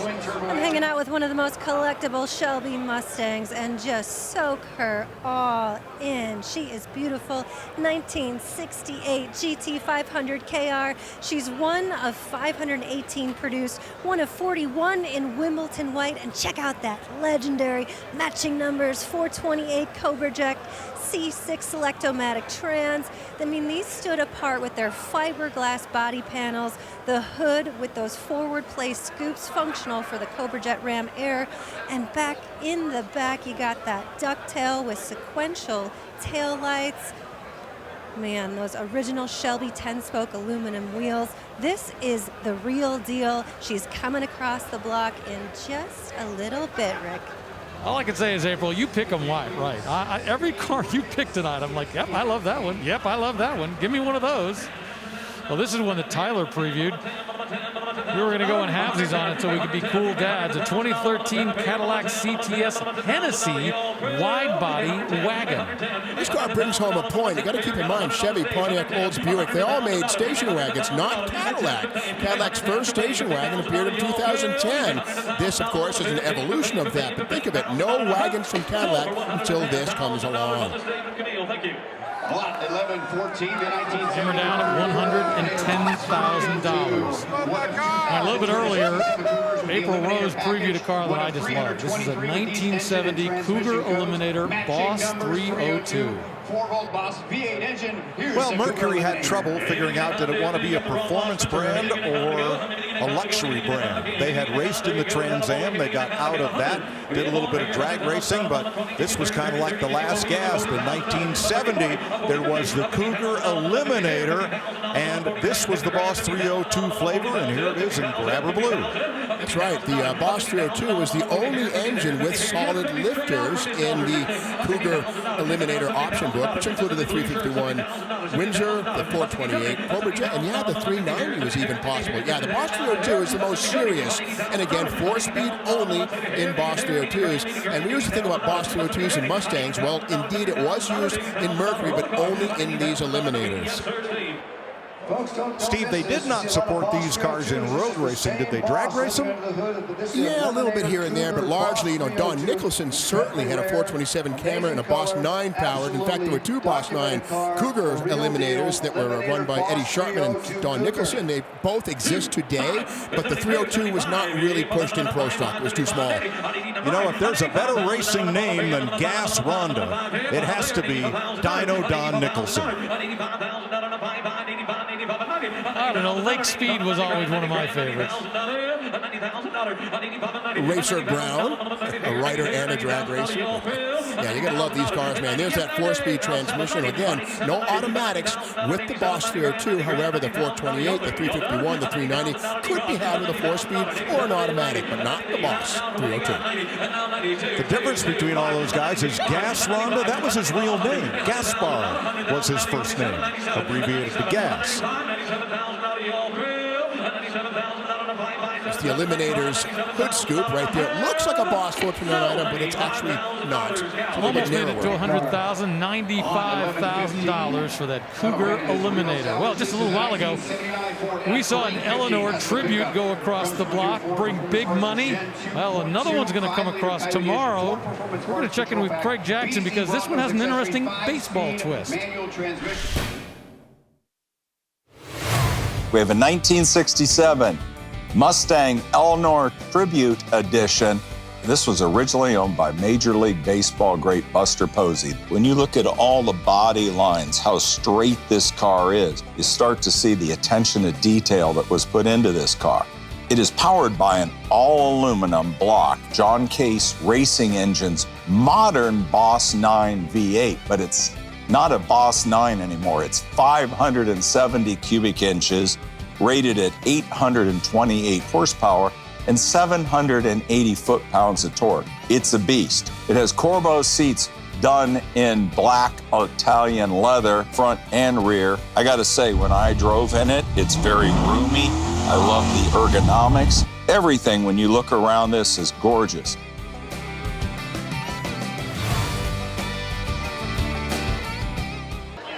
Still a lot of activity in the staging lanes where cars await their turn on the auction block, and bidders have a last chance to open the doors and lift the hood and check them out ever closer, try to figure out what their winning bid might be. Taking center stage is lot 1116.1. This is a 1962 Volkswagen double cab Type 2. So this is a pretty interesting little vehicle, and the reason being is it was imported from Brazil, which we've seen a number of those come across the block, but it wasn't built in Brazil. It was actually imported to Brazil from Germany, then back to the United States. So it's kind of interesting in terms of how it ended up here. So yes, it came out of Brazil, but I'm not going to call it a Brazilian double cab. 1959 was the first year for the double cab, but interestingly, only 3 doors. The right-hand side of the cab, or the curb side, has the extra door in the back. Driver's side does not have. So let's take a peek with the chassis cam underneath this very unique Brazilian/German bus. Torsion bar front suspension, rods to run the transmission from the rear. Oh yes, it's a long trip. Unitized construction. Gotta love it's painted red underneath, match the top. That's correct. Magnesium case, flat 4. There's the oil pan with the fins. Air cooled, man. Got a header on it too. Kind of aftermarket, but I like this. And check this out. In addition to getting the real thing, you also get this 1/24 scale done up to look exactly the same. Colloquially, these were called Dokas, short for double cab. Originally 1,200 cc's, now it's packing 1,700 cc power. I can't pull it down in the back now, but the great thing about these is the way these sides flip down so you can get access to the bed just a little bit easier. Hammer Falls at $58,000. One of 450 built for 1973 is this BMW 3.0 CS Coupe. Now, the CS was made between 68 and 75, and only as a two-door, no four-doors, no convertibles, although there might have been some custom jobs, but nothing from BMW. Although this does have the factory sunroof, which was a pretty expensive option. Inline 6 with twin carburetors. Fuel injection would come along another couple years down the road, but this is the same inline 6 that was used in the M1 sports car, but with a dual overhead cam cylinder head. I always figured this is the car that really gave birth to the 6 Series. You know, this has such a beautiful look. Yes, it's a 3.0, but I love the way this very thin line comes back down to there. You know, 10 years later, Road and Track had this in their magazine talking about one of the best used cars you could buy, and now it's one of the best collectible classics from Germany. As with almost all 1962-ish up, the Hofmeister kink is present at the base of the B-pillar. Now let's point that out. And this is what we're talking about, the Hofmeister kink. Hofmeister was the chief designer for BMW for a long time. Just that little line right there. This one sells over the internet for $100,000. You can catch up on all the auction action and see the prices of all the cars that have sold by going to Barrett-Jackson.com.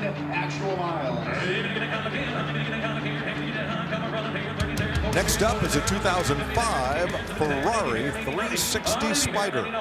These are built from 1999 through 05, so this is a final year example. And these replace the F355. These are different because these have an aluminum space frame versus the steel frame used on the 355. Ferrari teamed with Alcoa to come up with this frame design. And most significantly, the simple engine belt change, some of the work you had to do on it that was so complicated in the previous versions, was much easier to do on this 360. This was that turn of time when they went to being so incredibly complicated to a little bit easier to work on. Now, they're still expensive. You have to spend money working on them, but they're nice. This is a two-owner car with less than 18,000 actual miles. The beauty of the switch from the steel frame to the Alcoa aluminum was a 28% weight reduction. $125,000 is the winning bid for that Ferrari. Lots of dream rides left across the block this Friday evening in Scottsdale.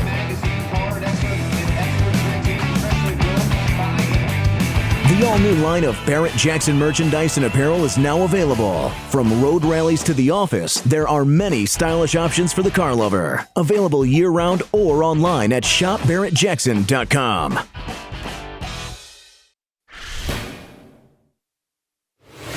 My greatest Barrett-Jackson memory was watching the Batmobile go across the block. Now, it sold for $4.2 million, but there were two bidders going back and forth. And in the middle of everything, they just turned to each other and said, hey, we're going to keep outbidding each other. Let's flip a coin. Whoever gets heads or tails, that's who's going to get it. So that's how it went down. That's how it ended at $4.2 million. It could have kept going on forever. And the guy that actually won it, the guy that actually got it, he said he was going to keep it in his living room, which probably is a pretty perfect place to have something like that. I guess it's fitting that the George Barris designed Batmobile led to one of the most bizarre moments at Barrett-Jackson, the conclusion of that auction. And wow, here is a 2018 Ford F-150 Shelby modified pickup. This is based on the 13th generation of the F-Series pickup truck, and these were done between 2015 and 2020. What makes these really unusual is they have an aluminum cab, aluminum bed, aluminum fenders, all of it, which is really, really innovative. 700 pounds lighter than the steel predecessor. Beyond that, this is a Shelby. I sometimes wonder what would have happened in the world had Carroll Shelby been a better chicken farmer. Because remember, that's what he was trying to do at one point in time. He was pretty bad at it, so he just kept staying in racing. You know, after winning Le Mans in 1959 and then having his health problems, well, we know the story after that. Obviously turned it into a very successful company, had its highs and lows over the years, but once again, all because he was a lousy chicken farmer. This one has the Coyote 5-liter 4-cam, 4-valve, but with a supercharger, which clips things up to 750 horsepower. $105,000 the Hammer price. You know, I wish I still had my one and only can of Carroll Shelby Pit Stop deodorant. It's about 1967. Tell you what, if you ever eat at Chili's restaurant, he was one of the original investors in that as well. That's right. We're going to stay large and in charge with this, a 2017 Ford F-250 Skyscraper. Oh, another one of those 13th generation F-Series pickups with the aluminum cab, aluminum bed. This one got the diesel engine. This is the 6.7-liter engine, which is known internally as the Scorpion engine. This has triple turbochargers and in stock trim makes 1,495 foot-pounds of torque. You could pull a building over with this thing. Well, check this out. This is that system, that hydraulic system that we were seeing a little bit earlier. You can either lower this so it's 1 inch below its normal height, or you can raise it so it's 14 inches higher. Just a massive beast. And the amazing thing is, you could do it on the fly. You don't have to stop and change things around. Now, this Scorpion diesel is a pushrod engine with aluminum cylinder heads and iron block. This is Ford's first in-house designed diesel V8. Before this, they used an International Navistar unit. All right, check this out. Check the trailer hitch out. Because you never know how high it's going to be, you got to have all these places to plug in your hitch. I'll tell you how high it is. $150,000 high. That is the Hammer price. Tyler, what'd you find? Lot 1126.1 is a 1946 Buick custom convertible. Now, this is sort of the look, the body style of, say, the Rain Man Buick, but it's obviously been totally resto-modded. It's something that I have never seen before. Of course, the interior is beautiful, but totally gone is the original Fireball straight 8 in this thing. Now you have an LS3 under the hood, which is showcased by the grand piano hood that these things had where they open sideways. Just a really cool presentation, and one touch that I noticed right away is the headlights. They molded in a modern headlight from a 2000s Mini Cooper. I think it looks really cool. And yes, it does. Very sharp. Well, in 1968 was the first year you could buy your Shelby Mustang as a convertible. Here's a GT500 KR. That's right, the KR was a mid-year introduction, which utilizes the 428 Cobra jet, which does have some major differences versus the Police Interceptor version used before. Now, one thing that came with the Cobra jet was staggered shock absorbers in the rear, one in front of the axle, one behind the axle, which is not something you found on the earlier GT500. That was done to help curb axle hop. Yeah, by this time, the Shelby had really drifted away from what Carroll Shelby had originally intended. A much purer race car. Now it was becoming more of a road performance fun car. You had to have a convertible with it, and it was now shifting away from Shelby production to Ford production. But still, in terms of the performance that it offered, you got to remember, the next year you were going to start getting a Mach 1. So this was, a point in Ford's history when this was the big dog that you could get. Now, the KR is the only 68 with functional ram air. These actually go into a circular enclosure that feeds the carburetor. On a non-KR GT500, they just blow through to the engine bay. $170,000 for that Shelby KR. We're going to stay in 1968 and stay in the Shelby theme, but this is another GT500 convertible. Indeed, this one is not a KR. In other words, it does not have the staggered shocks, doesn't have the spring tower relocators, and we'll see under the hood does not have any sort of an enclosure for the air cleaner. But again, it's a real Shelby, and it's a little bit of trivia. 1968 is the only year that Shelby Mustangs hood didn't extend down onto the front. Instead, the sort of a pancake effect was seen again for 68 only, but this is all fiberglass and installed at A.O. Smith in Ionia, Michigan, no longer built in Los Angeles. Michigan is the state where these were done from here after. And this is a perfect example of what the goal was when they changed from the 66 to the 67 body style and widened out that engine compartment. It's so you could put something like that right underneath the hood. Now, interestingly, there were 400 of these GT500 convertibles made. We just saw that GT500 KR cross the block.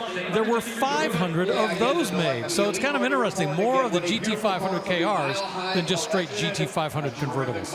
Another change for 1968 was instead of sourcing the base Mustangs from the San Jose, California plant, source was changed to Metuchen, New Jersey, which was closer to the Michigan conversion place than Los Angeles. So a little detail there. This week we saw what's called a GTCS California Special Roller Cross, which really looks an awful lot like this, just in a coupe form. $160,000. And it's off to its new home. They won't all be Mustangs. Among those coming up is lot 1123.1. A Dave Unser restored 1965 21 window Volkswagen Microbus.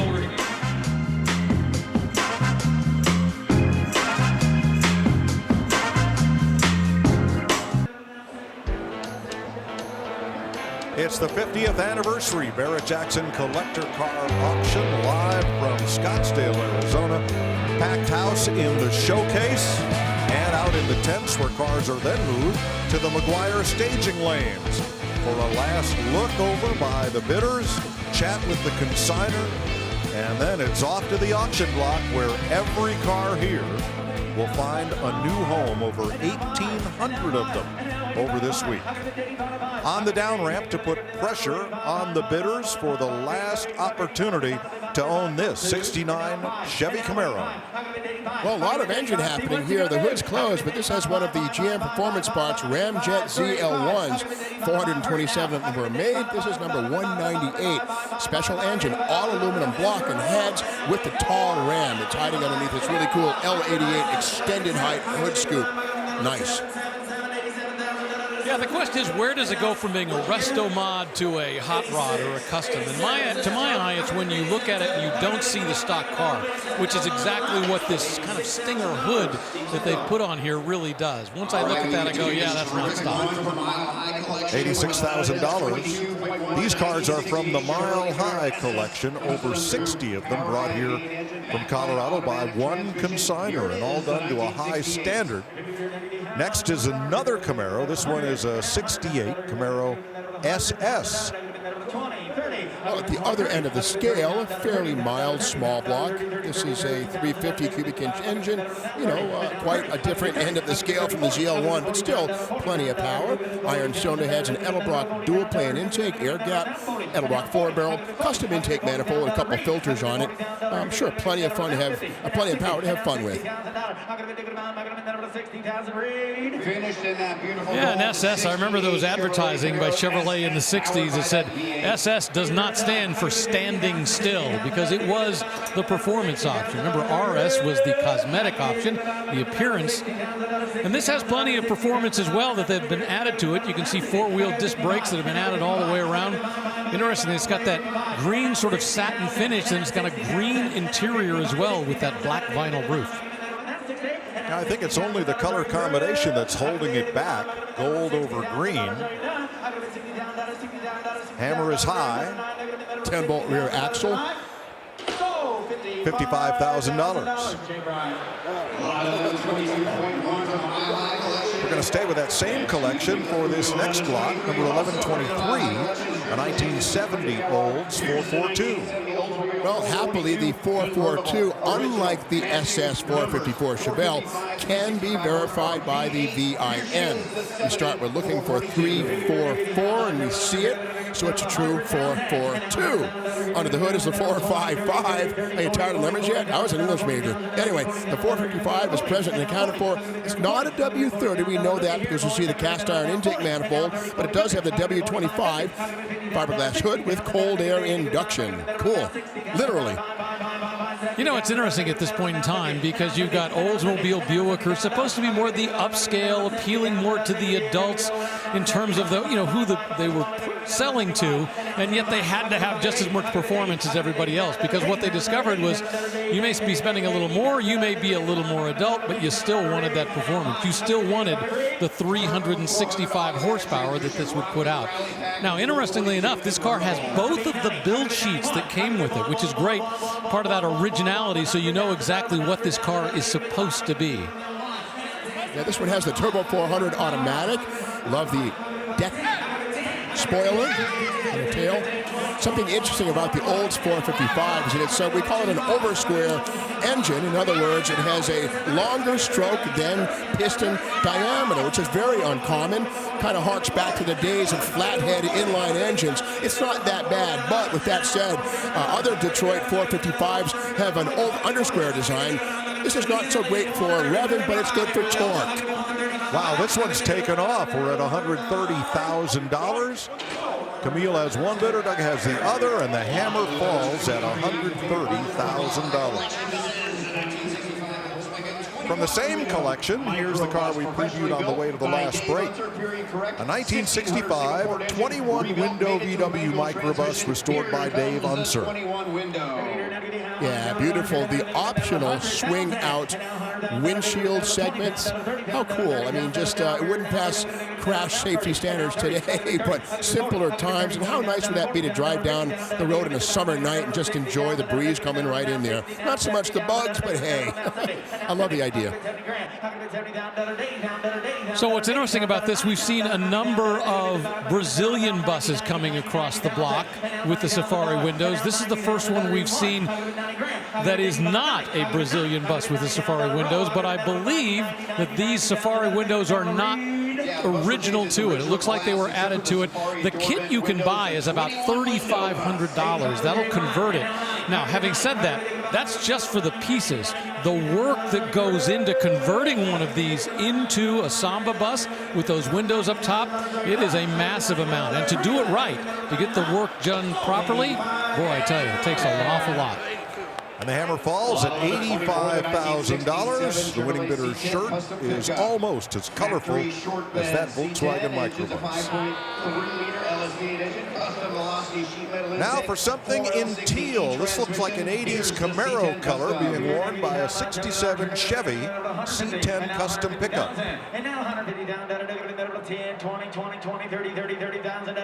Well, the color is PPG Atlantis blue. Love the way they've done it inside and out. They've done a great job within the engine compartment as well. Boy, from top to bottom, they've lowered it. You know, once again, as we've talked about, very few of these trucks are ever going to be hauling anything again.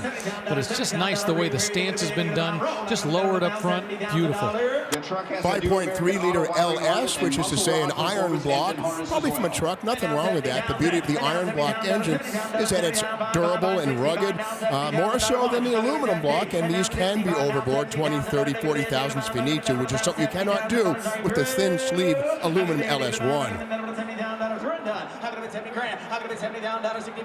And now 70, and now 70, and now $70,000, $70,000, you're done. Now going to be $70,000, $70,000 a night. 4L60E automatic overdrive.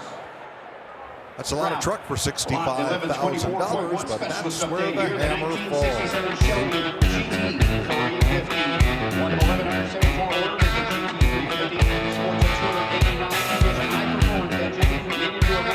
The world's greatest collector car auctions returns to the South Florida Fairgrounds, April 7th through the 9th. Be a part of Barrett-Jackson's highly anticipated 2022 Palm Beach auction and join the amazing vehicles already consigned. Visit barrett-jackson.com to consign today. Barry Jackson, feliz 50 aniversario. I love washing. Here is to another amazing 50 years.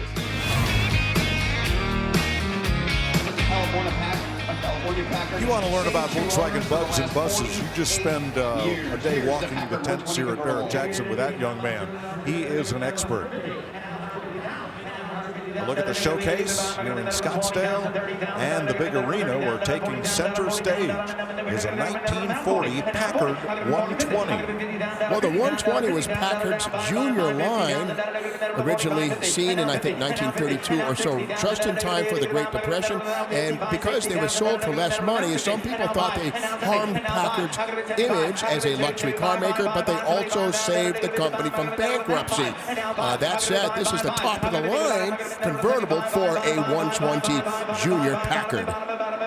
Yeah, this was the bread and butter car in 1940 for the company. They were building an awful lot of these. You know, you go back to 1899 when the company was formed, and initially it was all about luxury. They were the big dog. In fact, you know, back then it was the 3 Ps: peerless. And this is still the pre-war era when Packard was a preeminent luxury car producer. It's, you know, another 15, 16 years later when they would fall on hard times and go away.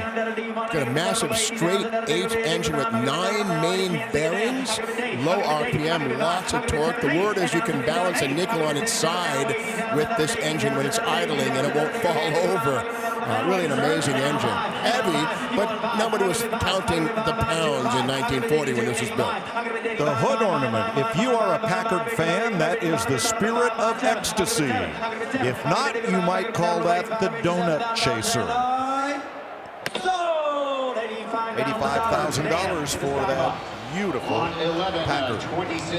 Let's go out to the Equidome and join Christian Murphy. Well, thanks very much, Mike. The Barrett-Jackson Cup, well, it's back. And what is it, you may ask? Well, it is the ultimate Battle of the Builders competition, a real celebration of innovation and artistry. Now, on the weekend, the 50 entrants that made it into this year's Barrett-Jackson Cup, they were displayed in the main auction hall there, and then through a rigorous judging procedure, they were reduced to these 5 amazing, exquisite vehicles. But now, well, now we need your help. We need you to go to BarrettJacksonCup.com, go on there, review these wonderful vehicles and vote.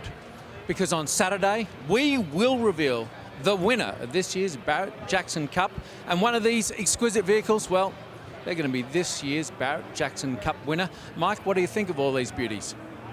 I think I'm glad I don't have to decide among those 5, Murph, because they are stunning, each in their own unique way. How about this paint? It's called Lime Time. Oh my gosh. Here's a 67 Chevrolet C10. Well, this truck goes by the name The Grinch. You're a mean one, Mr. Grinch. Of course, the classic Christmas tale. The valve covers have a nice logo engraved. Let's take a peek with the chassis cam and see what we find. There's the underside of the big block Chevy, rack and pinion steering conversion, automatic transmission, 4L60, dual exhaust, X-frame, that brace in the center, tubular frame underneath, aftermarket stuff, 9-inch Ford rear axle on a multi-link arrangement. Pretty. Yeah, this is pretty wild in terms of the big engine. They've done a lot of work all the way across. They've got 4-wheel disc brakes. You can see the raised bed in the back. I'm curious what's underneath it. I think it's just because they were dropping everything down. It's got a great line to it. I even kind of like the way they've kind of played with the, we'll call them aerodynamic strakes coming off the back. I don't think there's any aerodynamicness that actually gets involved there, but it's just kind of a fun way to play with the styling in the back. And obviously, they've shaved everything off of this tailgate. I'm not even sure, does the tailgate still move? It looks like it does, but and just nicely done. Well, that draws some lawn green, $140,000. The hammer price. Earlier, this car was previewed, a 1946 Buick Super. Yeah, it's a pretty cool piece. I think we've seen this before, but looks like Mini Cooper headlamps have been merged into the front fenders. A lot of subtle touches done. It's been shaved. The Ventaports, which, well, they actually didn't come along until the early 50s, so we don't see them here. But with that said, just a really tasteful thing. And as you said, Rick, earlier, black paint really highlights any kind of troubles underneath in the metal prep. I don't see anything. This is really very nice. Well, what you see under the hood is that thing right there, that big Corvette LS3 engine, nicely modified and put in here. Everything's clean around it. Boy, they've also got a Mustang 2 front suspension, which gives a little extra room up there. Interestingly enough, in addition to the Mustang 2 front suspension, they've got a Corvette Chevrolet C4 rear suspension. So it's definitely a mix of this and that. Love the interior, just really beautifully done. Custom leather, full-length center console running all the way down the middle. That's a sporty 2+2 vibe. I'll tell you what, up close, there is absolutely nothing to not love about this. I mean, it's just an absolutely beautiful. Look at the dash in there. They've got this center unit in here. We'll take a quick look. With the digital readout in the center, and they've got a screen down below. So congratulations, you got 260,000. 160. Yep, and the bidder's office will be in touch. For that beautiful Buick. The 1977 Ford Bronco. Bonnevilles and Oldsmobiles and Broncos and more coming up here at Barrett-Jackson. V8 engine. Got the engine paired to a Ford C4 3-speed automatic.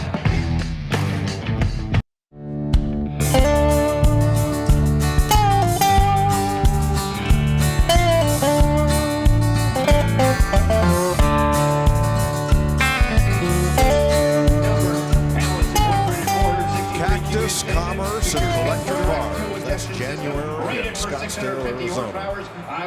And this, the 50th anniversary Barrett-Jackson Collector Car Auction. Taking center stage is this 1971 455 SD Pontiac Trans Am. Well, here's the thing. It's a 455H. With that said, this is the original engine. It's a numbers-matching car. And that twin snorkel air cleaner underneath the shaker, yeah, that is correct stuff. But a lot of modification happening here. Nitrous Express solenoids telling us there's definitely a nitrous system going on. There's also a multi-point fuel injection system, electronic. So a lot of modern touches added to it. A real 455 Trans Am.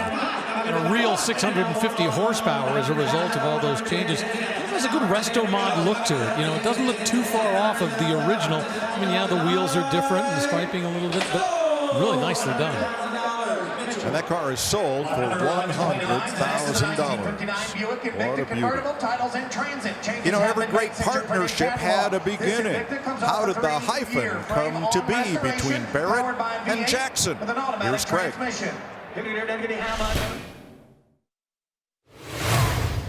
Tom Barrett grew up outside of Chicago. His father was a federal judge, and he wanted him to go down that road. Tom Barrett wanted to buy and sell cars, so he did it actually secretly away from his father.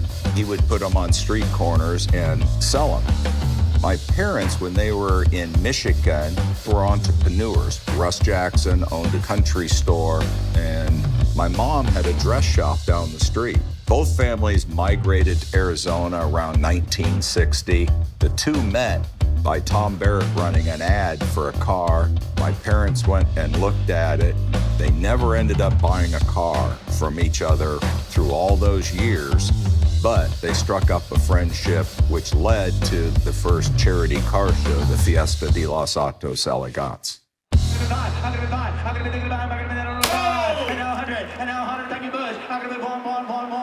And thus it began, and here we are, 50 years on in Scottsdale still, as this 1959 Buick Invicta is hammered sold for $95,000. Update on this 1970 Chevy Chevelle SS LS6 Coupe. Now we've seen a lot of big block Chevelles, and the biggest and the baddest is the LS6 1970, like this one, lot 1129.1. Well, this one purports to be an actual LS6 car with some documentation, M22 close ratio Muncie 4-speed transmission, and it has the ZL2 cowl induction hood, and you can see here, of course, all the ductwork. Little known fact is that there are actually two solenoids. One's electric, one by the gas pedal. The second one's vacuum actuated, one by engine vacuum. Two doors in the cowl induction hood, inside and up top. But a nice, correctly presented restoration here.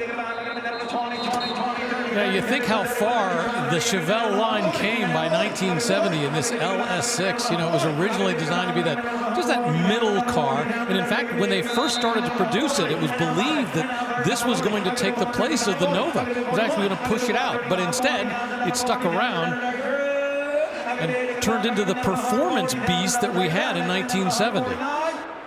This right here was the high point of the horsepower race, a 1970 LS6. This one is sold for $135,000. This is a 1970. Well, I know you at home have been trying to predict the price of every car. If you'd really like to sharpen your bidding skills and perhaps snag a great prize in the process, you'll want to play Fantasy Bid, brought to you by Dodge.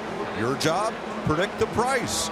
Right now, April Rose is with one of those cars. Yes, I'm hanging out in the Showcase Pavilion. It's real fancy in here. Talking about fancy, check out this 1971 Plymouth Hemi Cuda. Check out under that shaker hood. She's got the matching numbers 426. It's got dual quads, an AA33 trans, Dana 60 rear end, and take a look inside that AM radio, bucket seats, super cool pistol grip shifter. This is the last year of the Hemi Cuda, and it's finished off in curious yellow with black billboard stripes, listed in the Chrysler registry. And Mike, all eyes are going to be on her Saturday night. That's a beauty. Thanks, April. That Cuda crosses the block tomorrow. So go to BarrettJacksonFantasyBid.com or scan the QR code on your screen to register to play. Now, if you play the game at all 4 Barrett-Jackson auctions this year, you could drive away in a 2022 Dodge Challenger. We're at $140,000 for lot 1130, this 1970 SS454 Chevelle. Well, it's an undocumented car, but everything presents as correct. M22 4-speed, 12-bolt rear axle, ZL2 power induction, and you know, Pontiac, Olds, and Buick each had a 455 cubic inch engine. Well, the Chevy 454 was actually a more potent engine. It's all about the cylinder heads. Big Block Chevy had canted valves and much better breathing capability. So of those 455, 454 engines, the Chevy is by far the most potent, which is why people use them for hot rods to this day. Of course, these stripes have become so iconic. The interesting thing was, yes, they were part of this SS package, but you could also buy them as an option that year. Not a lot of people did, though. $160,000 for that Chevelle SS454.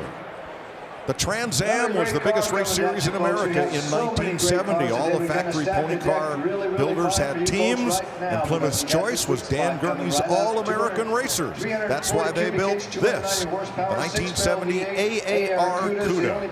Yeah, these are special cars. The fiberglass hood on these things was prone to warping, so they have a very special small diameter spring here. Regular steel hood cars, much larger diameter. Again, it's to keep it from bending. It still happens, but here's the 346 pack engine, 3 quality 2-barrel carburetors underneath there, and really very nice to see. Manual steering, that's fine with me, but nice restoration. These were driven by Dan Gurney and Swede Savage in the Trans Am Championship, and while they might not have had the success that they were hoping for those of us who are fans of Dan Gurney, and I always put my hand in the air, anything that has any connection to Dan Gurney and AAR, I love. And while it was only built for 1 year, that 305 cubic inch engine specifically designed so it could get into the Trans Am Championship. This is such a great car. I love the way it looks. I love the connection to Dan Gurney, and I love the fact that it has Trans Am roots. Pistol grip 4-speed, and the side exhaust in front of the tire, that's absolutely factory, and also seen on the Challenger TA. And another detail too, these have staggered tires, E60 15s in the front and G60s in the back. One of the few times that a Detroit car maker offered tires with different size tires. Problem is you can't rotate them properly, but still, it's correct. Well, the actual Cuda race cars still exist and race with historic Trans Am, and one of them is owned by Greg Jackson. $170,000. It's a great price for that 70 AAR Cuda.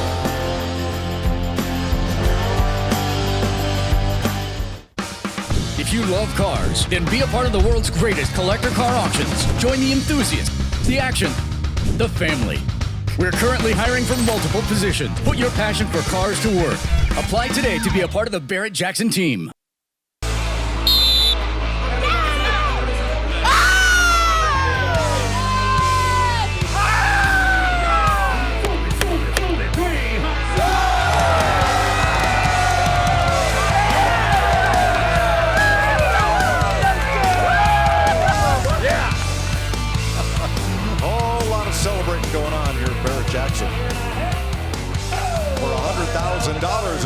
took to buy that 1971 Chevrolet C10 custom pickup. This beautiful K5 KST Blazer has undergone a full road We're going to stay in the Chevy truck theme and add a little bit of Z28 style to the 72 Chevy Blazer. Well, a 383 stroker under the hood, backed up by an automatic transmission. And this one still has the manual locking hubs. Got to jump out, twist those knobs in the ends of the hubs to put it into all-wheel drive. But I don't think this is going to go out and do much off-roading anymore. This paint job is too nice to risk scratching up in the woods. Paint's pretty expensive these days, so absolutely not. You know, this is the end of the line 1972 for that very first generation. They came along in 1969 with the Blazer. This first generation ended in 1972. They were a little late to the party, but you might say they preceded and saw what was going to happen, because this is built on a truck chassis, which is exactly what happened with the Bronco later on.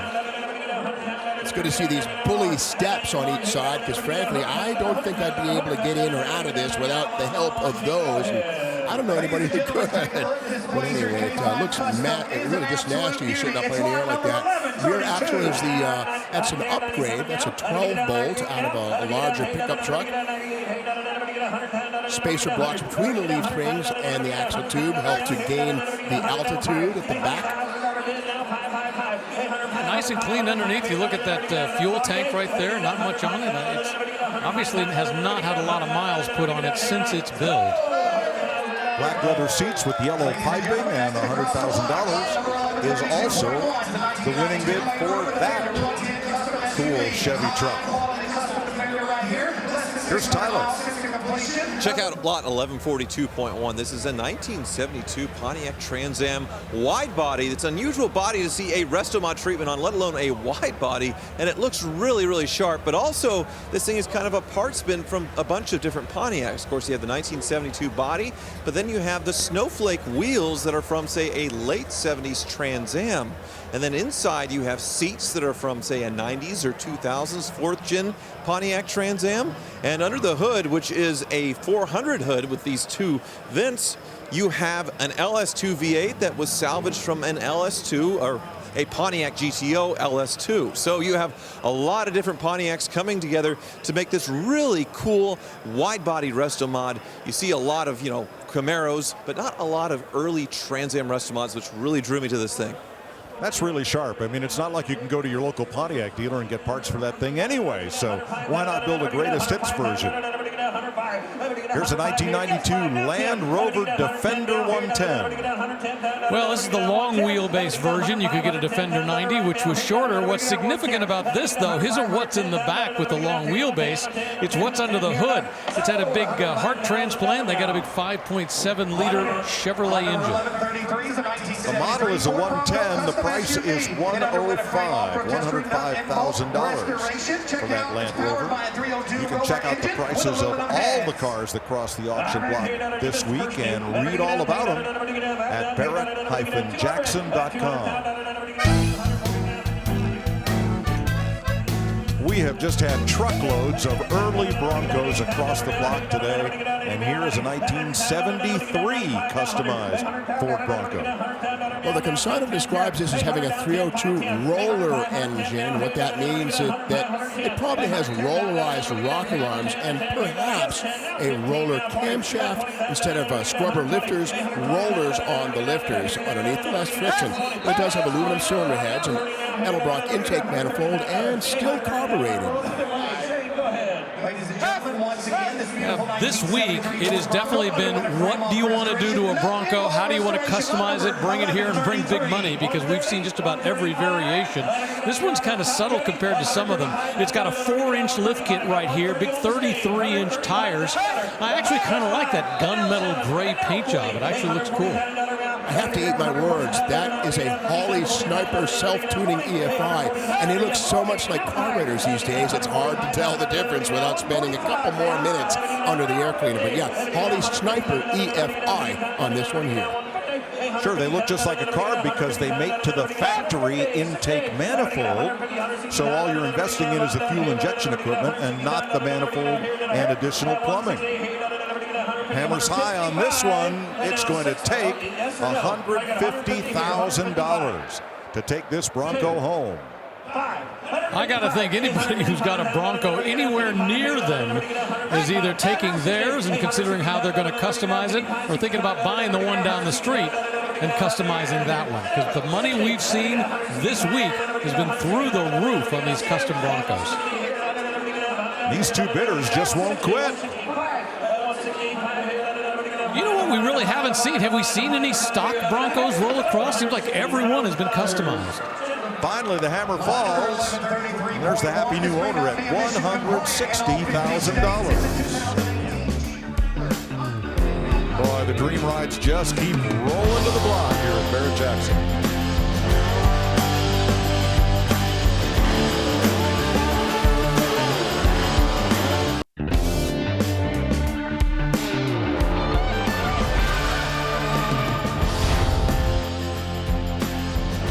How big a day has Friday been at Barrett-Jackson Scottsdale?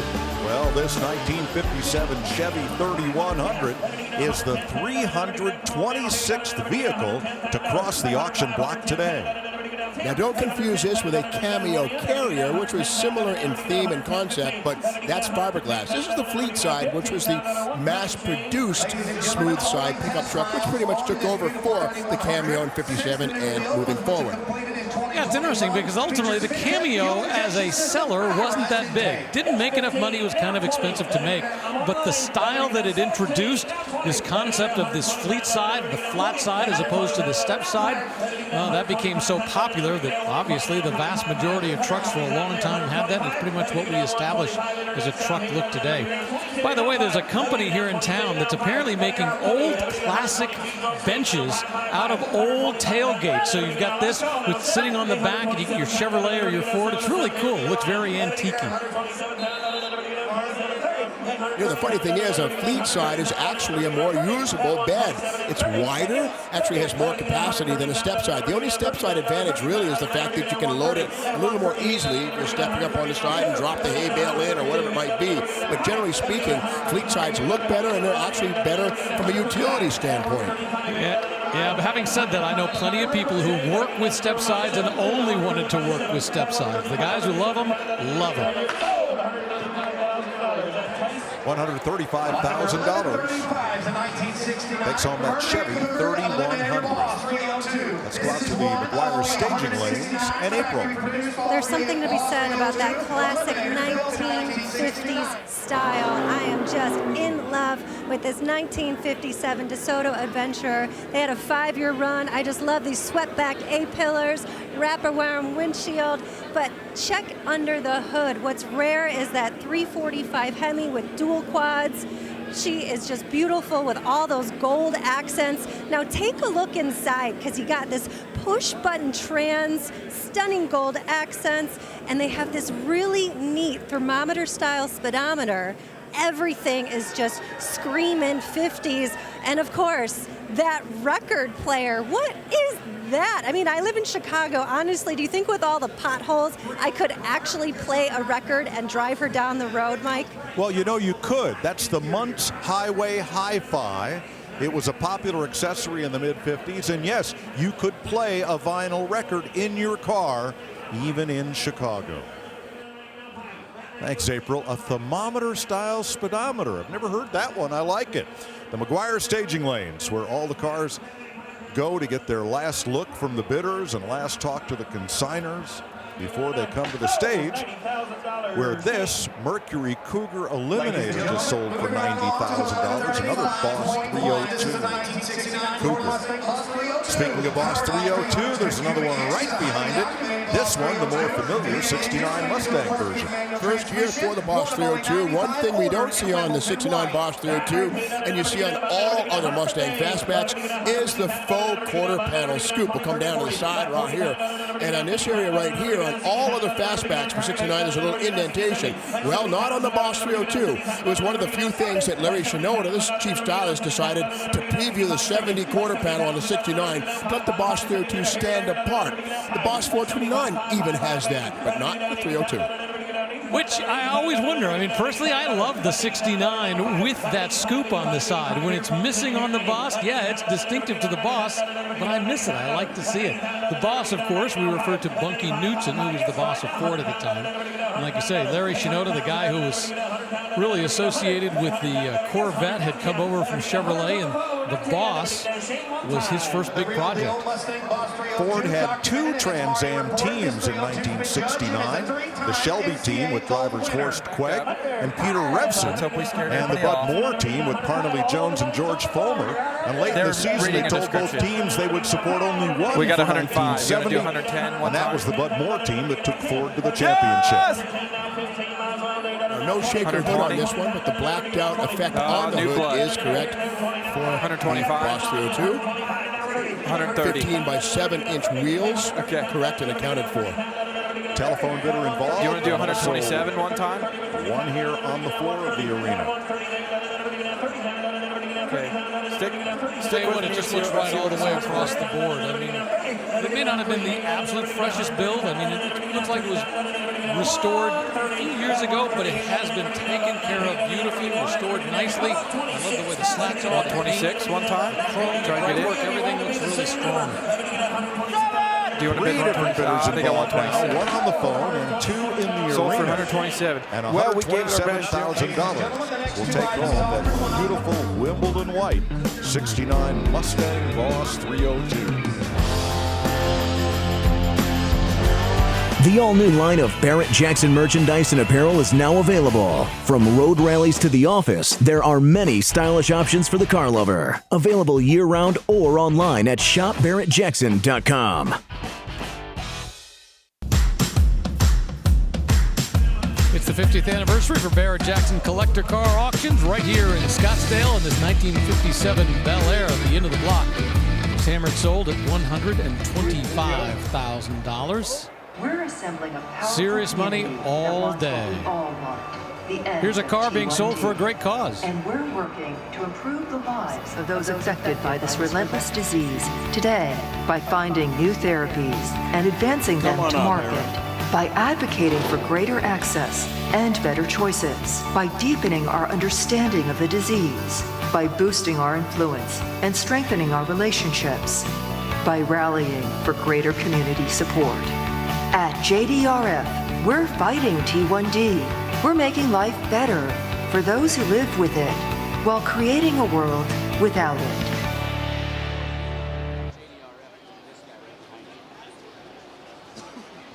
Well, here's a special car. So I want to introduce Henry Ford III to come up here first, but we also have Aaron Shelby up here. Please give a hand to Henry Ford III here. Henry, take it away. There we go. Thank you, Craig. Thank you, Steve. Great, always great to be here at Barrett-Jackson. Thank you, Aaron, for doing this with me. Today we have a GT500 KR that I think is one of the most amazing cars I've ever seen. But the best part is that the full price is going to be split between two great charities, the Carroll Shelby Foundation and JDRF. JDRF is the Juvenile Diabetes Research Foundation. It's a charity that's very close to my family and to the larger Ford family. Ford Motor Company's been supporting JDRF for over 20 years. We've raised over $75 million, and $7 million of that has come right here at Barrett-Jackson.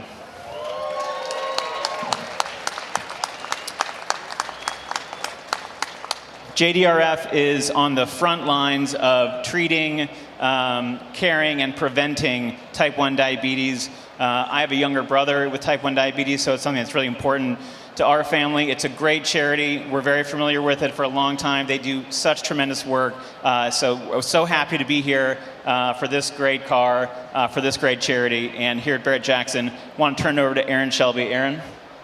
Thank you, Henry. I appreciate it. Steve, Craig, thanks again. You guys are such great supporters of charity and also the Shelby legacy. We're really excited to be here.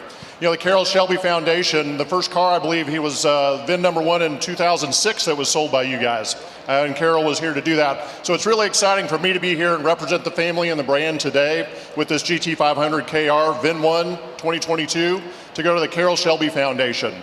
We focus primarily on helping children going through transplant care And we also have a school in East Texas, the Carroll Shelby Automotive Technical Training School. So excited to be taking part in this today. Let's hope we get a high price here, and let's get the auction going. Thank you. All right, Joseph. Let's open it up. All right, here we go. All right, I got Parker up here helping me, so you guys got to help her, okay? All right. This is part of the S550 Mustang family, independent rear suspension, and this one has the mighty Predator 5.2-liter dual overhead cam V8 with a supercharger. Only 60 cars per year are built with the KR designation, so this is the third year and final year of the production run of this 900 horsepower beast.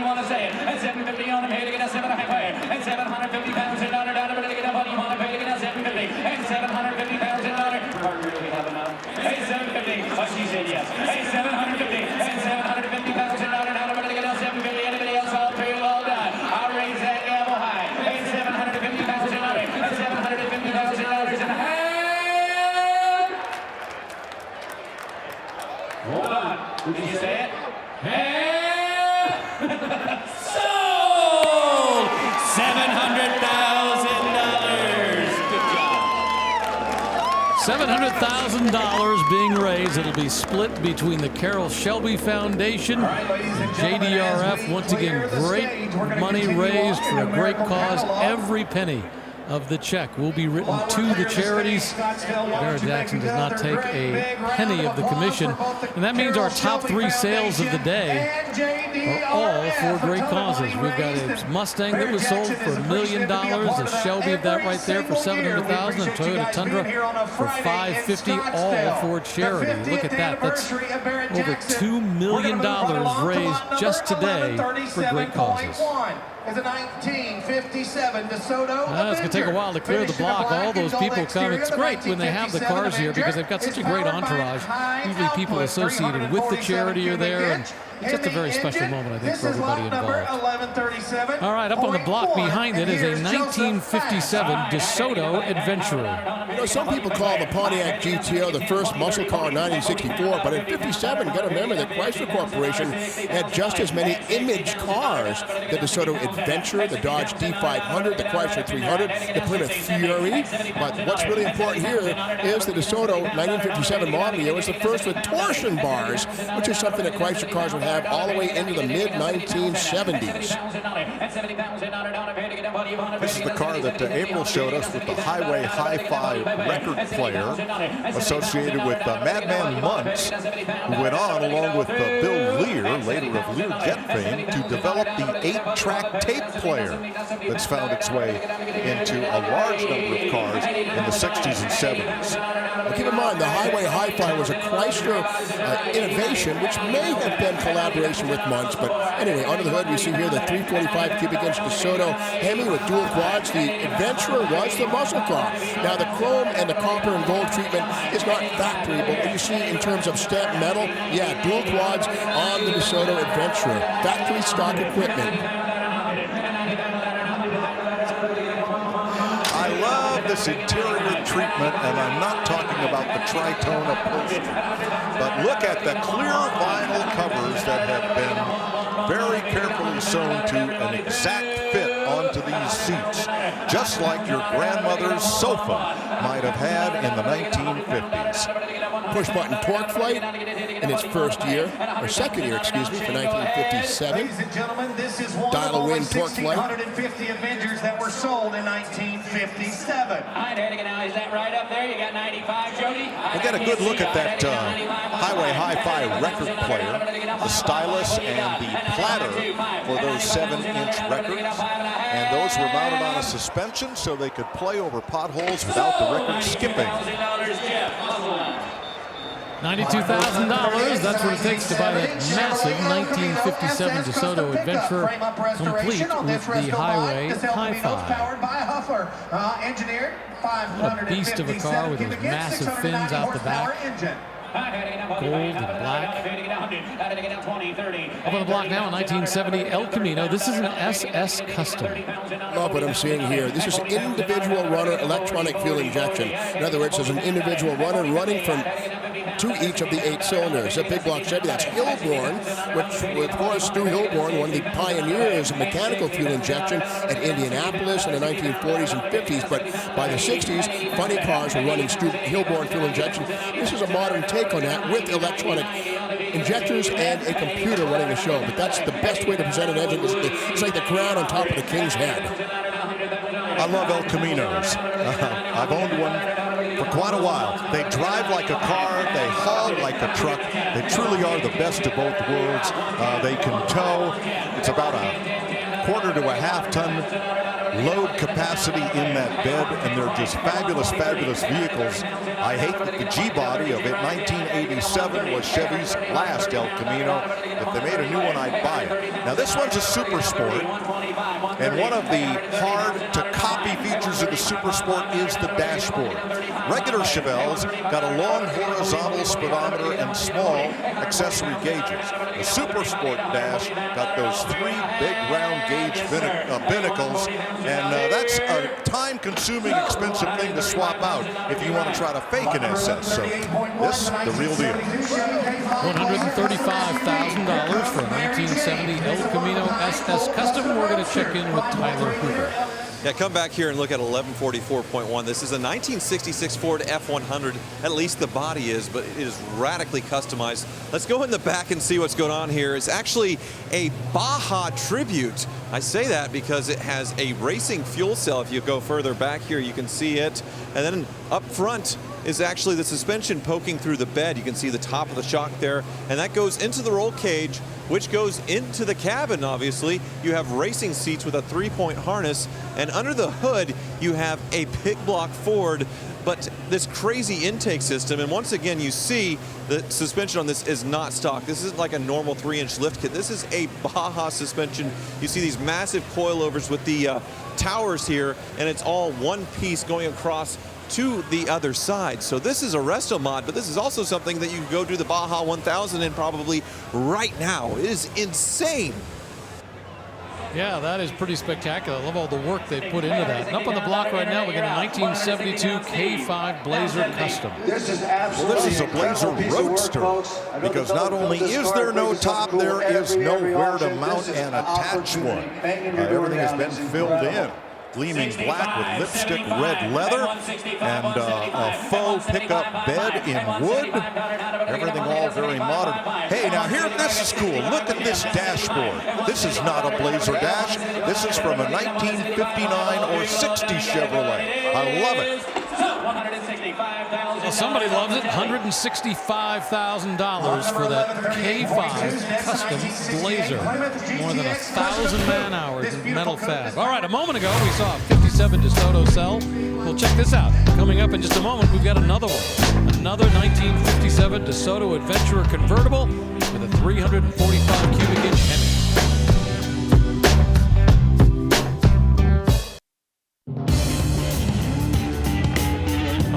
Salon collection of cars, big dollar cars, many of those over $1 million that we'll see crossing the block during tomorrow's coverage of the Barrett-Jackson Collector Car Auction. On the block now, a 1961 Corvette. It's a Fueling. Indeed, 61 final year for the 283. The 327 will replace it, but nice to see the basic hubcaps and steel wheels, not full wheel covers. That might imply this is a big brake car, but it is a 4-speed manual, and the Rochester fuel injection, there it is right there. Cast aluminum plenum and everything correct and looking almost like it's Survivor quality under the hood. Cast aluminum valve covers indicate one of the higher horsepower small blocks. Now these codes that were inset could be had in different colors to contrast with the body color from 1956 up through this year, 1961, but no contrast colors for 1962, the final year of this body style. Yeah, it purports to be a numbers matching car with unrestored engine bay. This would be the last Corvette with an opening trunk for quite some time. And the camtail here, used on 61 and 62 Corvettes, along with this fender peak, previewed what would come in 1963 when the Stingray debuted. This is an unrestored car with, I believe, original paint.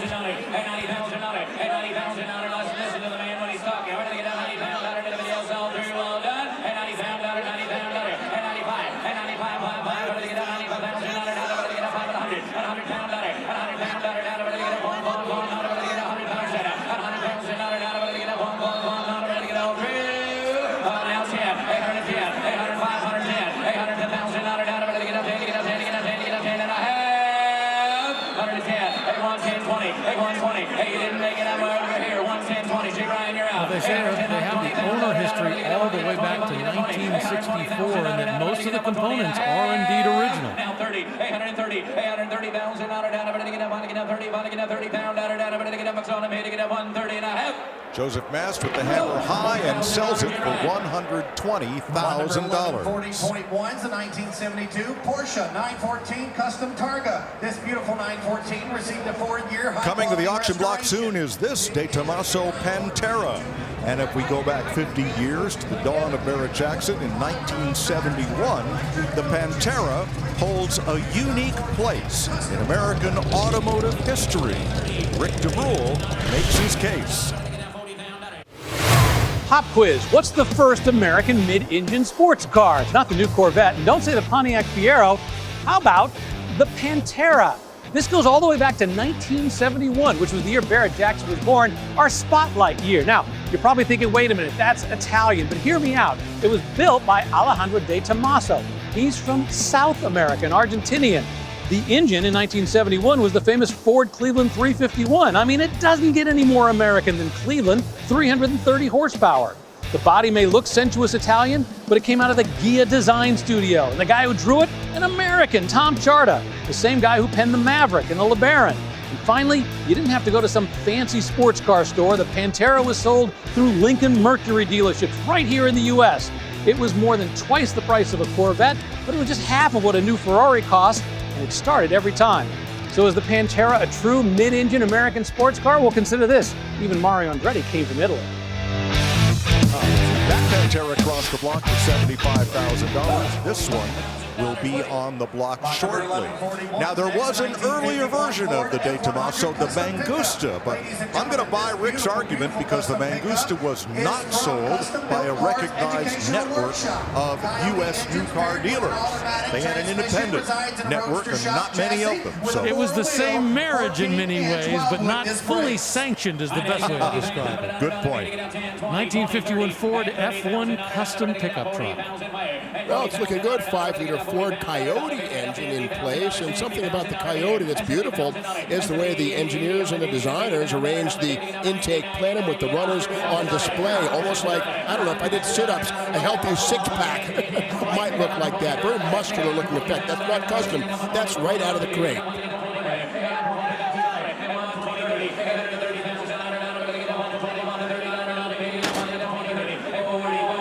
Now, this was a build done by Next Generation Car Restorers and Modifiers. A group of students built this truck.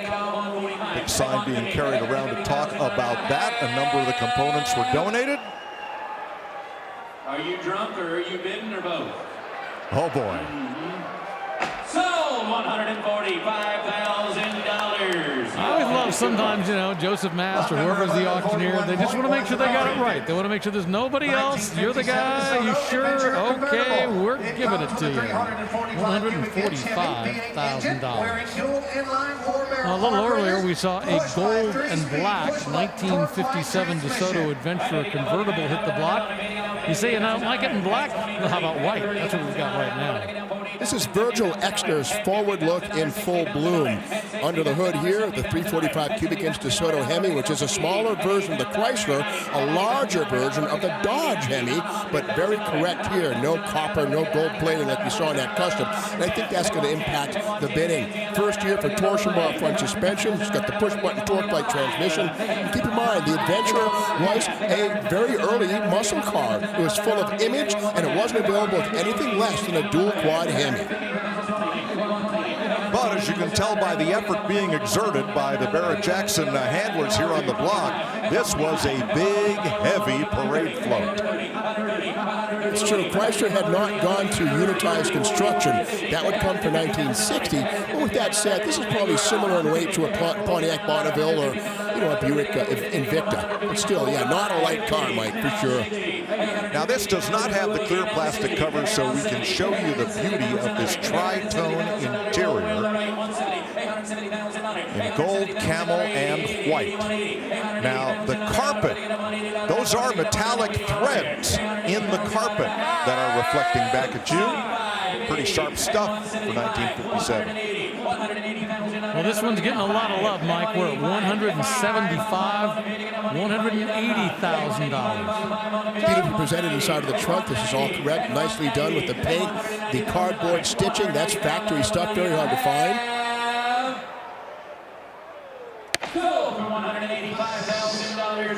$185,000 for a 1957 DeSoto Adventurer. White over gold, beautifully done. April Rose, what do you got? Oh man, I love that DeSoto. Well, right now, there's a lot of action. Whoa, over here, check out this. This is the Savage Bull, okay? This is a 2012 Jeep Wrangler custom pickup 6x6. Check out that front grille is 200 pounds. Custom with really cool LED headlights. Now, a 2012 Wrangler was the donor vehicle, but basically there's only one stock part left, okay? Fully custom. The only stock part was that windshield. Now, she's got a new Hemi 6.4 6-speed automatic, and I want you to see inside, okay? She's got these really, really cool red baseball stitching in the seats, 14 speakers and TVs. Did I mention it was built for Hall of Famer Andrew Jones of the Atlanta Braves? Pretty cool, even though, you know what, DeBrule, we know the Cubs are the best, right? I love it. Long, bold, you'll be the only one in your neighborhood. Up on the block, this Pantera is getting a lot of love. $130,000 the current bid. Now, we mentioned the Mangusta, its predecessor. Possibly the most beautiful mid-engine car ever penned by Giugiaro, but impossible to live with. The front end would lift off the ground at just 130 miles an hour. It was aerodynamically unstable. The Pantera, a much more developed car when it first appeared in 1971. Yeah, these are wonderful cars. 1971, first year, second year on display here. And just about a year before, the big, ugly rubber bumpers made their appearance. This is the purest expression of the design. You let the dealer service this one. Yes, now, this trunk does come out to make things a lot easier, and some Pantera owners just leave it out to keep the engine and the transaxle on display. It's a fiberglass tray, Mike. Convenient. Pretty impressive pricing, $160,000 for that really nice 1972 Damaso Pantera with less than 30,000 miles on the odometer. 1972 Pontiac Firebird, another custom.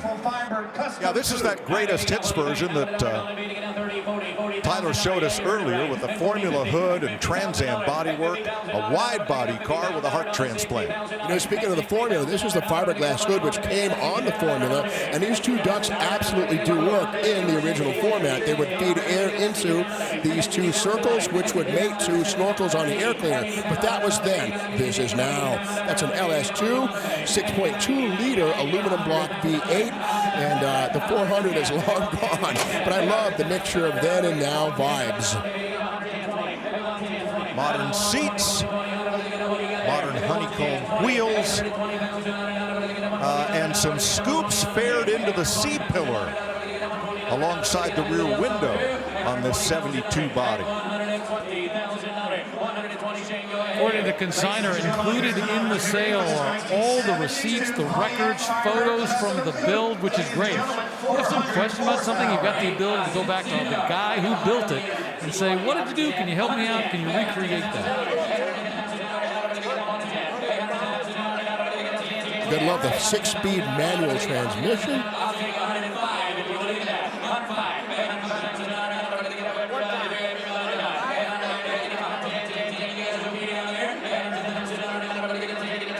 Got about 1,000 miles since its build, so it's fully broken in. 400 horsepower out of that 6-liter motor.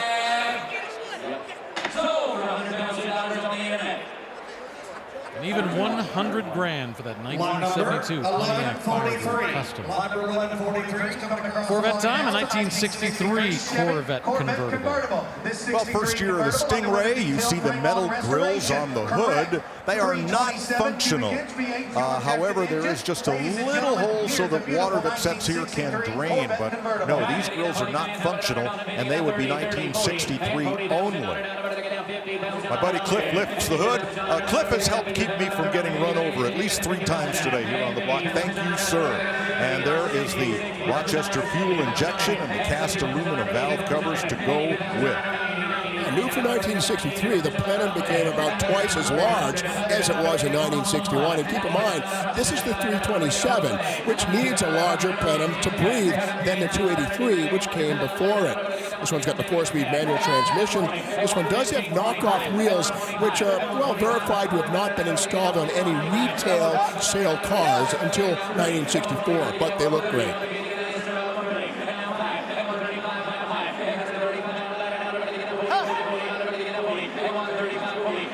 One of the confusing things is a lot of magazine articles which previewed and featured the Corvette when it was new were provided with manufacturer pre-production show cars, that sort of thing. And a lot of those did have knockoffs, but again, those were cars that were from General Motors that went back to General Motors. But the stuff that was sold at dealerships, again, no knockoffs are known to have been delivered from the dealership in 63, but they go right on and look great. Mike? Numbers matching car, which means this one has the engine it was born with the VIN number stamped on the engine pad, not easily visible from this angle, with the 4-speed and its correct 411 posit traction rear end. You know, to that point, Mike, this 4-speed transmission does not have overdrive, so those 411s are getting in at top speed to maybe 120 or so, but you're going to get there quick. Thank you, Brian Frank. Well, pretty impressive number for that, $195,000. I doubt it's a record, but that is huge for a 63 Stingray convertible. Usually it's the big block 67s bringing that kind of money. And lately it's been all the customs that have been doing so well. So it's nice to see a very original Corvette, first year, bring solid money. 1954 Kaiser Darren up on the block. Well, some people say, was the Corvette the first fiberglass production car? Yes, but no. The Darren is fiberglass, and these were actually announced a full year and a half before Corvette was launched. However, the announcement and actual delivery of Darrens took a long time, so they kind of both made the market at the same time. 6-banger in place, it's an F-head, but the big crazy thing about these is the sliding doors. Instead of a typical outward hinge, these doors actually slide inside, too. There we go, like that. Pretty novel stuff for 1954. That would be novel today. And this is going to be a 6-figure car. These are rare, seldom seen, even across the block here at Barrett-Jackson. Willis taillights, a lot of parts shared with other Kaiser automobiles. Well, I'm not sure we've ever had a Friday quite like this at Barrett-Jackson. And you know what? We're not done yet. Plenty more electrifying vehicles are still headed your way.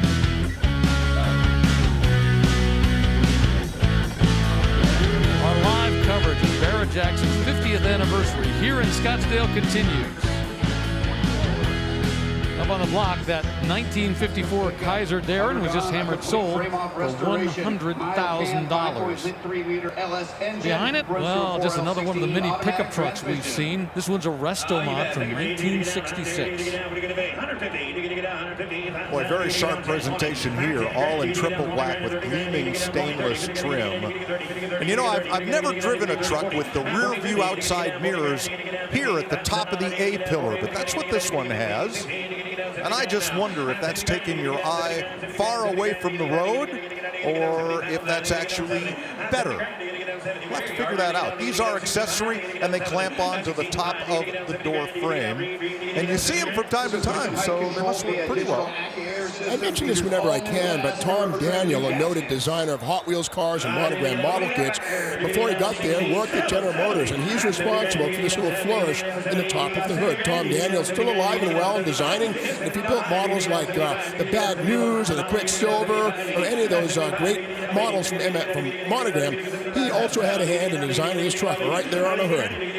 Steve, is that front bumper right, or has it been flipped upside down to give it more of an aerodynamic look? My buddy Ron Thiel has just built one at Hotchkiss, very much like that, and his bumper sits this way, and to my eye, it looks like it's been flipped over for aero. Yeah, been massaged a little bit. A lot of nice hide in plain sight touches here. Almost $100,000, up to $90,000 for that 1966 custom C10 pickup truck. All right, we're going to stay in 1966. We're going to hop from Chevy to Ford. This is an F100 custom pickup truck. Well, this one has more of an off-road vibe. And look at the front. This has twin I-beam front suspension. It's four-wheel drive. This front suspension wouldn't arrive till the late 1970s, early 80s.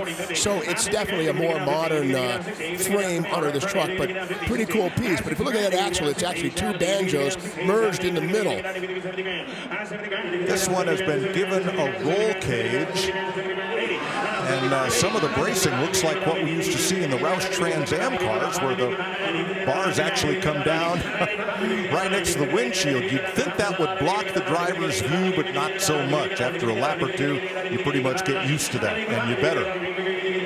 You know, this is almost kind of a what if. What if they had done off-road trucks in the mid-60s the way they were done today, or the way they've been done over the last 30 years? You know, it's got that same styling, it's got all those same touches, but on a 1966. I'm sure no one's ever going to race this thing, but boy, it's got that look. It's got that pre-runner vibe going on. It's got a 428 big block under the hood, which is something that never came from the factory, although you could get a 352 big block in your 1966 Ford pickup truck if you wanted it. I do like the way that the support bars for the roll cage do stretch outside the cab and all the way down to the frame, right next to the coilover shock mounts there. So a lot of that's safe. It may not be attractive, but maybe it is in an industrial kind of way, but it works. $90,000 for a 1966 Ford F100 custom pickup, made up to look like a big, huge off-road racer. Well, this thing's murdered out, dipped everything. 1965 Chevy Impala SS Custom. Oh, major changes for 65. The X frame of 64 gave way to a perimeter frame, one-piece drive shaft, no more two-piece, and the first year for the 396. But it came along halfway through 65. The 409 was the first half of the year. This is a big block, not a 96, but a 454 with a Phi-Tech electronic fuel injection unit. Or sorry, Holley Sniper EFI. It looks so similar, it's hard to tell unless you get a magnifying glass. But anyway, Holley EFI sitting on top of the manifold for a carburetor. This was such a beautiful shape. The fender tops took their cues from the Corvette Stingray, and this body style on this Impala was also used on the second generation Chevy Corvair, which debuted the same year, 1965. Yeah, what a radical change in terms of styling from 64 to 65, and this 65 body style continued on. They call it that Coke bottle styling. In a coupe and in a fastback, I love it. I love it in the convertible. This is just a great body. Hi to Ed Welburn, former GM chief stylist, who declared the 65 full-size Chevy his favorite GM design ever. I can completely agree with that.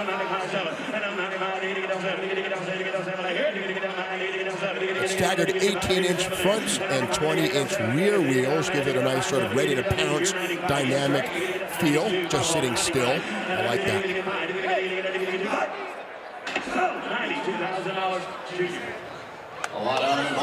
Congratulations to those folks right there. And the Summit Racing sold sticker goes on. They write the price, $92,000. And away it goes.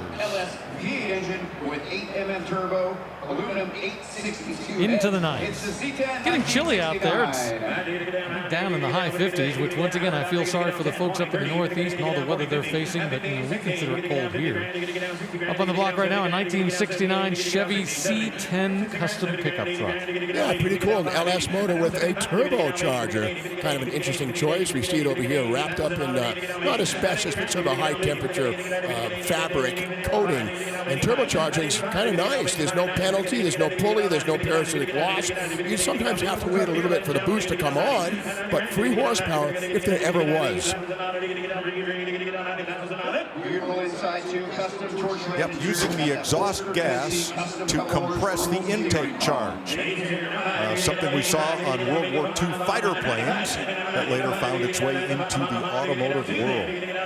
This gray with red interior, gray over white, typical GM two-tone. But get a look at the bed. It has been stained in a really pretty red color, which duplicates the color in the interior. Sharp, nice touch. Now the stake pockets have been filled. This bed would have a rectangular opening here, here, and here. So you could put stakes in there and wood sides to increase the carrying capacity or load capacity for loose materials in the bed. And that's all been smooth. You can see the stake pockets right here. They're still here. Just no way to put anything in them. Way it goes, $97,000 for that 1969 Chevy C10 Custom. You know, we've seen so many customs crossing the block. They're all bringing big money, but I got news for you. Tomorrow, there's going to be some even more spectacular customs, and here's Craig Jackson to describe one he wants to watch. We have April Rose in the studio helping us with this 1962 Lincoln Continental Custom Convertible. It has air ride on it. You see it slammed down now. Custom 20-inch wheels on it. But it looks very stock. They did such a clean job on this. There's something about that 4th generation Lincoln that always draws me in. It's simpler, these long, just streaming lines. It catches your eye. And this is perfect because it's been rusted modded. So it's something that you feel comfortable driving every day. The two-toning in the engine, they kept that theme through with this 3rd generation Coyote motor in it with the 4-speed automatic transmission. Nobody's ever done one that I've seen to this level, taking it down. Sits on a full custom frame. So they have literally taken this body off and have built everything from scratch all the way up.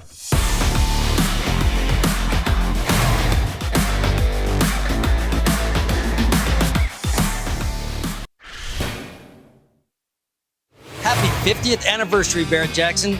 You guys just bring the best people together with the excitement of not only buying a new car, but also selling a new car. You guys rock.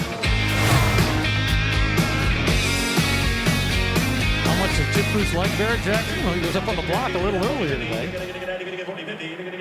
And up on the block right now, a 2007 Ford Mustang. It's an FR500C race car. Well, you know, in the early 2000s, Ford started building crate race cars that actually ran. There was the Corvajet Mustang, and this would be the road racing version. This is a 5-liter Cammer engine, not to be confused with the Coyote. This is still based on the earlier Romeo mod motor in 5-liter form. This would race in IMSA Grand Sport competition, and this is how it came from Ford. Minus the numbers on the side, this would race in Grand Am Cup Series, roll cage, and ready to race. That's how you bought it. It's the modern iteration of the GT350R of 1965.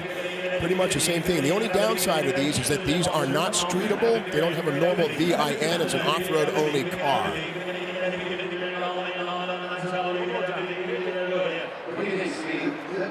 Now, there was not a rigorous application process to buy this as there was, say, with the new Ford GT, but you had to be a credentialed, licensed racer to be able to order one of these. This purpose-built R50 camera 5-liter engine delivers... Yeah, the VIN is FR500C-07038. You go to the DMV with that, they're going to give you a weird look and point you to the door. Coming from an incredible collector that knows his cars, this is an opportunity, and I don't remember another one of these crossing our block, right, to be honest with you. Incredible opportunity. Back in the mid-'80s, when I was in my 20s, I never thought we'd see anything resembling a factory-issued race car like this. And I'll say it over and over, the good old days are kind of like right now. The last 20 years have really flipped my wig, blown my mind. We're doing things I never thought we'd see again, so it's amazing. And I applaud Detroit for doing this kind of stuff. Well, the factory was issuing race cars back then. They were just doing it out the back door instead of the front door.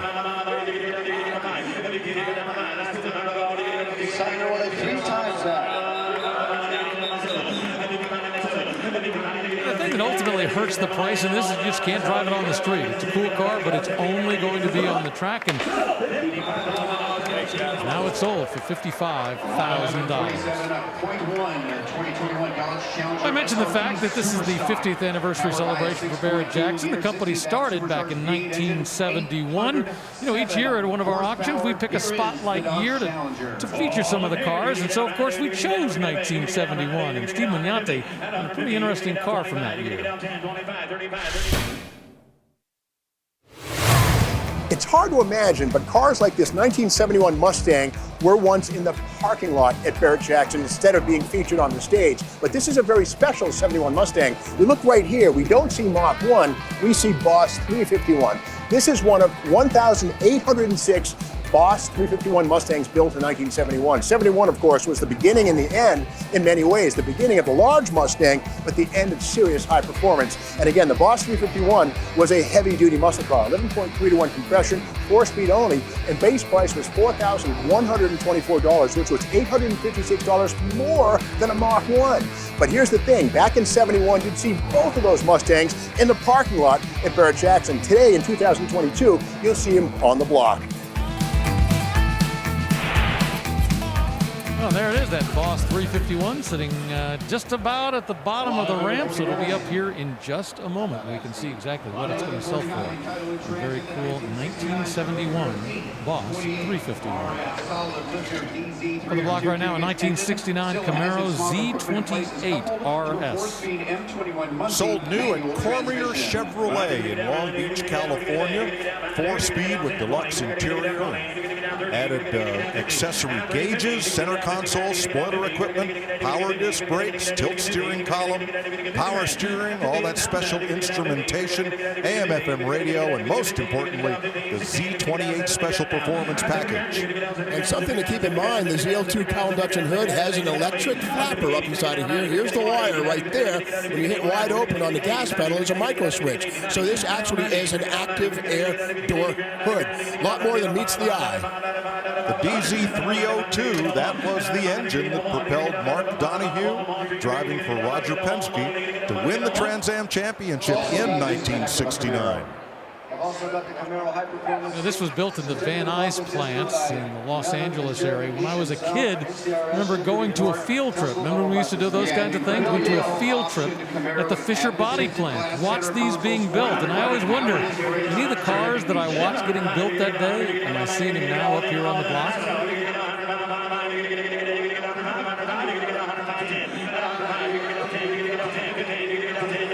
If you wondered, the SS package was RPO Z22, not Z28. But they never did do a metal emblem for the Super Sport because it already had one of those wonderful double S's. It's interesting because there was no marketing name. It's not like they said, oh, we're going to come up with Z28 that means something. It's just the RPO number, the stock number for it. Regular production option, Z28. All right, let's check in with Tyler Hoover.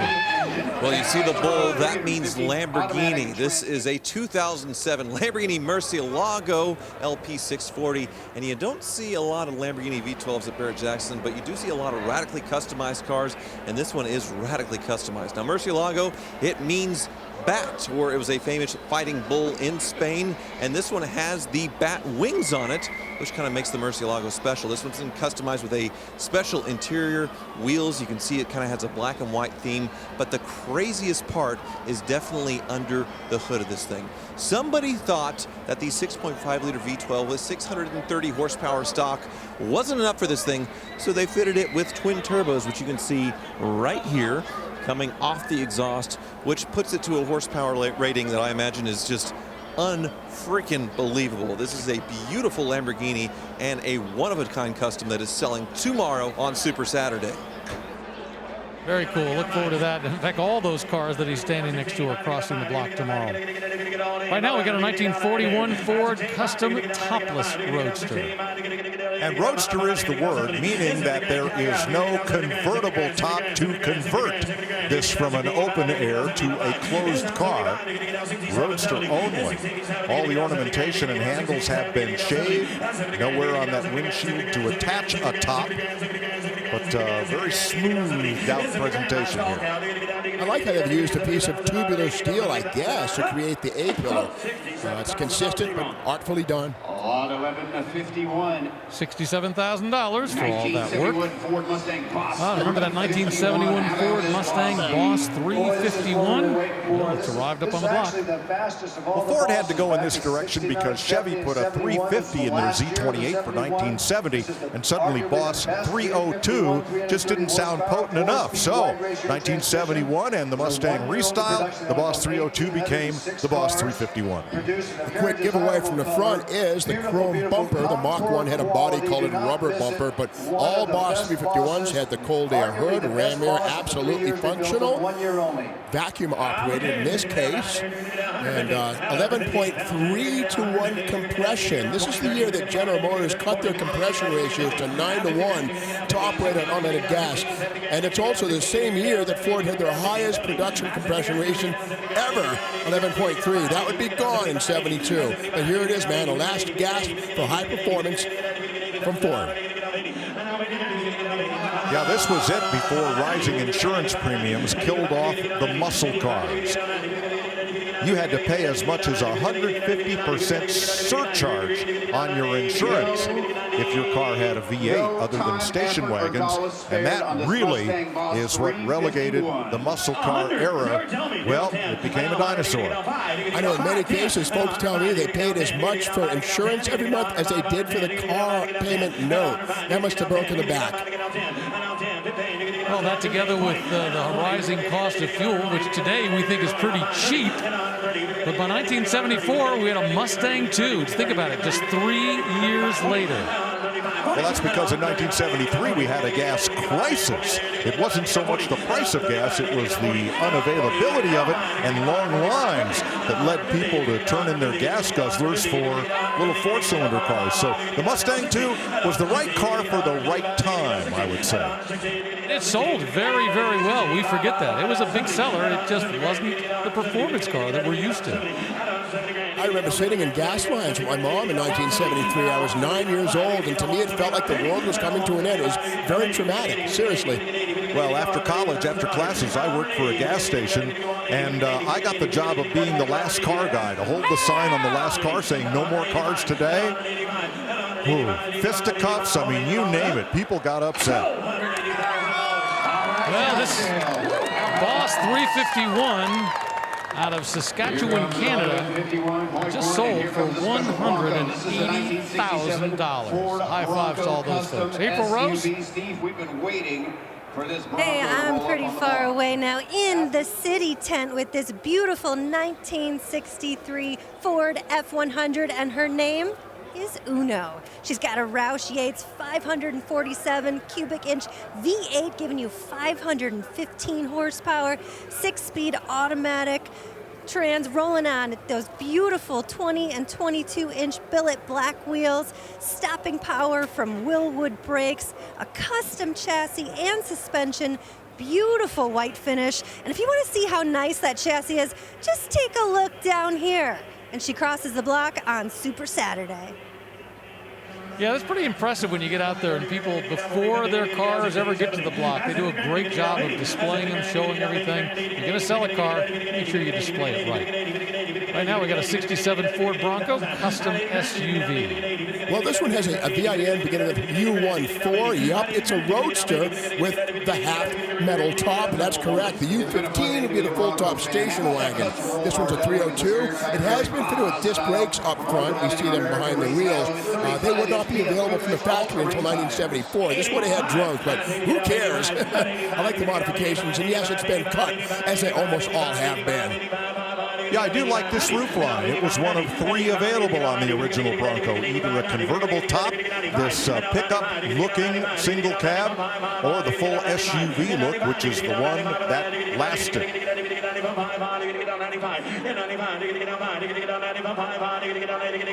Real quick, Green, come on, do you get down 95? Got that 3-speed manual transmission, the single Yeah, the 3-speed manual is factory issue stuff, and I'm kind of surprised with all the other upgrades that have been made that it's been kept in place. This one is shifted by the floor. It would have been column mounted, but now we see an aftermarket I Did It stainless steel steering column with a tilt, but a mix of original and mod. And the final price, $85,000. All right, you like that kind of SUV, a little custom work, but you want something just a little bit bigger? Oh, look what we've got for you. 2012 Jeep Wrangler Unlimited Custom 6x6. That's right, 6-wheel drive. Oh, the original 3.6-liter Pentasar 6 is a potent engine, 306 horsepower, and not quite enough. So this one has been updated with a 6.4-liter Hemi. This is just incredible. Somebody had a great sense of vision to build this and outfit it as a 6x6. Usually when we see trucks with the dual rear axles, both powered, they're either on construction sites or way up in the mountains, but hardly ever in the city like this one.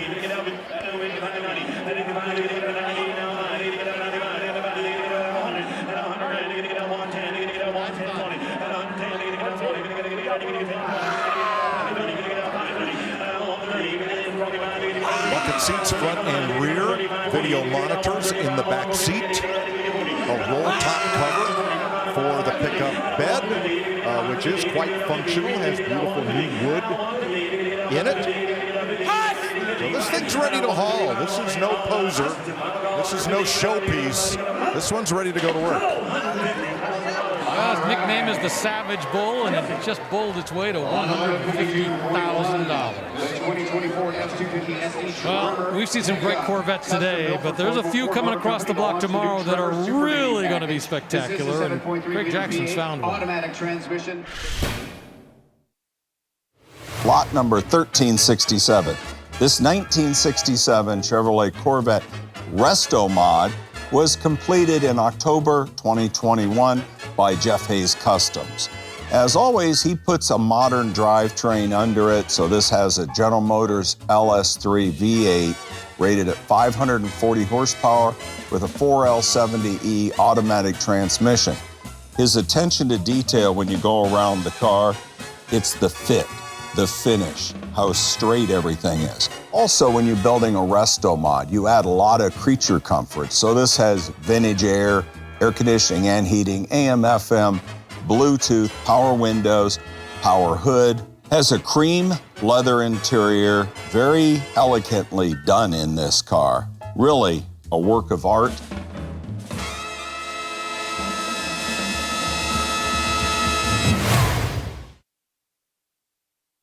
world's greatest collector car auctions returns to the South Florida Fairgrounds, April 7th through the 9th. Be a part of Barrett-Jackson's highly anticipated 2022 Palm Beach auction and join the amazing vehicles already consigned. Visit Barrett-Jackson.com to consign today.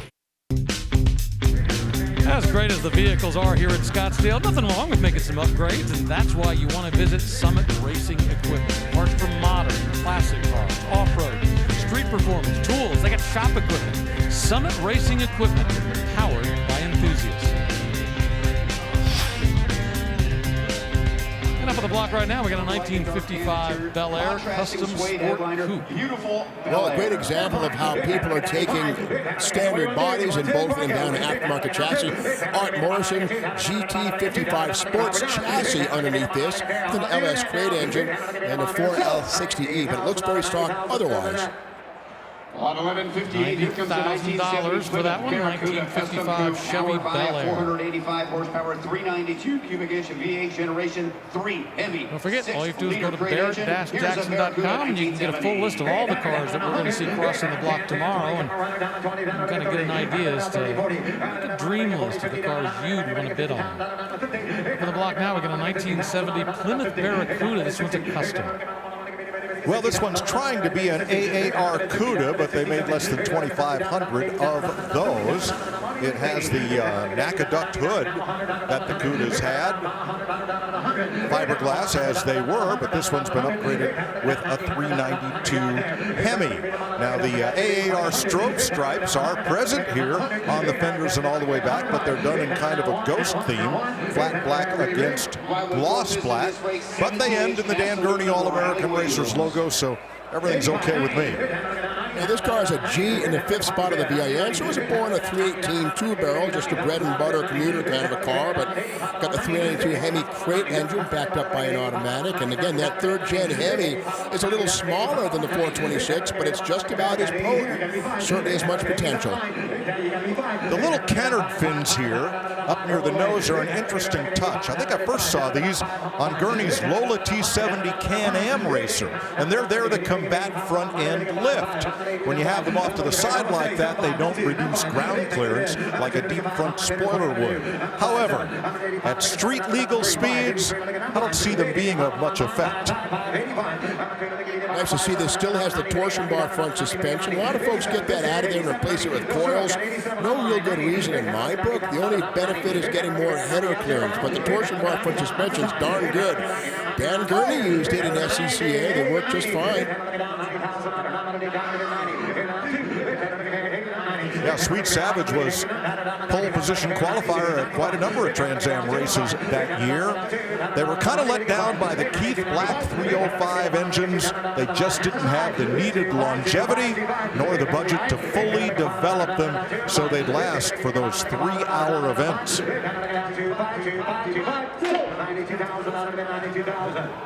$92,000 for that 1970 Plymouth Barracuda Custom. All right, tomorrow is Super Saturday. And everybody's always asking, which one is your favorite car? Which one are you really looking forward to? I'll be honest with you, it's really hard to pick, but our team took a stab at it.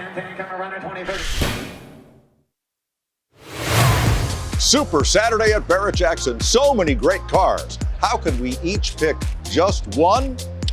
Well, this is a brand new Karma electric sedan. But pop music icon and NASCAR team owner Pitbull has personalized this one. It's the Mr. 305 edition, and he will be here to sell it for a great cause, a charity that will benefit thousands of underserved children. This could be a lawn chair, and with Pitbull selling it, it would do really well. Tyler, what have you got? Well, Mike, how about McLaren's first Halo car since the F1? Lot 1413 is a 2014 McLaren P1 with a twin-turbo V8 hybrid drivetrain and a top speed of 217 miles per hour. Now, this is one of 375 in existence, and halfway through its life, it was sent back to McLaren Special Operations for a complete one-off crazy metallic repaint. It looks beautiful. What do you have, Rick? Well, Tyler, how about a historic car with some history? This 1955 Mercedes SL Gullwing was sold new in Havana, Cuba. It was actually used as a race car. They rallied it during the first year of its life. It escaped Cuba in 1961, was imported into the United States. And in case you're wondering, this strawberry red, it's the original factory color. April? It doesn't get better than this. A real deal 427 Big Black SC Cobra. Carroll Shelby's genius truly showing through. Restored and upgraded to SC specifications to give it the look and performance that everyone wants. CSX 3356 is documented in the Shelby registry, and I can't wait to watch it cross the block on Super Saturday. Murph, what do you got? Mildly impressive as always, April, but I think I might have you covered with the 2015 Porsche 918 Spider. It's a hybrid supercar which goes 0 to 60 in 2.2 seconds and does a quarter mile, well, in 9.8. Magsy, it's going to take a bit to cover me with this unbelievable Porsche Spider. Murph, I'm standing here with a custom they call Blue Suede Shoes. It's a 59 Buick Invicta with an LSA supercharged V8 that's been remade to look like an old school nailhead, right down to the aluminum valve covers. Now, they may call this Blue Suede Shoes, but I think when it hits the block, it's going to bring a lot of green. And that's just a sampling. I mean, the cars crossing the block tomorrow are truly spectacular. Definitely worthy of being a Super Saturday. $92,000 the current bid on a 2019 Ram 2500 Mega Cab Diesel Custom. Well, that's not far off the cost of a brand new one. Mega Cab is a crew cab with an extra 8 or 10 inches added here, and the coil springs all the way around, replaced by airbags in this instance. Well, $92,000 is the final bid for that one. Congratulations to those folks. We're going to be gone for just a moment. We're down to about our last 20 minutes of Barrett-Jackson coverage.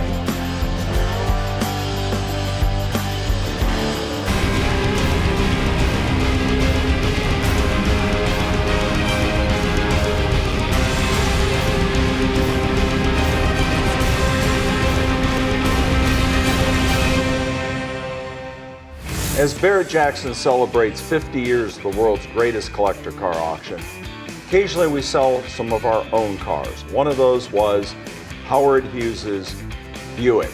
My brother is the one that pulled it out of 7000 Romaine Street, Howard Hughes's headquarters, right after he had passed away. There were 3 cars included. Now, this car had a germ box in it, 4 batteries, a 24-volt generator in the front. This was his office that he could take and drive somewhere and nobody could eavesdrop on it. He was worried about that. He's also worried about germs, so the passenger's window and door don't open. He had to come around, open it for you. The thing was completely sealed. All the air and air conditioning had to go through the germ box. Steve, you're on the phone with Ron Pratt. One of our other great customers is there who was determined to buy the car. 275, is that what he did? 500,000. Whoa!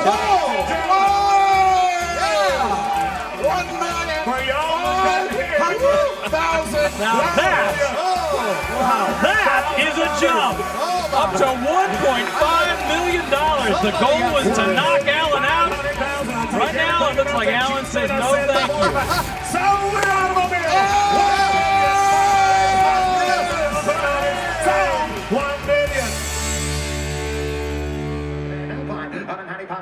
Yeah, I think that was the same year the movie The Aviator came out, and so there was a lot of attention being played to Howard Hughes, and of course that car was a very interesting piece of Howard Hughes history. Up on the block now, we got a 2010 Bentley Continental GT. Well, basically stock, but that's saying a lot. Twin turbo W12, not a V8, that wouldn't come along for another couple of years, but just, really well maintained. Looks great.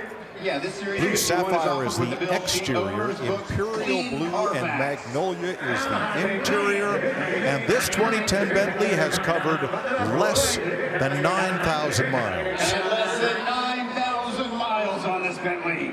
Keep in mind, all-wheel drive, 4-seat, 2+2.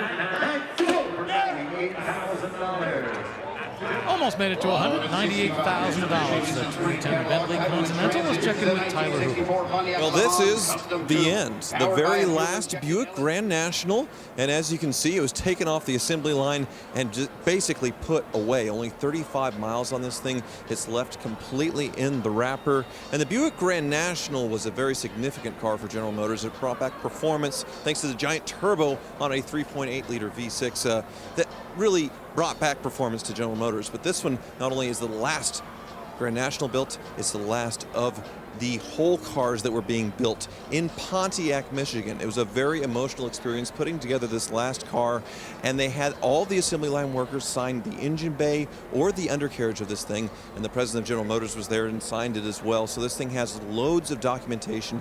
It is the last of a breed. After this, you know, the Regal, basically what this is based off of, went front-wheel drive and wasn't the same. So this will probably end up in a museum or with a very discerning collector. Very significant car. Yeah, that is one of the cars we'll be seeing crossing the block tomorrow, but out of the McGuire staging lanes, there's still some cars yet to cross the block tonight. Nice collection of stuff out there. We'll see some of them cross the block. Remember, we're going to be on the air until the top of the hour or so, just almost another 15 minutes or so. 1964 Pontiac Le Mans Custom up on the block. Well, this one is dressed as a GTO. It is the base two-door sedan body style, the least expensive and the strongest of the three bodies, the others being a two-door hardtop and a convertible. A lot of modern touches underneath and under hood. Not a real GTO, which wasn't a model by itself, but was an option on the Le Mans. $70,000 hammers down on a 1964 Pontiac. We're going to take a quick break, and we will come back to the Barrett-Jackson Collector Car Auction. The all-new line of Barrett-Jackson merchandise and apparel is now available. From road rallies to the office, there are many stylish options for the car lover. Available year-round or online at shopbarrettjackson.com.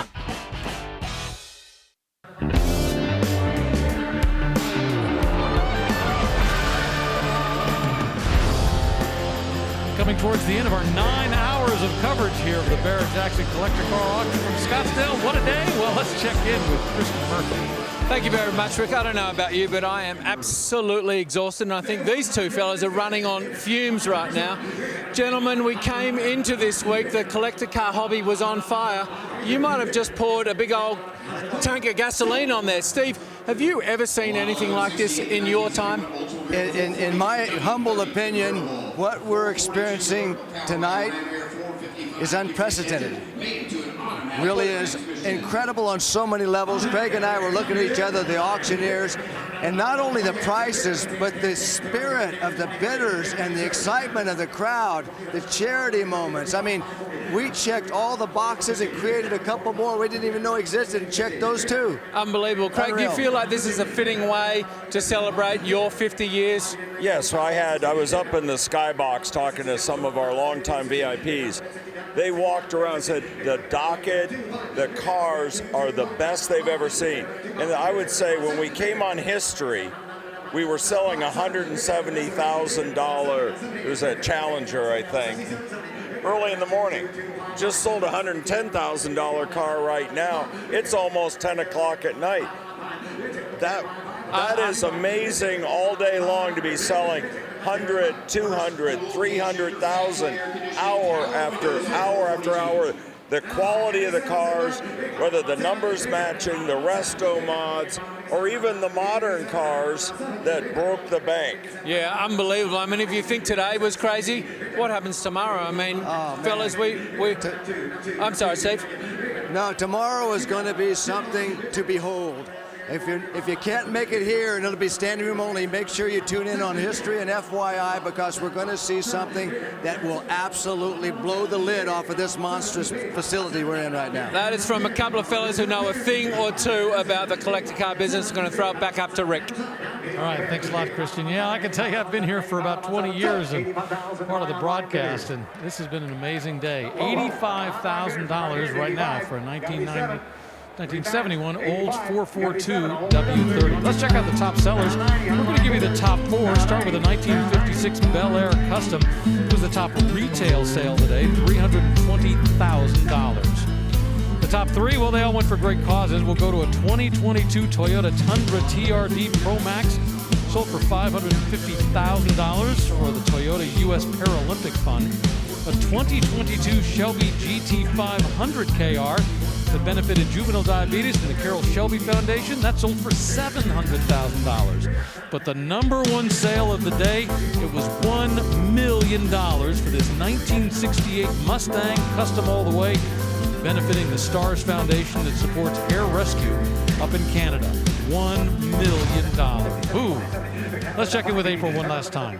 I'm in the Showcase Pavilion right now with this beautiful 1969 GTO Judge convertible. Truly one-of-a-kind resto mod. Just take that all in. Supercharged LT4, 650 horsepower with 650 pound-feet of torque, 5-speed transmission, 3-inch ceramic-coated exhaust, Art Morrison chassis. Just take a look at that exquisite black paint. This is an excellent example of a resto mod. This is all what Saturday is about, Rick. Yeah, and once again, we call it Super Saturday. I have no doubt it's going to be delivering tomorrow. Still a few cars left to see here. A 1969 Camaro Indy pace car up there right now. So this is a real pace car documented SS Camaro. It has the full paperwork and history here, but the coolest part is how it was found here in the Arizona desert. You can see where they got it, where they dug it out, and now they've done a spectacular restoration on this thing. The before and after is unbelievable.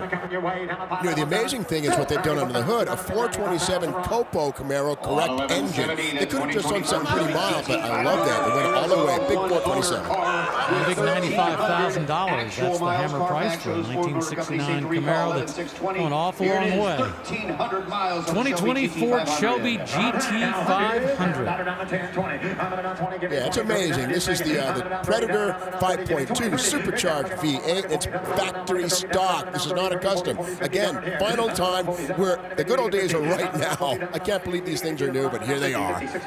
Yes, and a dual clutch transmission on these things. This one does not have the carbon fiber track pack, which I personally like, I believe, because you don't have the expensive wheel to replace.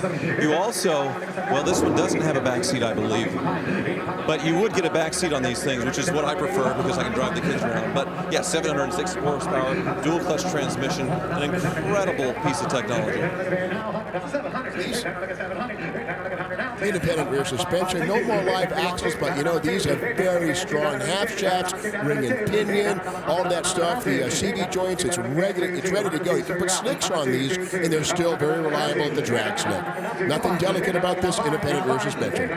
So we just saw the charity car, the KR, sell for $700,000, which you could do with this 2020.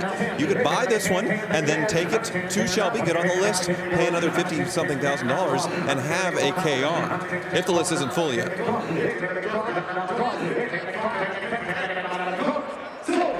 And it sells $110,000. Thank you. Well, fantastic Friday delivered. We're going to have to take a deep breath, reset, get some sleep for Super Saturday.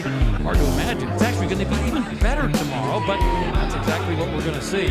We kick things off with 4 hours on FYI at 2 p.m. Eastern Time. Then we switch over to the History Channel for 6 hours of all action, so you better buckle up. For Mike Joy, Steve Magnante, Tyler Hoover, April Rose, and Christian Murphy, I'm Rick DeBruhl. Thanks for riding us along with us. We'll look forward to seeing you on Super Saturday.